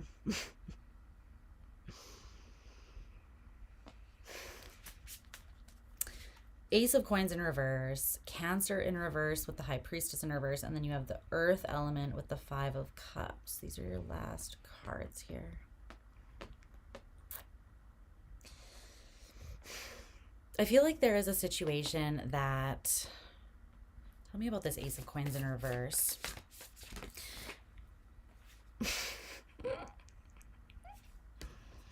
There you are.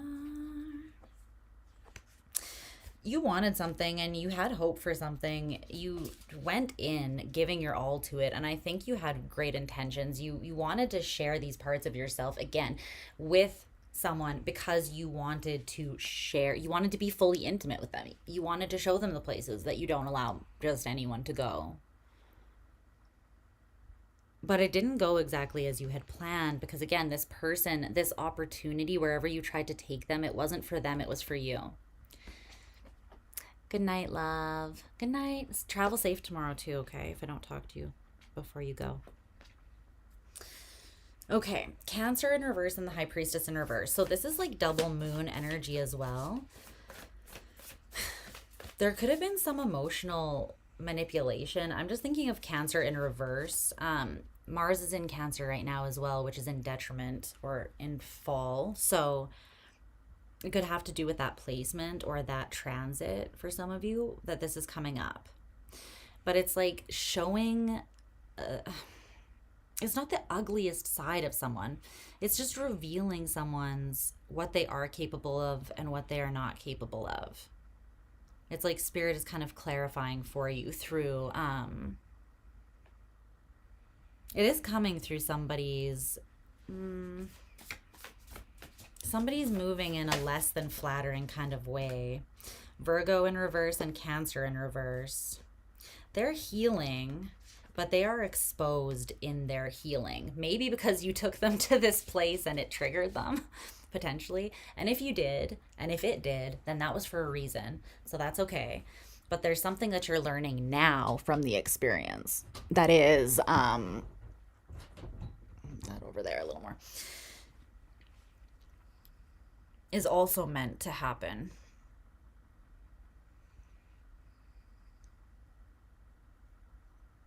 And it's something that you initially weren't seeing intuitively. It was an intuitive blind spot, and it may have been a blind spot that was blotted out by your desire for intimacy on all levels. And you perceiving love as being a verb. So like, as long as I take any action from that space of love, I can't go wrong. And that's mostly correct, but there are some things that are still just meant for you, or things that are like little exceptions. And it's not about loving someone less. It's about how can you love them to the best of to the fullest degree, actually, by not overwhelming them, but by going to some of these places, gleaning the treasure there and bringing it back and being able to offer it to them in a more tangible, like digestible way, like I said before, in a way that kind of only you can. Earth in reverse and the Five of Cups. I just want to clarify this before I let you go. Your reading was deep and difficult to... Django's snoring. Difficult to kind of process through, so your reading is long. Let me just clear the other energies and focus on this last part. Earth in reverse, the Five of Cups. You may have been feeling kind of destabilized by grief, or this person could be that you've been dealing with.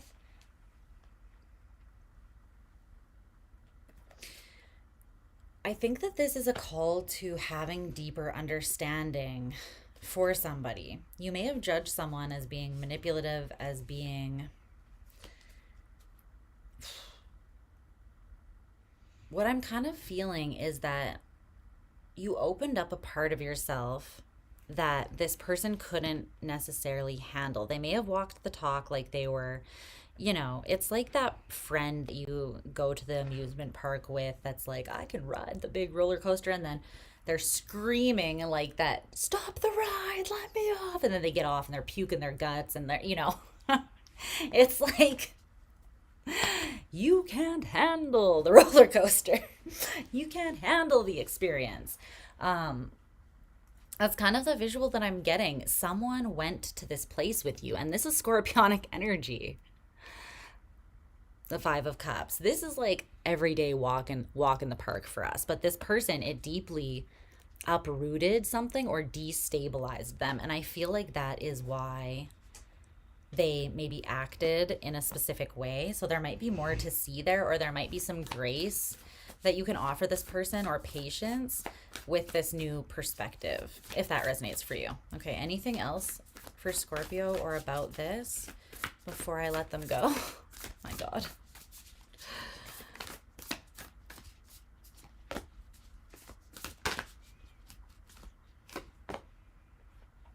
Leo in reverse, the World in reverse, Temperance in reverse. This person is up leveling, and when they're done working through what they're working through, they will be in a stabilized place of empowerment, especially if they are an earth sign or have strong earth in their chart. They're working through something that is more just like the place that you tried to take them. That was your element. They are working through, whether they're an earth sign or not, they're working through their element. The King of Coins and earth, right? This is the element that the King of Coins plays in.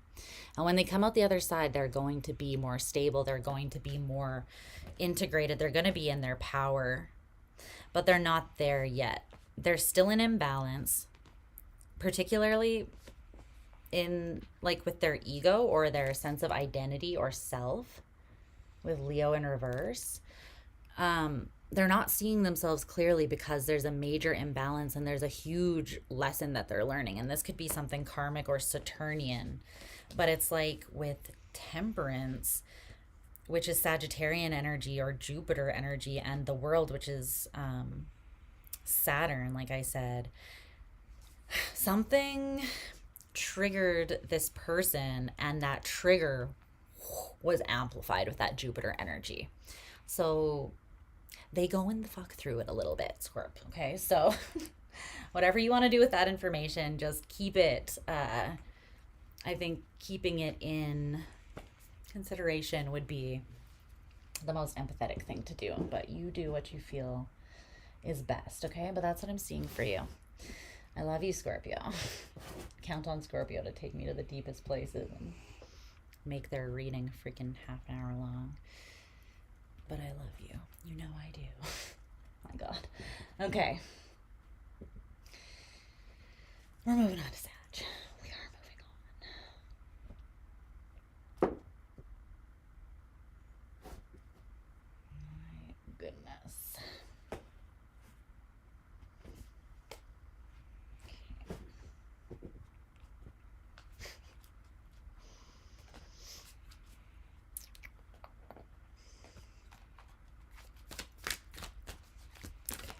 Cleanse the energy. What does Sagittarius need to know? The first card just flew out without waiting, so I guess you're ready to go, huh, Sag? Your message is just like, let's do it. Let's go. I think that this may have gotten a little bit... Sorry. I think that when Django came in and... you know, all the stuff happened. I think that got a little bit blurred out there, or dirty. Okay. Okay, so here you are. Your energy is here. Love that. Let me get your cards all down before I start, though.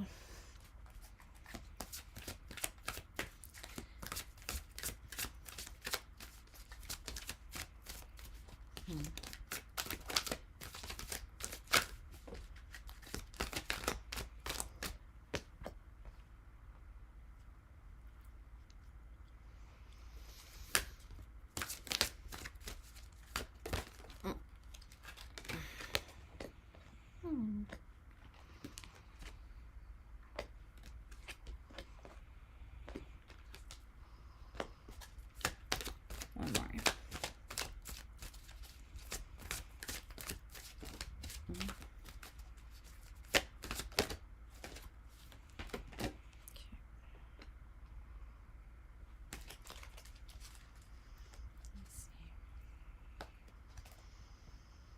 Some oracle cards.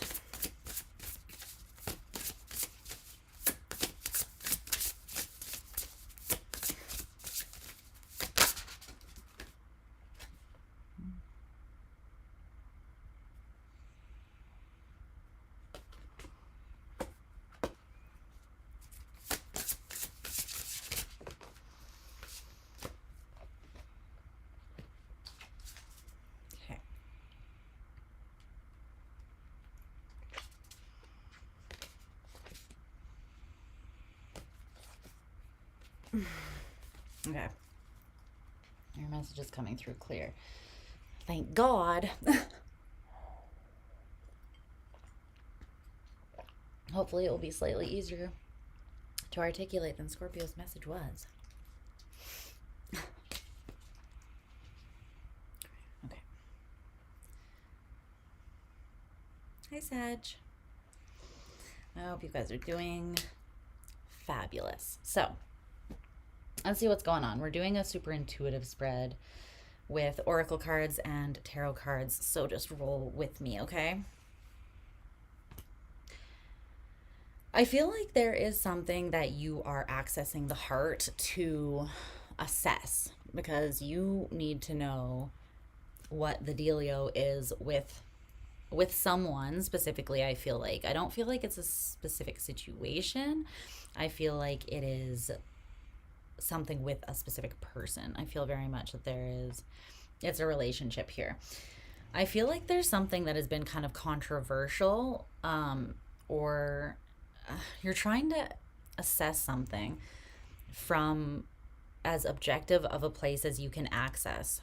You're trying to challenge your like baseline perspectives, or the perspectives that would be easy for you to just assume or fall back on, is what I'm kind of feeling from this.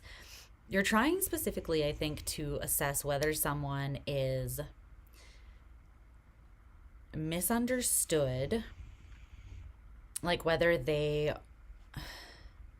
you should show them empathy because you have just misunderstood them, or whether they are unethical and corrupt.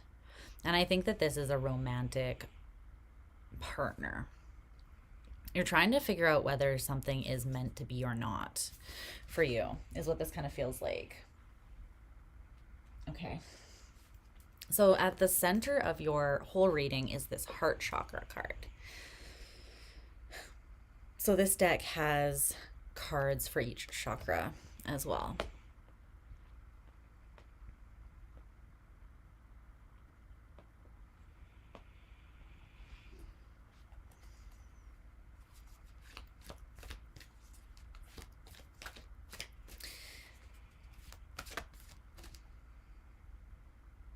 Okay, it's interesting because I quoted song lyrics earlier today when I was having a call with Yair and Shauna, two of my friends, and they are Death Cab for Cutie lyrics. And the song is Your Heart is an Empty Room, and he says, burn it down till embers smoke on the ground, and start new when your heart is an empty room with walls of the deepest blue. So there's something here I feel like, because this is how the cards are on the table. This is how they are lined up for me. These three cards are like this. And the bottom one is the Seven of Wands in reverse, which says stand your ground. Then, like we said, we have the heart chakra in the middle. And the Four of Wands, foundation and achievements in reverse, is at the top. So you have the heart in the middle and then wands, or like your spirit, surrounding here. But it's like, should I burn down the foundation that I've already built or what I've already achieved? Should I sort of abandon that, deconstruct it, right, to start new? Or should I have empathy, thereby somewhat making myself vulnerable, but through disarming myself, right? Because when we choose to have empathy for someone else, part of that can mean that we're opening up, right? We're trusting them to offer them that grace. There's something here, I feel, that you're trying to access what you feel in your heart, which path you should take. This is someone that in the past you have had patience with, even when they acted toxic. Because the top line here is temptation, which is the devil, Capricornian energy. The Four of Wands in reverse, like we said, foundation and achievements. Things have been shaky at best here. And then there's you, Temperance, which is patience in this deck. This person and their fuckery, and you're just like, woosah. Like, you've already offered this person quite a bit of patience, is what I'm seeing. But now you're kind of like, should I continue to offer patience, or should I put up some boundaries here because this person is not working through those toxic or shadowy elements of themselves, right? If they're not making progress, then what are you waiting for, right? This would be like waiting on someone being like, they're gonna get there, they're gonna sort their shit out, and then we're gonna be together, blah blah blah. Meanwhile, the person is not doing the work and has no interest in getting better, right? Then what is the point in waiting for them? There is none, right? There's no use in being patient for something that's never coming. So then you're just wasting your time. So I feel like that's what you're trying to decide. But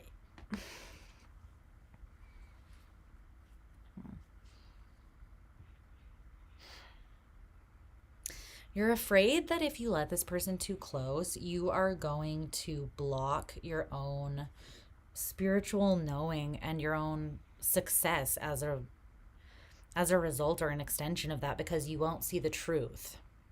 Because that's what this energy does, right? What does the devil do? Deceives.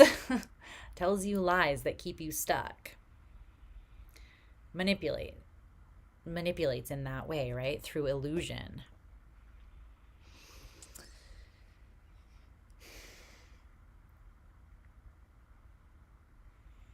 Underneath that is the crown chakra card in reverse and the Ace of Swords in reverse with triumph and success. There's like a spiritual blind spot that you feel that the devil will bring in, which you are absolutely correct, right? Nothing's going to create a spiritual blind spot like the devil. So you are not wrong about that. But you're like, is this person really the devil? Or are they my soulmate? Oh God, this is relatable. How do we get ourselves in these situations, Sag, where we have to ask that question? Is this person a demon or my future husband or wife? It happens, though. You're ultimately trying to decide if you can trust this person, and you're sort of, I think, weighing out what the potential cost to offering this person more patience and understanding and space could possibly be, and if it's worth it, and what kind of you're doing like a risk assessment, but I feel like you're trying to do it from the heart. So you're not doing it from this very cold, like objective only sort of shut down, judgy space. You are trying to take every element into consideration, and I feel like it's because this is someone that you have genuine feelings for, with the heart chakra at the center of this whole reading. Okay. But then you have the Seven of Pentacles, patience and planning, in reverse next to that heart chakra on the other side. And it's with the oracle card, Flower of Life, inspiration, awe, and dreams.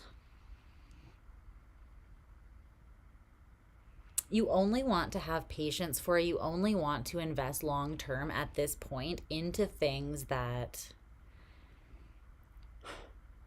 are moving towards your expansion on like a higher level. This is very Sagittarian to me, I feel like.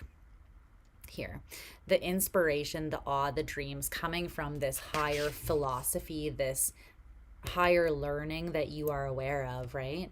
And you're like, I don't want to invest in anything that's not adding to my overall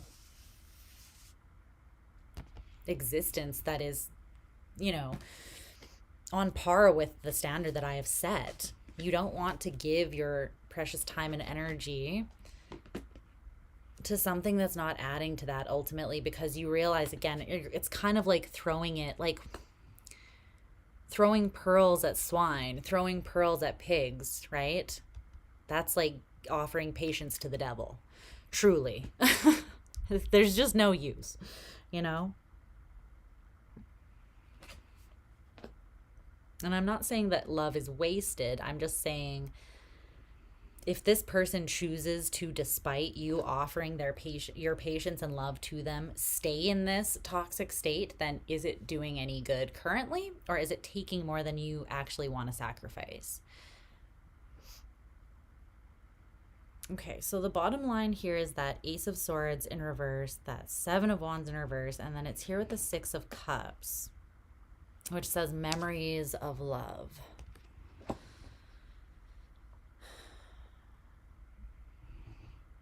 This is tied to something in the past.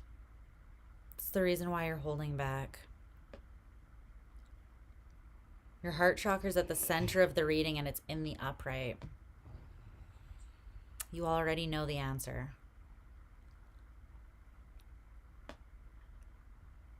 You already know the answer to the question you're asking.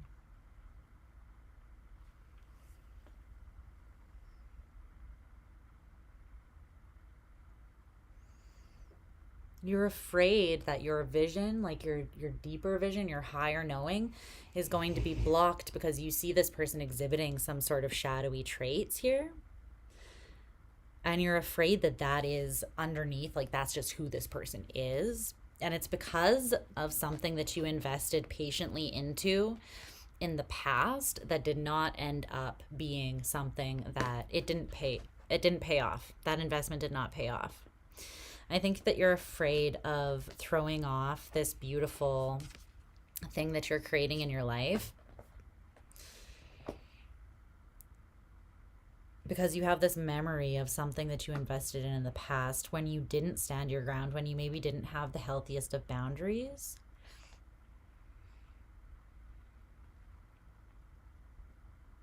And you didn't see the truth about whether something actually had the potential to be triumphant or successful. It's like you didn't approach with distrust or a guardedness or any level of uncertainty. You were blinded by the devil in the past here. But I think that the main message is that you already learned that lesson and you already integrated it. And now you're in your freaking power.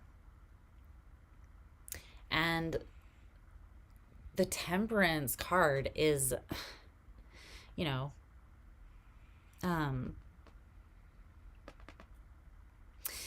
if you watch Sassy Scorpion Tarot, Christina, she's fabulous. I'm sure most of you already know of this channel because she's great. But she has said a couple times, and I wholeheartedly agree with this, that the Temperance card is misleading. It's misleading. In the Rider-Waite deck, it shows an angel just, you know, beautifully, gracefully pouring water, pouring elements from one cup to another. That is not that's not the overall vibe of the Temperance card. How do you reach balance? By going through chaos. Nothing is naturally, I mean, okay, how do I get into that without getting into another philosophy lesson? Because I'm not doing that again. Scorpio's reading was long enough.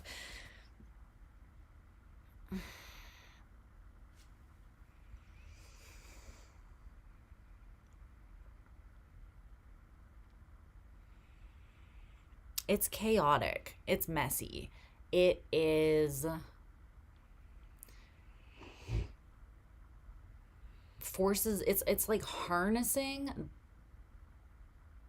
forces of nature. You know what I mean? Like, think of harnessing the natural forces of like air, water, fire. Think of being able to harness a wildfire, being able to harness a tsunami, right? Being able to harness a tornado or a hurricane.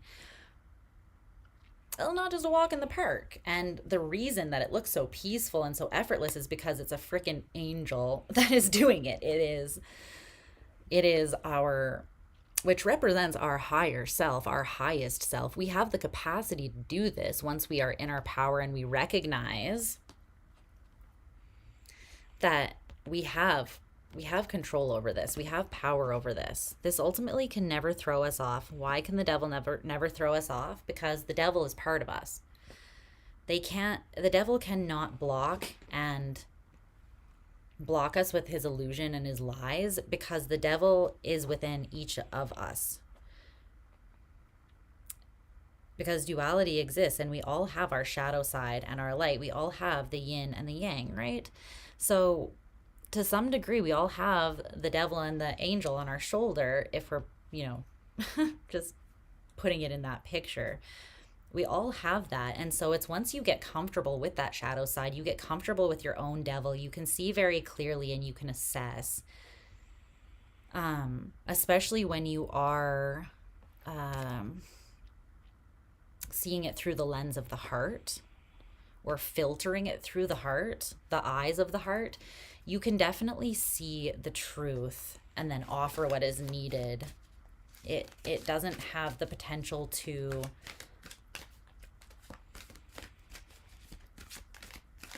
deceive you when you accept it as part of yourself, integrate it, and come to understand it. Does that make sense? Now, that journey is not easy, but I feel like you did that in the past, or else you wouldn't be in this energy. So, like I said before, you already know, or at least your heart knows. Your heart knows. Okay, let me see if there's a final message here. Before I let you go, is there anything else that Sag needs to know? Is there any final advice that you have for them, Spirit?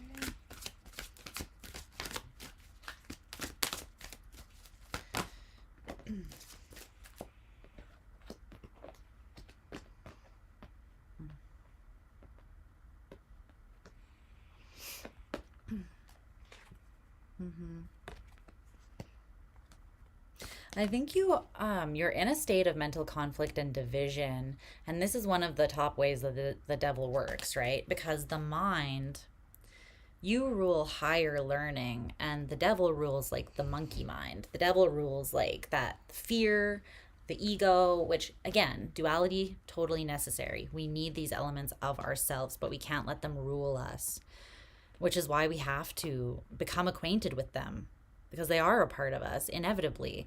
And the more you deny it, the more power it has over you behind the scenes, honestly. The people that don't think they have a devil, bitch, you got the biggest one and you don't even know it, and everyone probably sees it but you got to do that shadow work. Right? And I'm speaking as someone who used to be so fucking ignorant and unaware of her own shadow, her own entitledness, her own just bullshit. In a lot of ways, I was a shitty person when I was younger.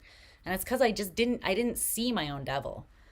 And it takes time and experience to get to know that. And I'm still not perfect. No one's perfect, right? But you've done enough work that you know here.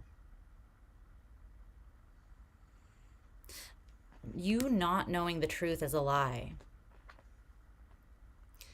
And I feel like something might very well be your destiny, but you could be... I feel like the lie is that something is not meant for you, or something is not serving a purpose on your path. You're learning something from this experience, and you're learning something from offering someone else the grace, empathy, and understanding, honestly, that maybe nobody offered you when you were going through the same process of getting to know your demons, right? The overall advice is to have healthy boundaries, but I don't think that defensiveness is necessarily the right move here. I think that would be a result of this mental conflict and being on the fence, and that is fear. That is doubt. That is not trusting yourself. You can trust yourself. Yeah. That decision to be defensive would be coming from a place of being emotionally withdrawn or emotionally detached, when really you are meant to approach this from the heart. So you cannot be emotionally detached in the way that you approach this to actually see the truth. So that is your overall advice, is don't be afraid to connect to your heart and your feelings. That is where the answer to this that you already have is located, okay? I feel like you're very close to uncovering it, though, honestly.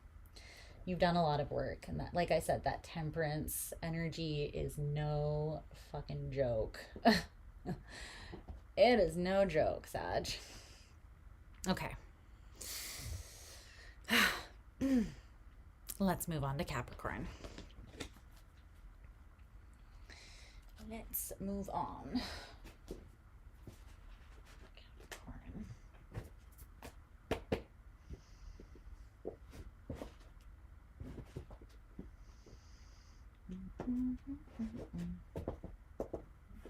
These are super interesting energies tonight with this with this moon doing its thing.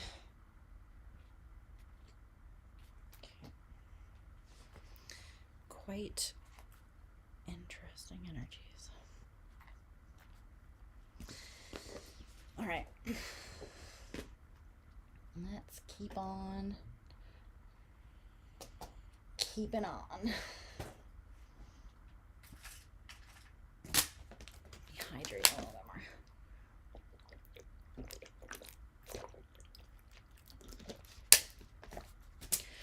Okay.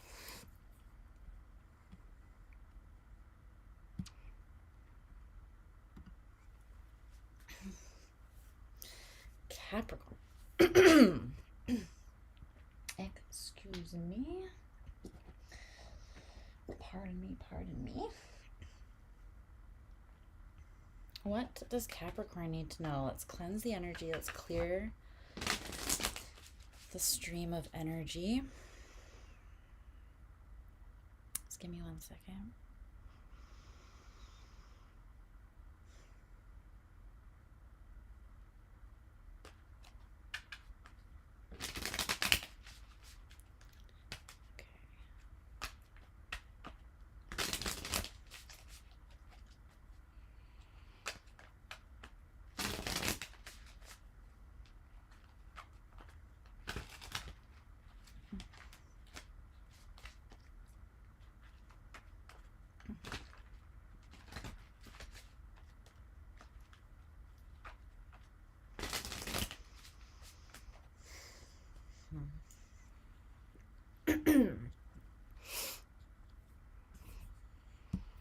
That reading gave me something to think about.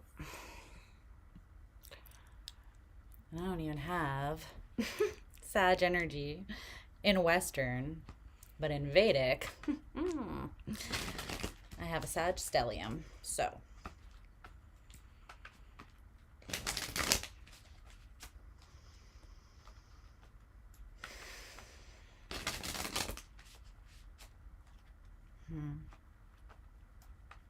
sometimes I think that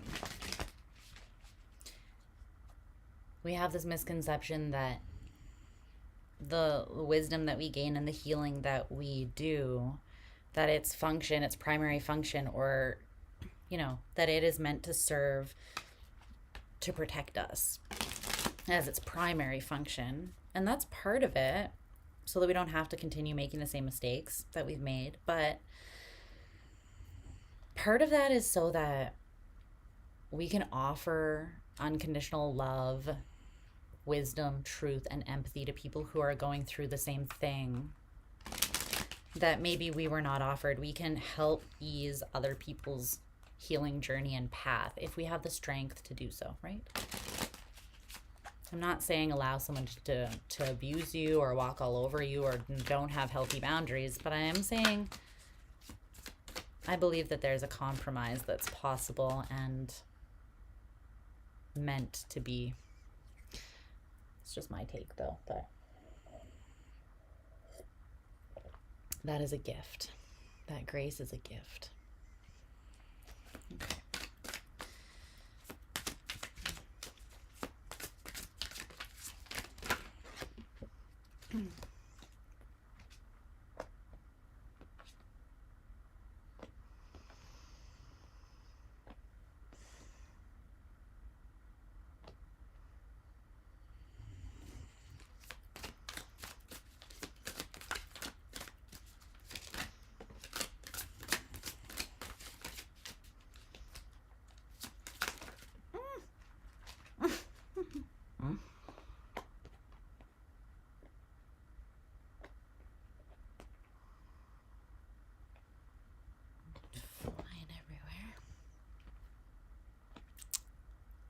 I'm hearing this song. Oh, what song is that? I haven't really channeled this song, which is crazy because normally I channel so much music. Spirit was like, the energy is intense enough. Let's spare her. God bless you. But I am channeling a song for you, Capricorn, and I feel like that is significant since I haven't channeled many. So I'm going to look up the lyrics in a second here.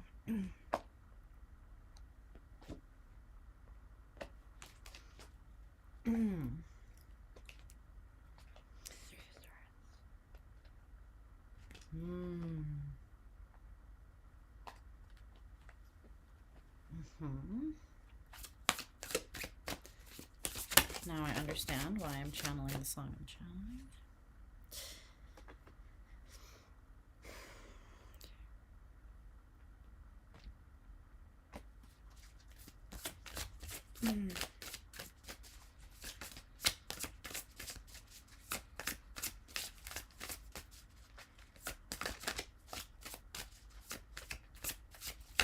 There's one more oracle card for Cap.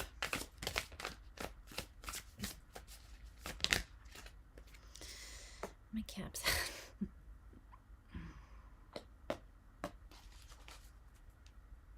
yes. Oh yeah. Okay, this is awesome. Love this. So let me see.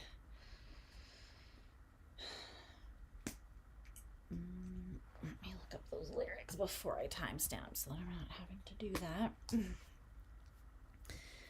What is this song called? I think it's called Just Before the Morning. Just before the morning. Yeah, it's called Just Before the Morning. It's by Local Natives. Hold on.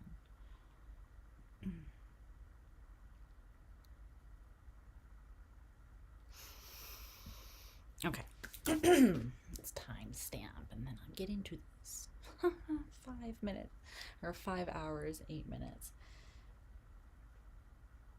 Jesus, Lisa. All right. Hello, Capricorn. I hope you're doing well. So, let's get into your reading here, my loves. I'm kind of just using, I'm just pulling cards intuitively, mixing Oracle and Tarot, and just kind of reading. I'm not really reading a specific spread, so just bear with me while I work through these energies, okay? But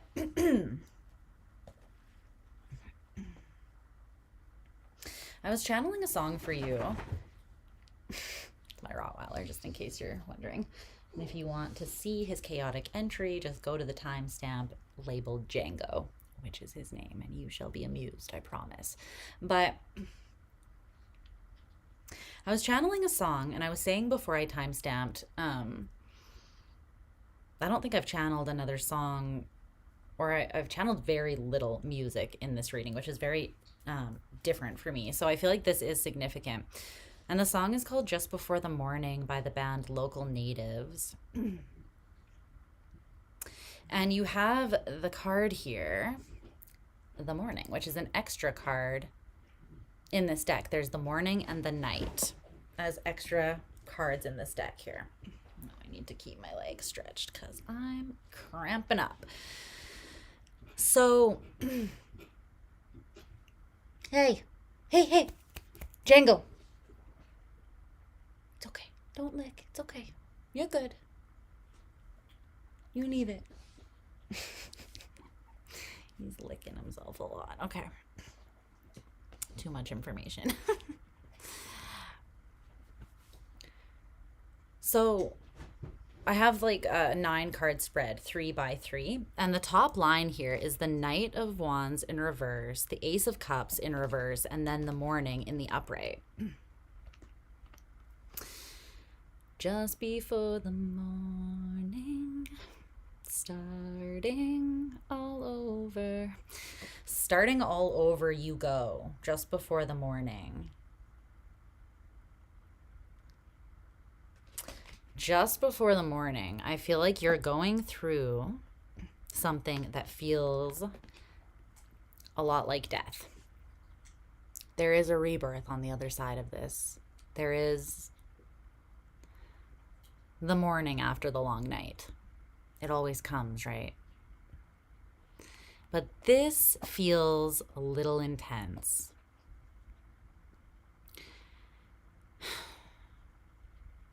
You might feel quite erratic, destabilized, even a little bit like manic, in the sense of like just kind of that feeling of being out of control and being somewhat aware that you're out of control, but also feeling like you don't have, even with that awareness, you cannot like you can't like balance yourself out or gain that control or dominion over your state.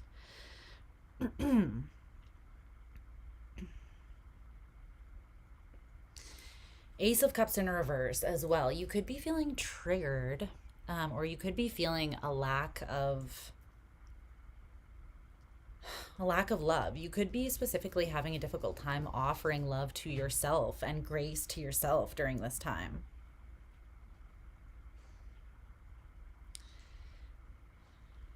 I feel like this is something also that is having a very huge impact on you. It's something that you're having a really difficult time not ruminating over. The lyrics as well. So they say, just before the morning, starting all over you go, always on your mind, soon as you awake, till you close your eyes. Nobody ever explains, somehow you learn. Nobody explains, you learn. Hey, Naya? The sign is up in the left-hand corner here always that I'm on, but I'm on Capricorn, and we're going in order. But yeah, that's how you can tell.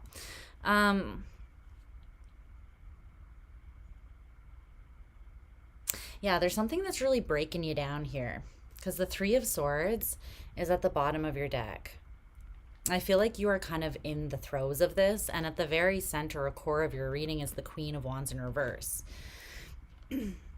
So you're grappling with some pain. You're having a difficult time showing yourself empathy and grace during this time, and it's affecting your confidence a little bit.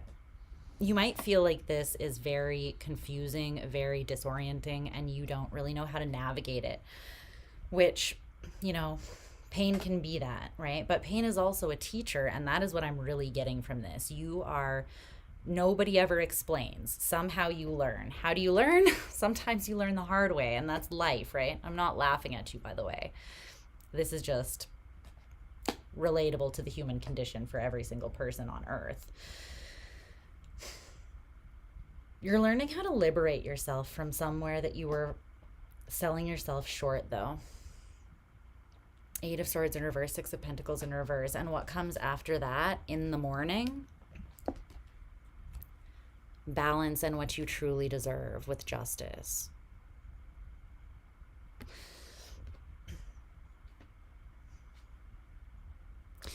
I wish I could show you from above the way that the cards are showing themselves to me in the spread, though. Like I said, it's a 3x3 spread of 9 cards. And the 6 cards in the first 2 columns, so there's 3 and 3, they're all reversed. And the last whole column is in the upright. I feel like you're working through this. You're working to the morning. You're just trying to get through the night to the morning. But there is this element that I feel like you're not totally seeing. And it's like, because of the pain, you might feel like you're not actually moving anywhere that is supportive or beneficial. You might not see the point of it all, I guess. And that, again, is super human, right? We go through pain and we're like, why? And, you know, a lot of the time you do not look, you don't, hindsight's 20/20, right? You don't learn until you're out the other side and there's some distance and breathing room for you to have a different vantage point and a different perspective as a result of that a lot of the time. And that's kind of just how it goes. But you have this card here, Ascension, in reverse, and it's with the Page of Pentacles in reverse.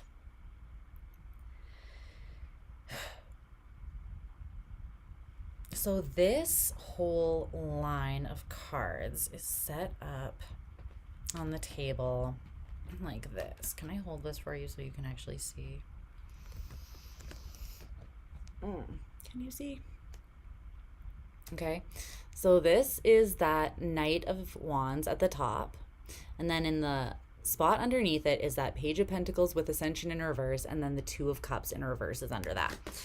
So there's something potentially that you feel has fallen apart, or you felt that there was a very strong connection and maybe understanding, or like you felt unified with someone. You felt seen, I feel like, and you felt like you were on the same level. There's a feeling of safety that's coming through that you felt here, Capricorn, with someone. And then it's like all of a sudden you're in this energy of the Three of Swords. Like, what the hell just happened? You know, what just happened? And I think you kind of have a choice now. And the choice is which way you're going to look at this. Because the morning is coming. It always does. No storm lasts forever. No night lasts forever. And trust me, I've been in some long nights. I know what it's like to forget about the sun and to be like, I do not remember the warmth of that on my skin, legitimately. I don't think I'm ever crawling my way out of this. And it is a terrifying place to be. But this is happening for a reason, as everything does. And it's not because you deserve the pain or you did something wrong to cause it. No, it's just you're growing. It's a lesson and you're learning it. And I know it's really hard to disconnect and be like more objective when you're in the fucking thick of it. So I get it. But at the very least, maybe try to not discount this as like having no meaning or no purpose. This is very much part of your ascension journey. It's very much got something to offer you of value. It's not a wasted opportunity, and it's not as out of control as you feel. Everything that's happening now is not, it's like there is a method to this madness on the universe's behalf. This mess matters.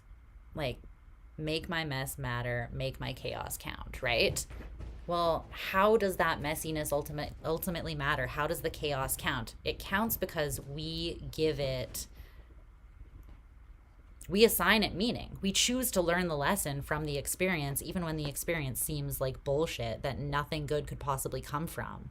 That's one way of looking at it, right? But that way of looking at things after you go through a couple hard things is gonna grind you down. It's going to grind you down pretty fast.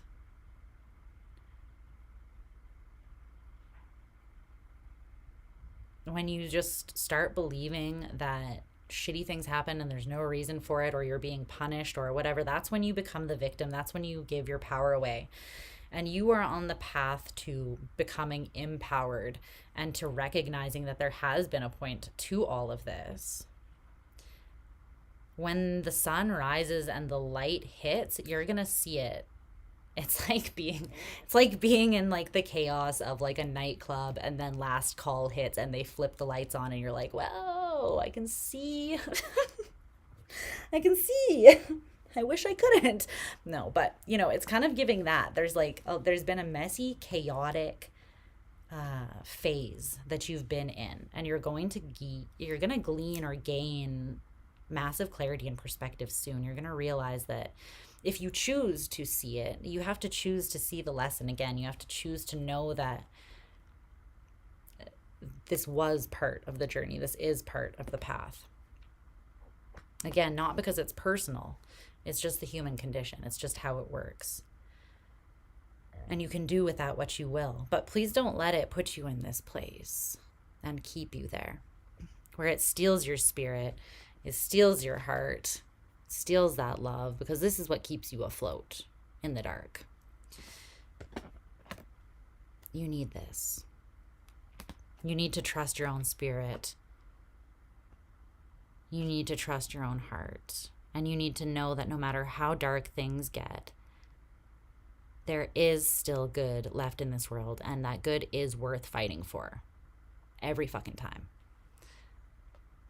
That will never change, because there will always be duality. So for every shitty thing, there's a good thing, and vice versa.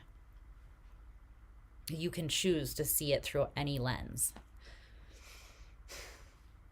But in this last, all of this is functioning to help you move out of a past way of experiencing something. It might be a past way of experiencing connections, and there was a weight here or a heaviness that you're moving away from, or something that was creating division between you and people that you were attempting to be intimate with, or to really share deeper parts of yourself with. This night, or this phase that's coming just before the morning, right? It's always darkest before the dawn. That's what I feel. It feels exquisitely dark and chaotic right now. But that's not the reality of the whole picture. And as you move out of the past, having gone through this heaviness, you learn how to carry that heaviness with more grace and understanding, right? This 10 of Wands is quite, they're walking on unstable ground. They're walking on rocks. They've got their little red boots on there. And they've got, they're carrying these sticks in a relatively uniform way that doesn't look quite as strenuous and painful as most depictions of the 10 of Wands.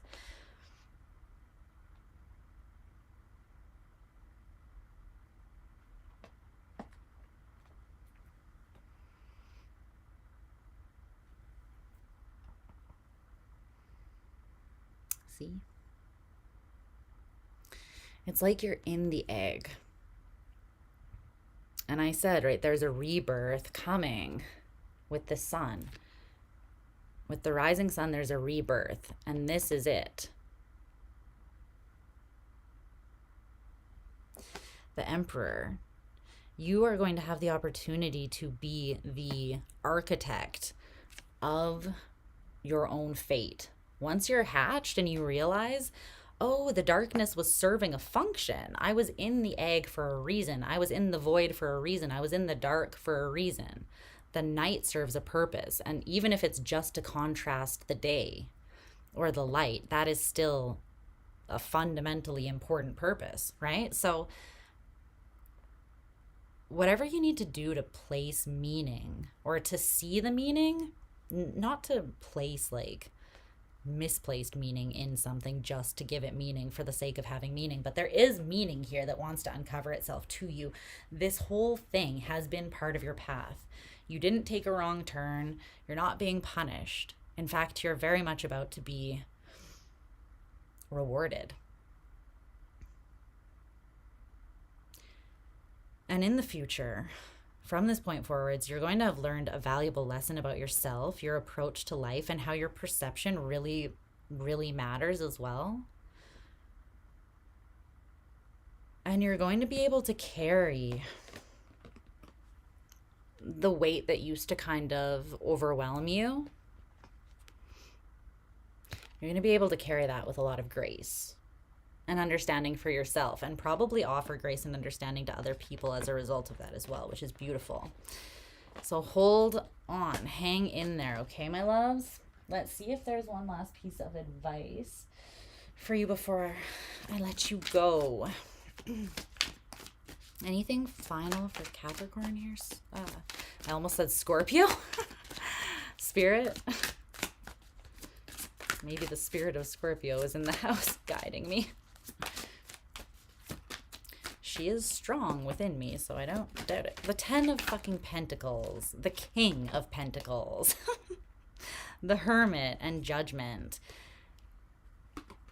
And the Empress in reverse with the Tower. My God. The Hanged Man. Does it end? Okay, you are being prepped for massive expansion. That's what's happening here. 10 of Pentacles, King of Pentacles, like, yes. Yes. Being able to hold things because you can actually honor them and do them justice because of what you've learned, because of the strength that you've gained. Because how do we become strong? Through doing difficult things, right? It's like the same way you become strong lifting weights in the gym. You have to tear your muscles. You have to push yourself to the breaking point of exhaustion, and then your muscle gets stronger. It's the same way through experience in life. We have to go through these difficult journeys that we go on by ourselves, just us and our soul and spirit showing us the way. And oftentimes they are karmic, like lessons with Saturn there. But ultimately, these are the things that have the deepest transformation on us. Judgment, Plutonian energy. When you go to the darkest place within you, that's where the deepest transformation can take place. And the part of you that's transforming, and it's transforming violently, and you're coming into the Emperor energy, right? But the Empress energy as well, which is that sense of abundance and expansion that is innately within you, that is also being healed in some sort of way, liberated, I feel like, in some sort of way. Okay? So you've got this. I promise you do. If anyone can handle it, it's my goats. I love you, okay? Let's move on to Aqua. Let's move on to Aqua. You can do it. I have a Capricorn stellium. Capricorn, Mars, and stellium. You can do it. I know. I know you can. All right. Aqua. Aquarius. The Taurus. Let's see.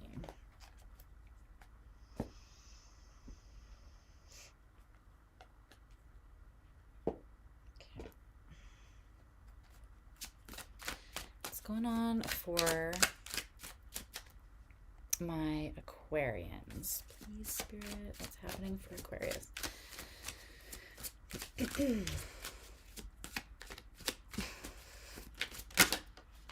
Okay.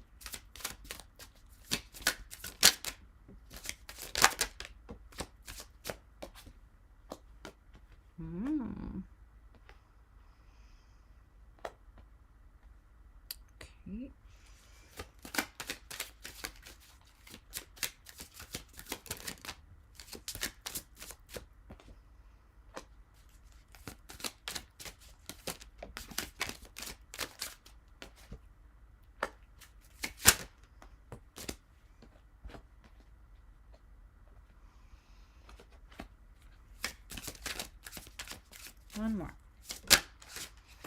Thank you. Okay. Just grab you some oracle cards and get down to business, my loves. Let's see. You know you're just straight channeling when you go for 6 hours and somehow you're not exhausted. Spirit.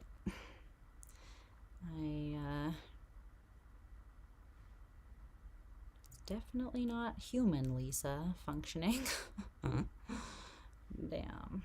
That be the divine spark. Okay. Because how? Okay.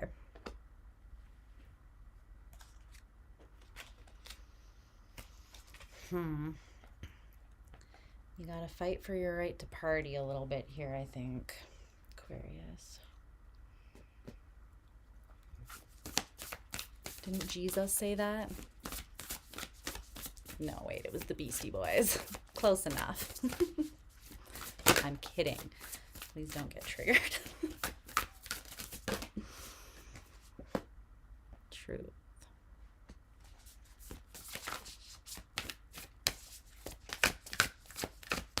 I find myself hilarious. That's all that matters, right? Right. Okay.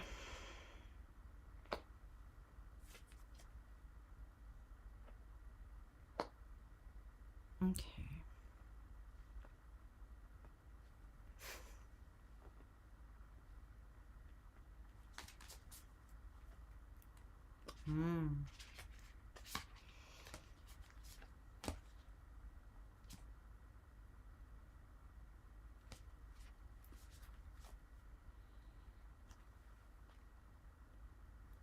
Give me 1 second here.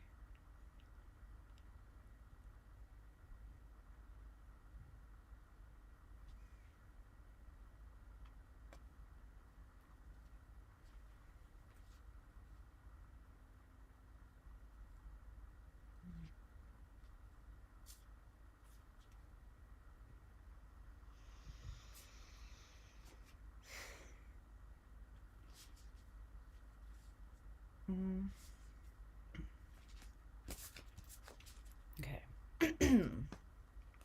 Interesting energies here.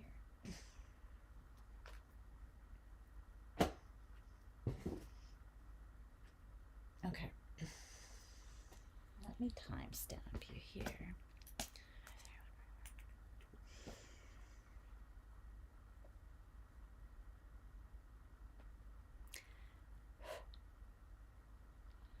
There's cat hair flying around me, as per usual. Hi, Aqua Babes. I hope that you're doing fantastic. Okay. We're kicking it entirely intuitively upon Spirit's request today. So I'm just kind of reading a 3x3 9-card spread and just pulling the messages out. Okay, so there's no like particular spread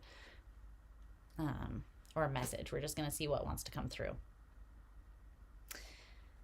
Okay. There's definitely something new that you're learning here. I feel like you're not learning it. Your knowledge is not expanding in the way that it normally does. I'm not sure exactly what that means, but I feel like you're coming at this from a childlike approach, I want to say. The Page of Swords is at the center of your reading. It's almost like there's an element of magic here that you are allowing yourself to be in awe of, and that is what is informing this new truth. It's not coming to you through like cold hard facts or like learning the lesson a hard way. It's like, which can, you're ruled by Saturn. So it can sometimes be like that for you.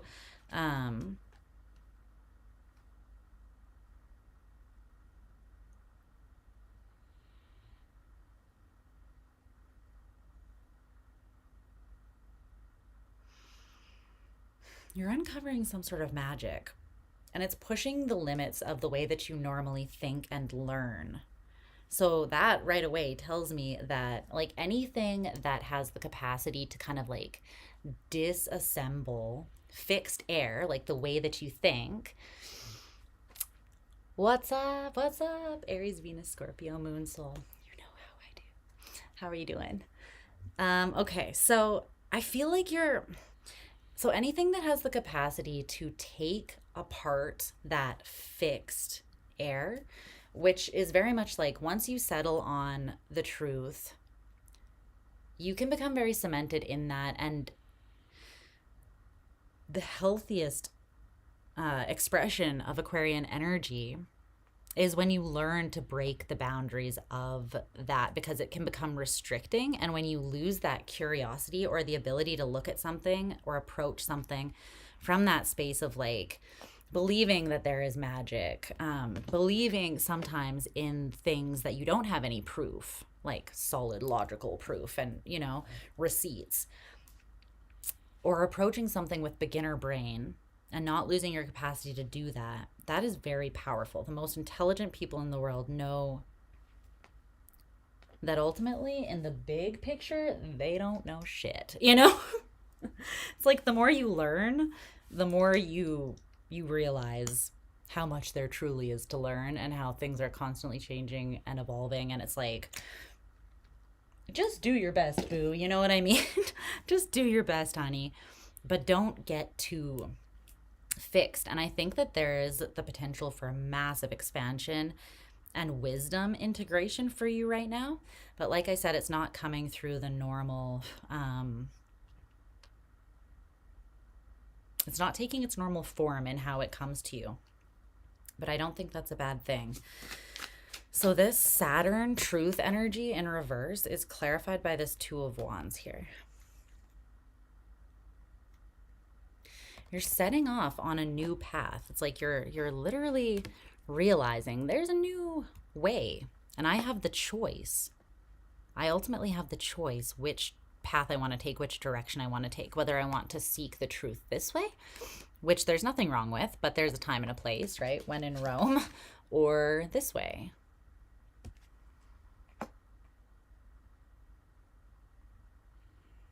You're expanding your range of intelligence, which, like, damn, Aquarius. Secret weapon much? Like, you are going to be too powerful, even for yourself. No one man should have all that power. Just don't misuse it, okay? I like this, though. On the other side of that Page of Swords and Two of Wands is the Seven of Swords. It's like you're seeing through something, and I feel like you're seeing that you were kind of limiting or restricting yourself by only taking one approach to, or thinking that there is only one route that you can take to get to truth ultimately. Again, fixed air. You can get very, you can get stuck in your ways, just like any fixed sign, right? But you can't forget the Fool is Uranus energy. And these are both of your rulers. That is so interesting how that came out that way. You are swapping in Uranus energy, which is what? If anything, it's unpredictable. if any word, you know, it's unpredictable. Who knows what's going to come next? This person, they're taking the very first steps on their journey. Anything could fucking happen. She could fall off this cliff and die in 1 second, or she could fly. She could learn that she can fly. Like, anything can happen. I think you're seeing that any restrictive thinking is ultimately just illusion.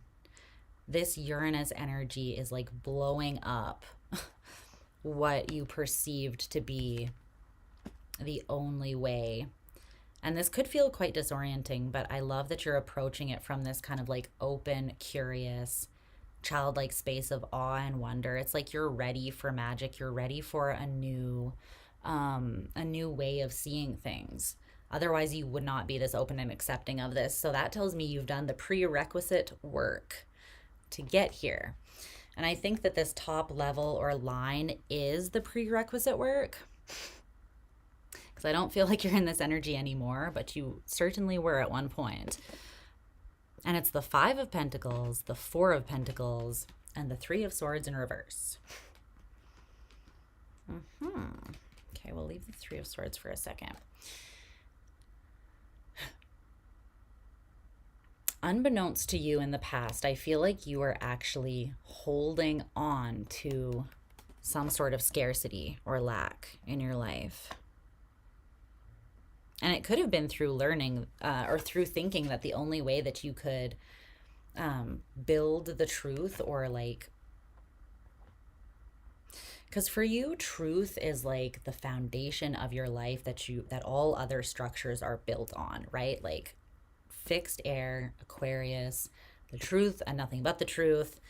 And you guys are open-minded and you are revolutionary and you are innovative, but the truth is the jumping off point that allows you to be all those things. You have to have like a solid grasp on reality. Otherwise, you're in the shadow of Aquarius, right? So in this deck, there are two Three of Swords cards. I really want to find the other one and show you it, but I don't know how long that's going to take. Let me just see if I can do this relatively quickly, because I want to show you the contrast, because you guys got the lighter representation of that energy, and it tells me how you chose consciously and intentionally to deal with pain is what ultimately moved you through these difficult energies in the past and brought you into this sort of renewed open space, despite having gone through things that were not easy. Okay, here's the other one. So there is this Three of Swords, which is not the one that came out for you, which is where she's kind of like falling apart. She's kind of being like chipped away, broken away at by these swords and the cracks that they've put in her. It's like she's allowing this pain to break her. And in this Three of Swords, they're allowing the pain to teach them or to make them better. You see the difference? This is you. You took the top of your head off, Aquarius, and it's doing you all the wonders, because from that space, that open mind, quite literally, you can see the magic. You can see that there is another way to learn that doesn't feel so heavy. It feels more like play. It feels more like... And Aquarians have this beautiful energy of this really childlike, like funny, playful energy. Every Aquarian that I've met has this, and I love them for it. Like all my best friends basically have been Aquarians and continue to be. But that's what ultimately brought you out of this painful experience. You didn't, you transmuted the pain into something useful. It's my Rottweiler snoring, just so you're aware. If you want to see him, there's a timestamp, or there will be, labeled Django, when I let him in from outside and chaos ensued. But if you want to see his cute face and me being trampled by him, check that out. Clarify this Three of Swords in reverse. This is what you've already moved through to bring you into this Page of Swords energy.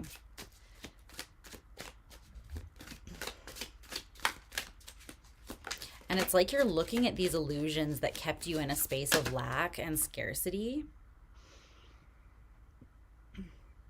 Yeah, see, it's not taking in this pain in that untransmuted state, which would just be like holding poison within you, which is essentially what people do when they carry bitterness and resentment, or they can't forgive. They can't forgive themselves for, you know, making mistakes, which is just human, or they can't forgive other people for hurting them, essentially other people for making mistakes, which is still just human, right? You integrated the lesson, but you're not holding the pain inside of you. And so you're open to new experiences now. There is this childlike energy here that is so beautiful. And it's such an innocent expression of you, of your energy. Because who is more open-minded and malleable mentally than a child, right? You have that part of you because it's the curiosity that fuels that innovation. It's your imagination and your ability to see outside of those limiting structures. But that's the shadow side of Aquarius or fixed air. When it sneaks up on you, you don't realize that you've boxed yourself or caged yourself in or painted yourself into kind of a corner, right? And there's two ten of swords in this deck as well. I'm not going to go through and try to find the other one, but this is the light representation of it as well. And once again, see, these 10 swords, abandonment, deception, betrayal, pain, not easy shit to go through, but they've transmuted it through their perception of it into wisdom.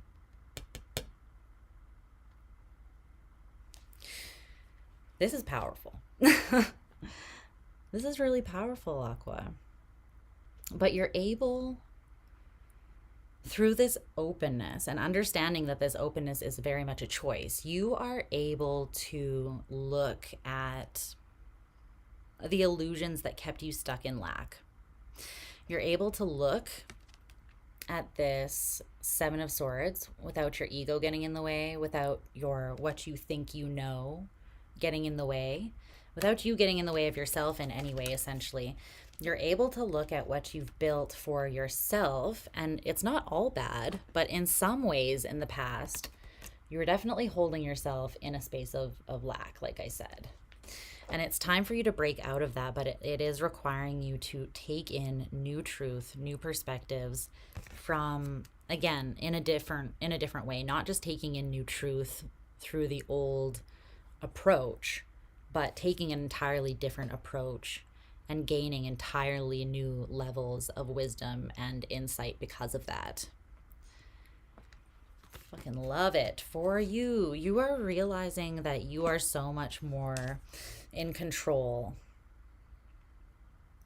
than you thought. But it's interesting that the control is not coming from knowing everything. The control is from knowing the strength of your own spirit, really.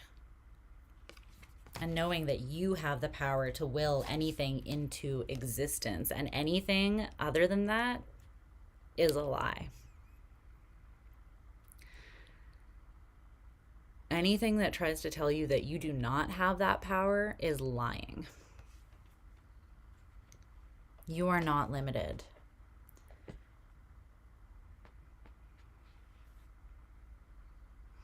The bottom line here, you have the King of Pentacles in reverse, the 5 of Cups in reverse, and the Wise One, which is the Hierophant, also in reverse.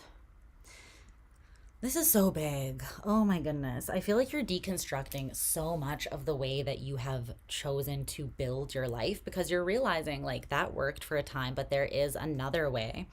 It's not even a better way, but it's like there is an easier way in some ways. I mean, Uranus has its own difficulties, right? Because you don't feel in control. You don't feel like you can have these neat and tidy like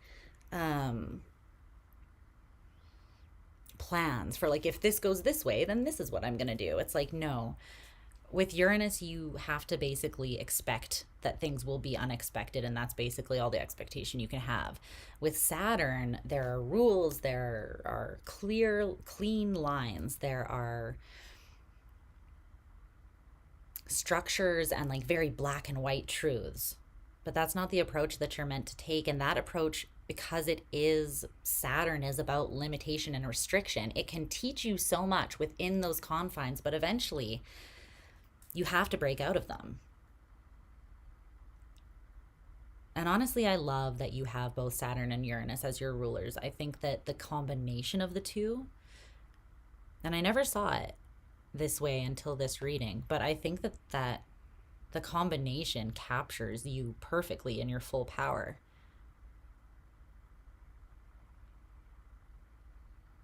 That is so beautiful. It's like Saturn is like the mature, grown, like more responsible or like logical black and white way of learning. But Uranus is this childlike, unexpected, wild, adventurous, innovative, exploratory, rebellious kind of like way.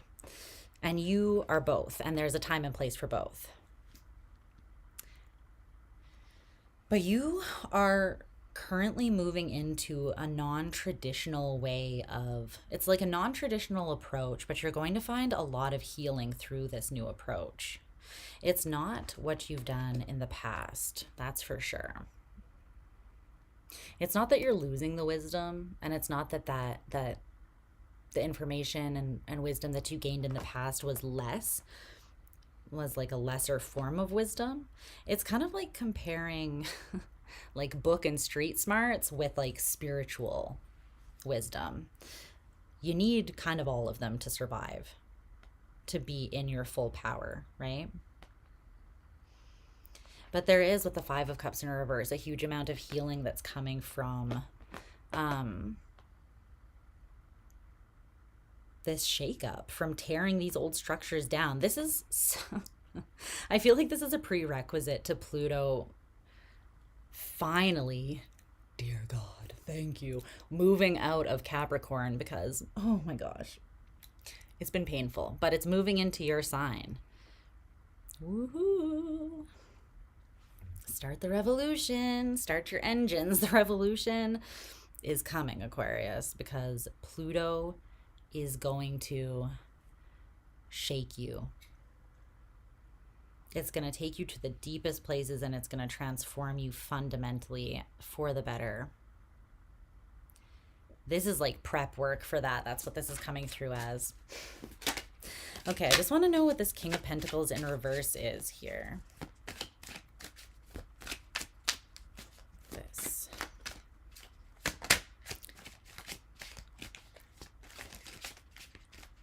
I think if you have internalized any pain, it's not so much pain directly that you've internalized. It feels like it's coming through more as like an insidious kind of doubt.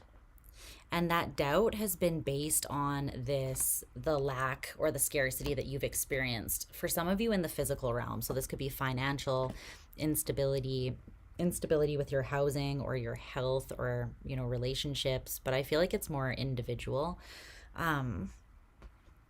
It's kind of caused you to see yourself a certain way over time, but you're realizing that you have the choice. You can pick the path, and it is all about how you frame things in your mind, whether you keep yourself stuck or whether you see yourself as this extremely powerful being who has gone through so much and now has all of that under their belt to use to propel them forwards in a new way, and to even potentially teach others how to propel themselves forwards in a new and meaningful way. Because these are like some pretty massive keys to the universe and wisdom about manifestation that will be very useful to you once you kind of play around with it and explore it and get to know it better. And you are intelligent enough to teach that to others. So just something to think about. But this looks beautiful. I'm proud of you for breaking out of that fixedness and broadening your perspective. I know that it's not always easy for you guys to do. I'm an Aquarius Mercury, and in Vedic, I am an Aquarius Sun, so I feel like I somehow understand part of the struggle anyways. But you look like you're in your power and you got this. Okay. All right, Aquarius, I love you. We are moving on to my fishy fam. Where are my fellow Pisces at? Make some noise. Okay. This is me at 2:30 a.m., guys, after channeling for 6 hours straight. Just amusing myself with my own dad jokes and sense of humor. Don't mind me. Okay. Pisces. Oh, okay. We're moving on to Pisces. Let me drink some tea here.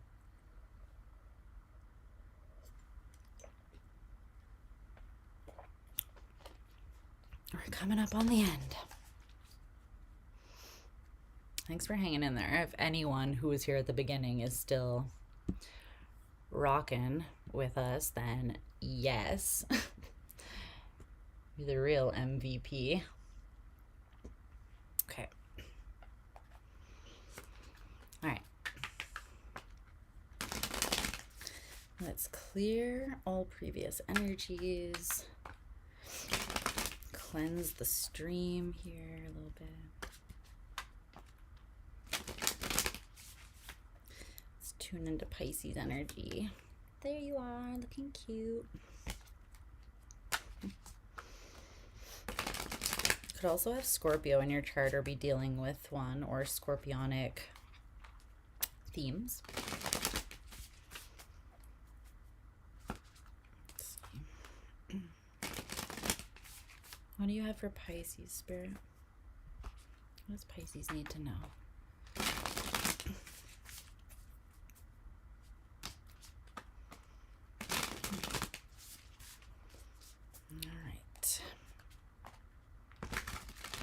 Here we go. Pisces.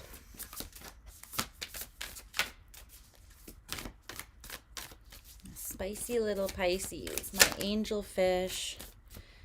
My great white sharks. Just depending on which day you catch us. Let's see. Which day am I catching you on today, Pisces? You swimming like sharks? Well, there's the King of Cups again. That really wanted to come out. You're putting the final nail in a coffin of something here.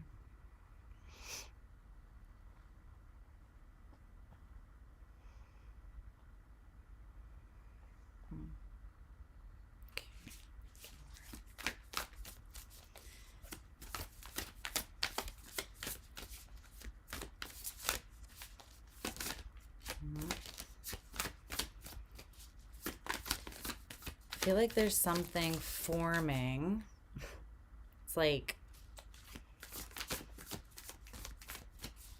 it's interesting because did you see that? All of the cards went fine. I was seeing like a baby being formed in the womb. It's like something is coming together here. That was unnecessary. Spirit. Okay.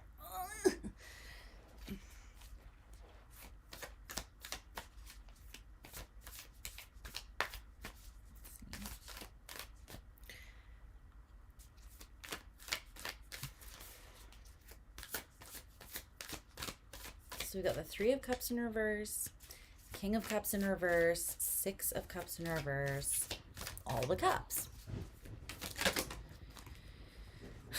The Emperor in reverse. What's happening, Pisces?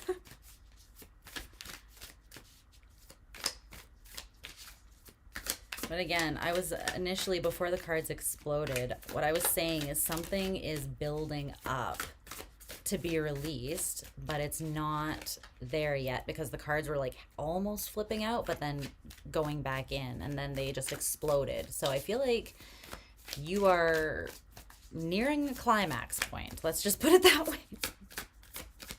That can be as painful or as enjoyable, I feel like, as you want to make it. Yeah, it's based on a choice. And the choice is yours.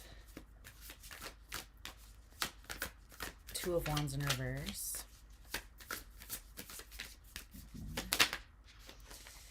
Okay. Three of Swords in reverse, the Devil, the Eight of Cups in reverse, and the Ace of Pentacles. The only card in the upright is our good friend, the Devil. Not today, Satan. Okay. Grab you some oracle cards and we'll get into this. Clarify the Emperor in reverse for me, please.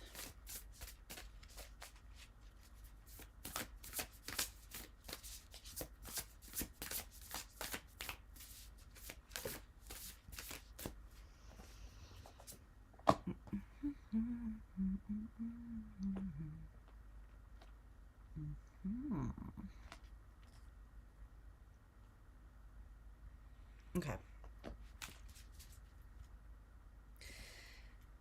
Yeah, no kidding. That goes there.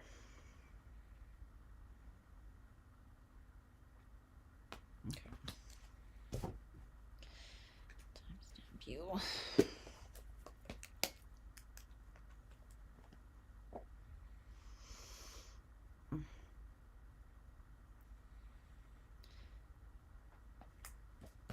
Hi, Pisces. How are you doing, my gorgeous fellow fish? I hope that you're so well. Okay. Let's get into your reading here. I'm just doing like the most intuitive reading. I don't really have a set spread. I just pulled like 3x3, 9 cards and a couple oracle cards, and we're just going to see what wants to come through, okay? So the only card out of those 9 tarot cards that came out in the upright is the Devil. This is also the only, no, you have one other major arcana. So this is Capricorn, and then you also have the Emperor, which came out in reverse, and that is Aries energy. So Capricorn and Aries is what you've got here. I feel like my streaming is going to start getting glitchy because it's like I've been doing it for 6 hours. That's probably why. So we're gonna wrap this up. But there's something here I'm getting that's being highlighted so you can break out of it. It's like you can't break away or liberate yourself from something you're not aware of, right? So sometimes we have to look at the demons. We got to look at the dark stuff. We got to look at the shadow. And we have to look at that so that we can release ourselves from those shackles, from those chains, right? Liberation, breaking free from a negative attachment. It's almost like we have to find some sort of peace with this to integrate it, to transmute that energy, to integrate it, and to free ourselves from the attachment of it so that we can actually make it essentially work for us, right? Instead of work against us behind the scenes, pulling the strings. Okay. Where do we want to start here, Spirit? You are at a pivotal point, like crossroads here. The very center of your reading is the Two of Wands in reverse. You are trying to make a choice about where you see yourself, the direction, the trajectory that you want to set out on. I feel like you have actually made this choice already, because usually the Two of Wands in the upright is like you're still surveying the landscape, you're still figuring it out. But with the Two of Wands in reverse, it's like, I've made my decision. I've booked the plane tickets. I booked the hotel. You know, like I know where I'm headed. I know at least my next destination. Tell me about this Two of Wands in reverse. You gained some fresh perspective here through an experience that you had with this Emperor in reverse energy. And I'm actually not getting that this is you, although it could be you and somebody else. So take it how it resonates. But these 4 cards just came out to clarify, so I'll show you those after. But the Emperor in reverse is here with this oracle card, Perception Beyond the Veil of Illusion. So it's like this energy uncovered something or gave you a new perspective, and it's something that you saw and then integrated into your throat chakra, which is like the information that we take in some ways, because it informs how we express ourselves, our truth. And our truth has to be informed by something, right? So your experience with the Emperor in reverse gave you fresh perspective that took you beyond the veil of some sort of illusion you were functioning under. And it's that new perception or perspective that is allowing you, or has allowed you already, to make some sort of choice that includes a shift in direction here, I feel like. But the shift in direction, like, you are moving into a more healing space. It's like this on the table. So the way she's looking is at the Three of Swords in reverse, and that is clarified by this card, purification, water, which is your element, and you are the most evolved or like mature water sign. And it says emotional cleansing and rejuvenation. So there is some sort of deep-seated pain, I feel like, that you have been carrying, and I don't even feel like you know that you've been carrying it. Okay, that's what this is. You were disempowered here because you were still carrying a negative attachment, and the negative attachment was in the form of pain. You were still carrying it in the form of pain, and it's pain that had gone unresolved or unprocessed, or you hadn't been able to fully digest it and cleanse it out and then have that rebirth. And I feel like what gave you this perspective into yourself was this came in and acted as a mirror to you. So what you witnessed in this person, you saw the reflection of that in yourself. And you may have been like, oh shit, I can't really judge this individual. They are showing me the exact same thing that they're grappling with in myself. Something that had been an illusion, covered by an illusion before, and it was this pain that was causing a blind spot. And this pain was the blind spot that it was covering for you was creating a lack of dominion over yourself, your energy, and your life in some way. Not maybe overall, but in some specific way. So this is big. This purification process that you're going through this new perspective or perception is what is liberating you here. But again, it's showing you the devil in you. This person showed you the devil in them, and then through that, you were shown the devil in you. And I'm not saying that in a judgy way, by the way. We all have them. We all have one. And we never completely eradicate it. We just get to know it so that we can make it work for us optimally, and we can kind of keep it in check so that it's not restricting us and pulling the strings behind the scenes, essentially. Okay, so what came out to clarify that Two of Wands in reverse? The Empress, which is interesting because it's right next to the Emperor in reverse. The Empress, the Five of Cups in reverse, the Queen of Cups, and the Ace of Swords in reverse. It's showing yourself, specifically this part of yourself, love, right, that is actually healing yourself and healing this blind spot. Because you could just as easily have chosen to be triggered by the reflection that this person pointed back at you in such a way that you did not use that reflection to better yourself. You didn't use the reflection to actually be accountable and look at yourself and take responsibility. You could have just as easily used it to drive yourself into a state of deeper illusion through escapism, through, deflecting that and choosing to judge this person instead of looking at yourself, which would have made you a hypocrite. Anytime we judge anybody else, we're hypocrites, technically. But you're seeing through the truth. You're seeing through this illusion. You're uncovering this blind spot, and it's happening through showing yourself unconditional love. You're also healing you're healing this grief, and this is what's purifying your love.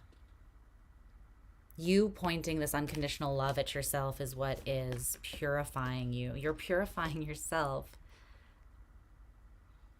It's like you're purifying your own waters. This is like if the ocean could clean the garbage out of itself. That's what you're doing. Do you even understand how powerful that is? I mean, source is helping you, obviously, spirit is helping you, but this is powerful. Not only are you choosing to empower and liberate this part of yourself, thus turning it up into the upright, you're also, by extension, liberating or making your feminine energy feel safe enough and confident enough now that you feel like you see the whole picture and you've actually taken accountability for and dealt with some part of yourself that you weren't seeing before. That's giving you a lot of confidence, right? Because when you actually have the guts to look at and learn yourself, then who can really tell you anything, right? Like, no one can really tell you shit, because you're like, yeah, I'm not calling myself perfect. I'm not trying to escape my faults. I'm not saying I don't have demons, you know? So it's like, what, anything you throw at me, I can just kind of be like, okay, you have the same within you. And you were saying, you know? And it's not even like it's not even, it's not like you're even saying that or expressing that in any kind of way, right? It's just like you don't get triggered by the judgments of other people because you realize that those judgments are them projecting their own shit at you ultimately. Like, you had the chance to do here, but it looks like you're choosing not to do that. So you just kind of understand that nothing is really personal, because everything, literally everything, has to do with you. And anytime somebody, anytime, like, other people's actions 100% of the time have to do with their own internal state and relationship with themselves. It does not have to do with you. It is not personal. It is a reflection of them and how they are choosing to respond. Right?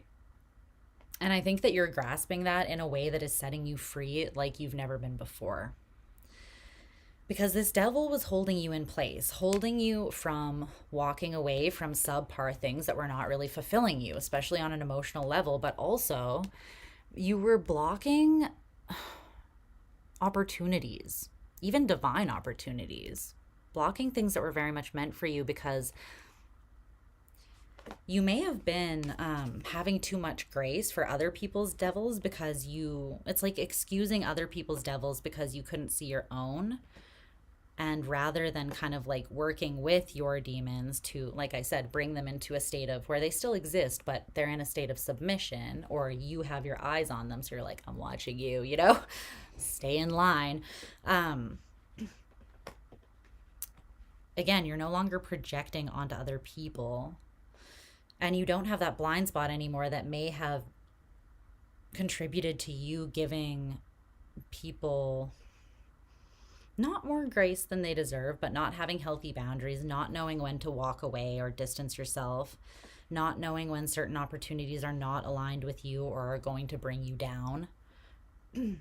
This is purifying. This is being purified out. You're being liberated from the negative attachment that was holding you back here. This is pretty big. Okay, so the top line, though, was the Three of Cups in reverse, the King of Cups in reverse, and the Six of Cups in reverse. I just want to dive into this before I let you go.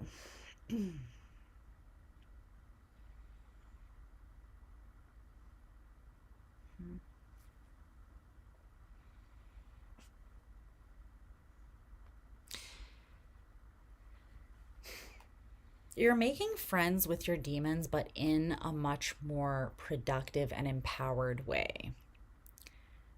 You're not just like letting the devil roll up and be like, wah, wah, get in, bitch, we're going to raise some hell. And then you jump in the back seat of the car and then they take you and you get into some debauchery that you regret, you know? That's one way of being friends with your demons. But it is less, and it can be fun. I'm not even going to lie. That way of relating to your demons can be fun, but it's also a little bit toxic. And it's not very empowering because you're giving the devil is behind the driver's seat, right? You want the devil in the back seat or the passenger seat at best. You're still taking him with you because he's a fundamental and important part of you. However, you're not letting him call the shots. And so there's a part of you that you are no longer reconciling with in the same way.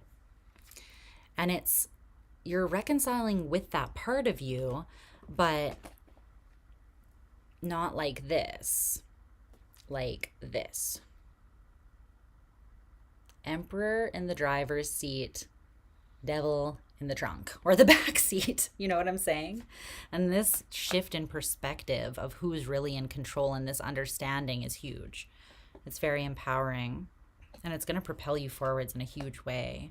Because again, you're kind of seeing something that was blocking you, and through liberating yourself, you're getting out of your own way. You're getting your own personal devil out of your way. It's like you're setting healthy boundaries with that element of yourself. That's what that feels like. Because relating to it in the wrong way, or a less healthy way, was keeping you stuck here in this, again, this non-empowered version of yourself, the King of Cups in reverse, where maybe you had to manipulate yourself emotionally to keep yourself in a state of illusion sometimes. Maybe you played games or manipulated other people emotionally, even without knowing it, to do the same sort of thing. Because again, you couldn't see yourself clearly, so you couldn't 100% of the time engage with other people clearly. But now you know, and you can do better. And so you're moving into a new existence that doesn't look anything like the landscape of the past.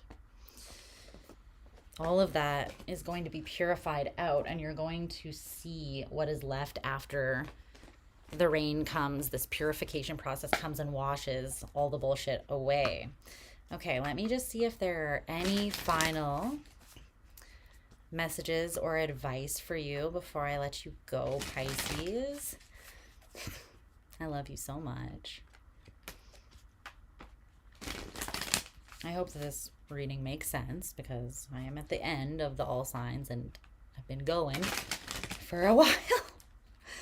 Plus the energies of this full moon are kind of intense. So I hope that this is beneficial and helpful to you and resonates if it's meant to.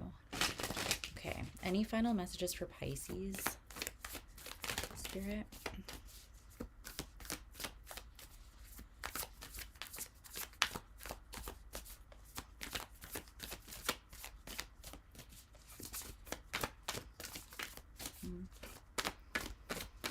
I'm just hearing love is the answer. This is so lame. Lame, says the Pisces Sun and North Node, as if I could ever think that love being the answer is lame. Yeah. That's what's gonna get you the goods. You already know this truth, though. This is a truth that is inherently built into you, and you are here to spread this truth and share this truth with the world. You're here to leave this place better than you found it, Pisces, by sharing that simple truth of, just so you know, everything in the whole entire world and all of existence is about love. And the things that aren't about love are about the absence of love. I hope this makes sense. You know, like, I hope you get me. But that is what you're here, what your spirit, King of Wands, is here to teach other people. And it's kind of a leading by example type thing with the King of Wands. So you're recognizing this in yourself, integrating it, showing yourself the grace, and then you're going to live out loud with this under your belt.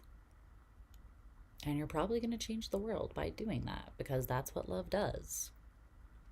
It's not even just you. It's the love that you hold, that you exude, that you radiate, and that you show other people they are also capable of holding and radiating. What's more beautiful than that? Okay. I love you so much, Pisces, and I love you so much, all of you.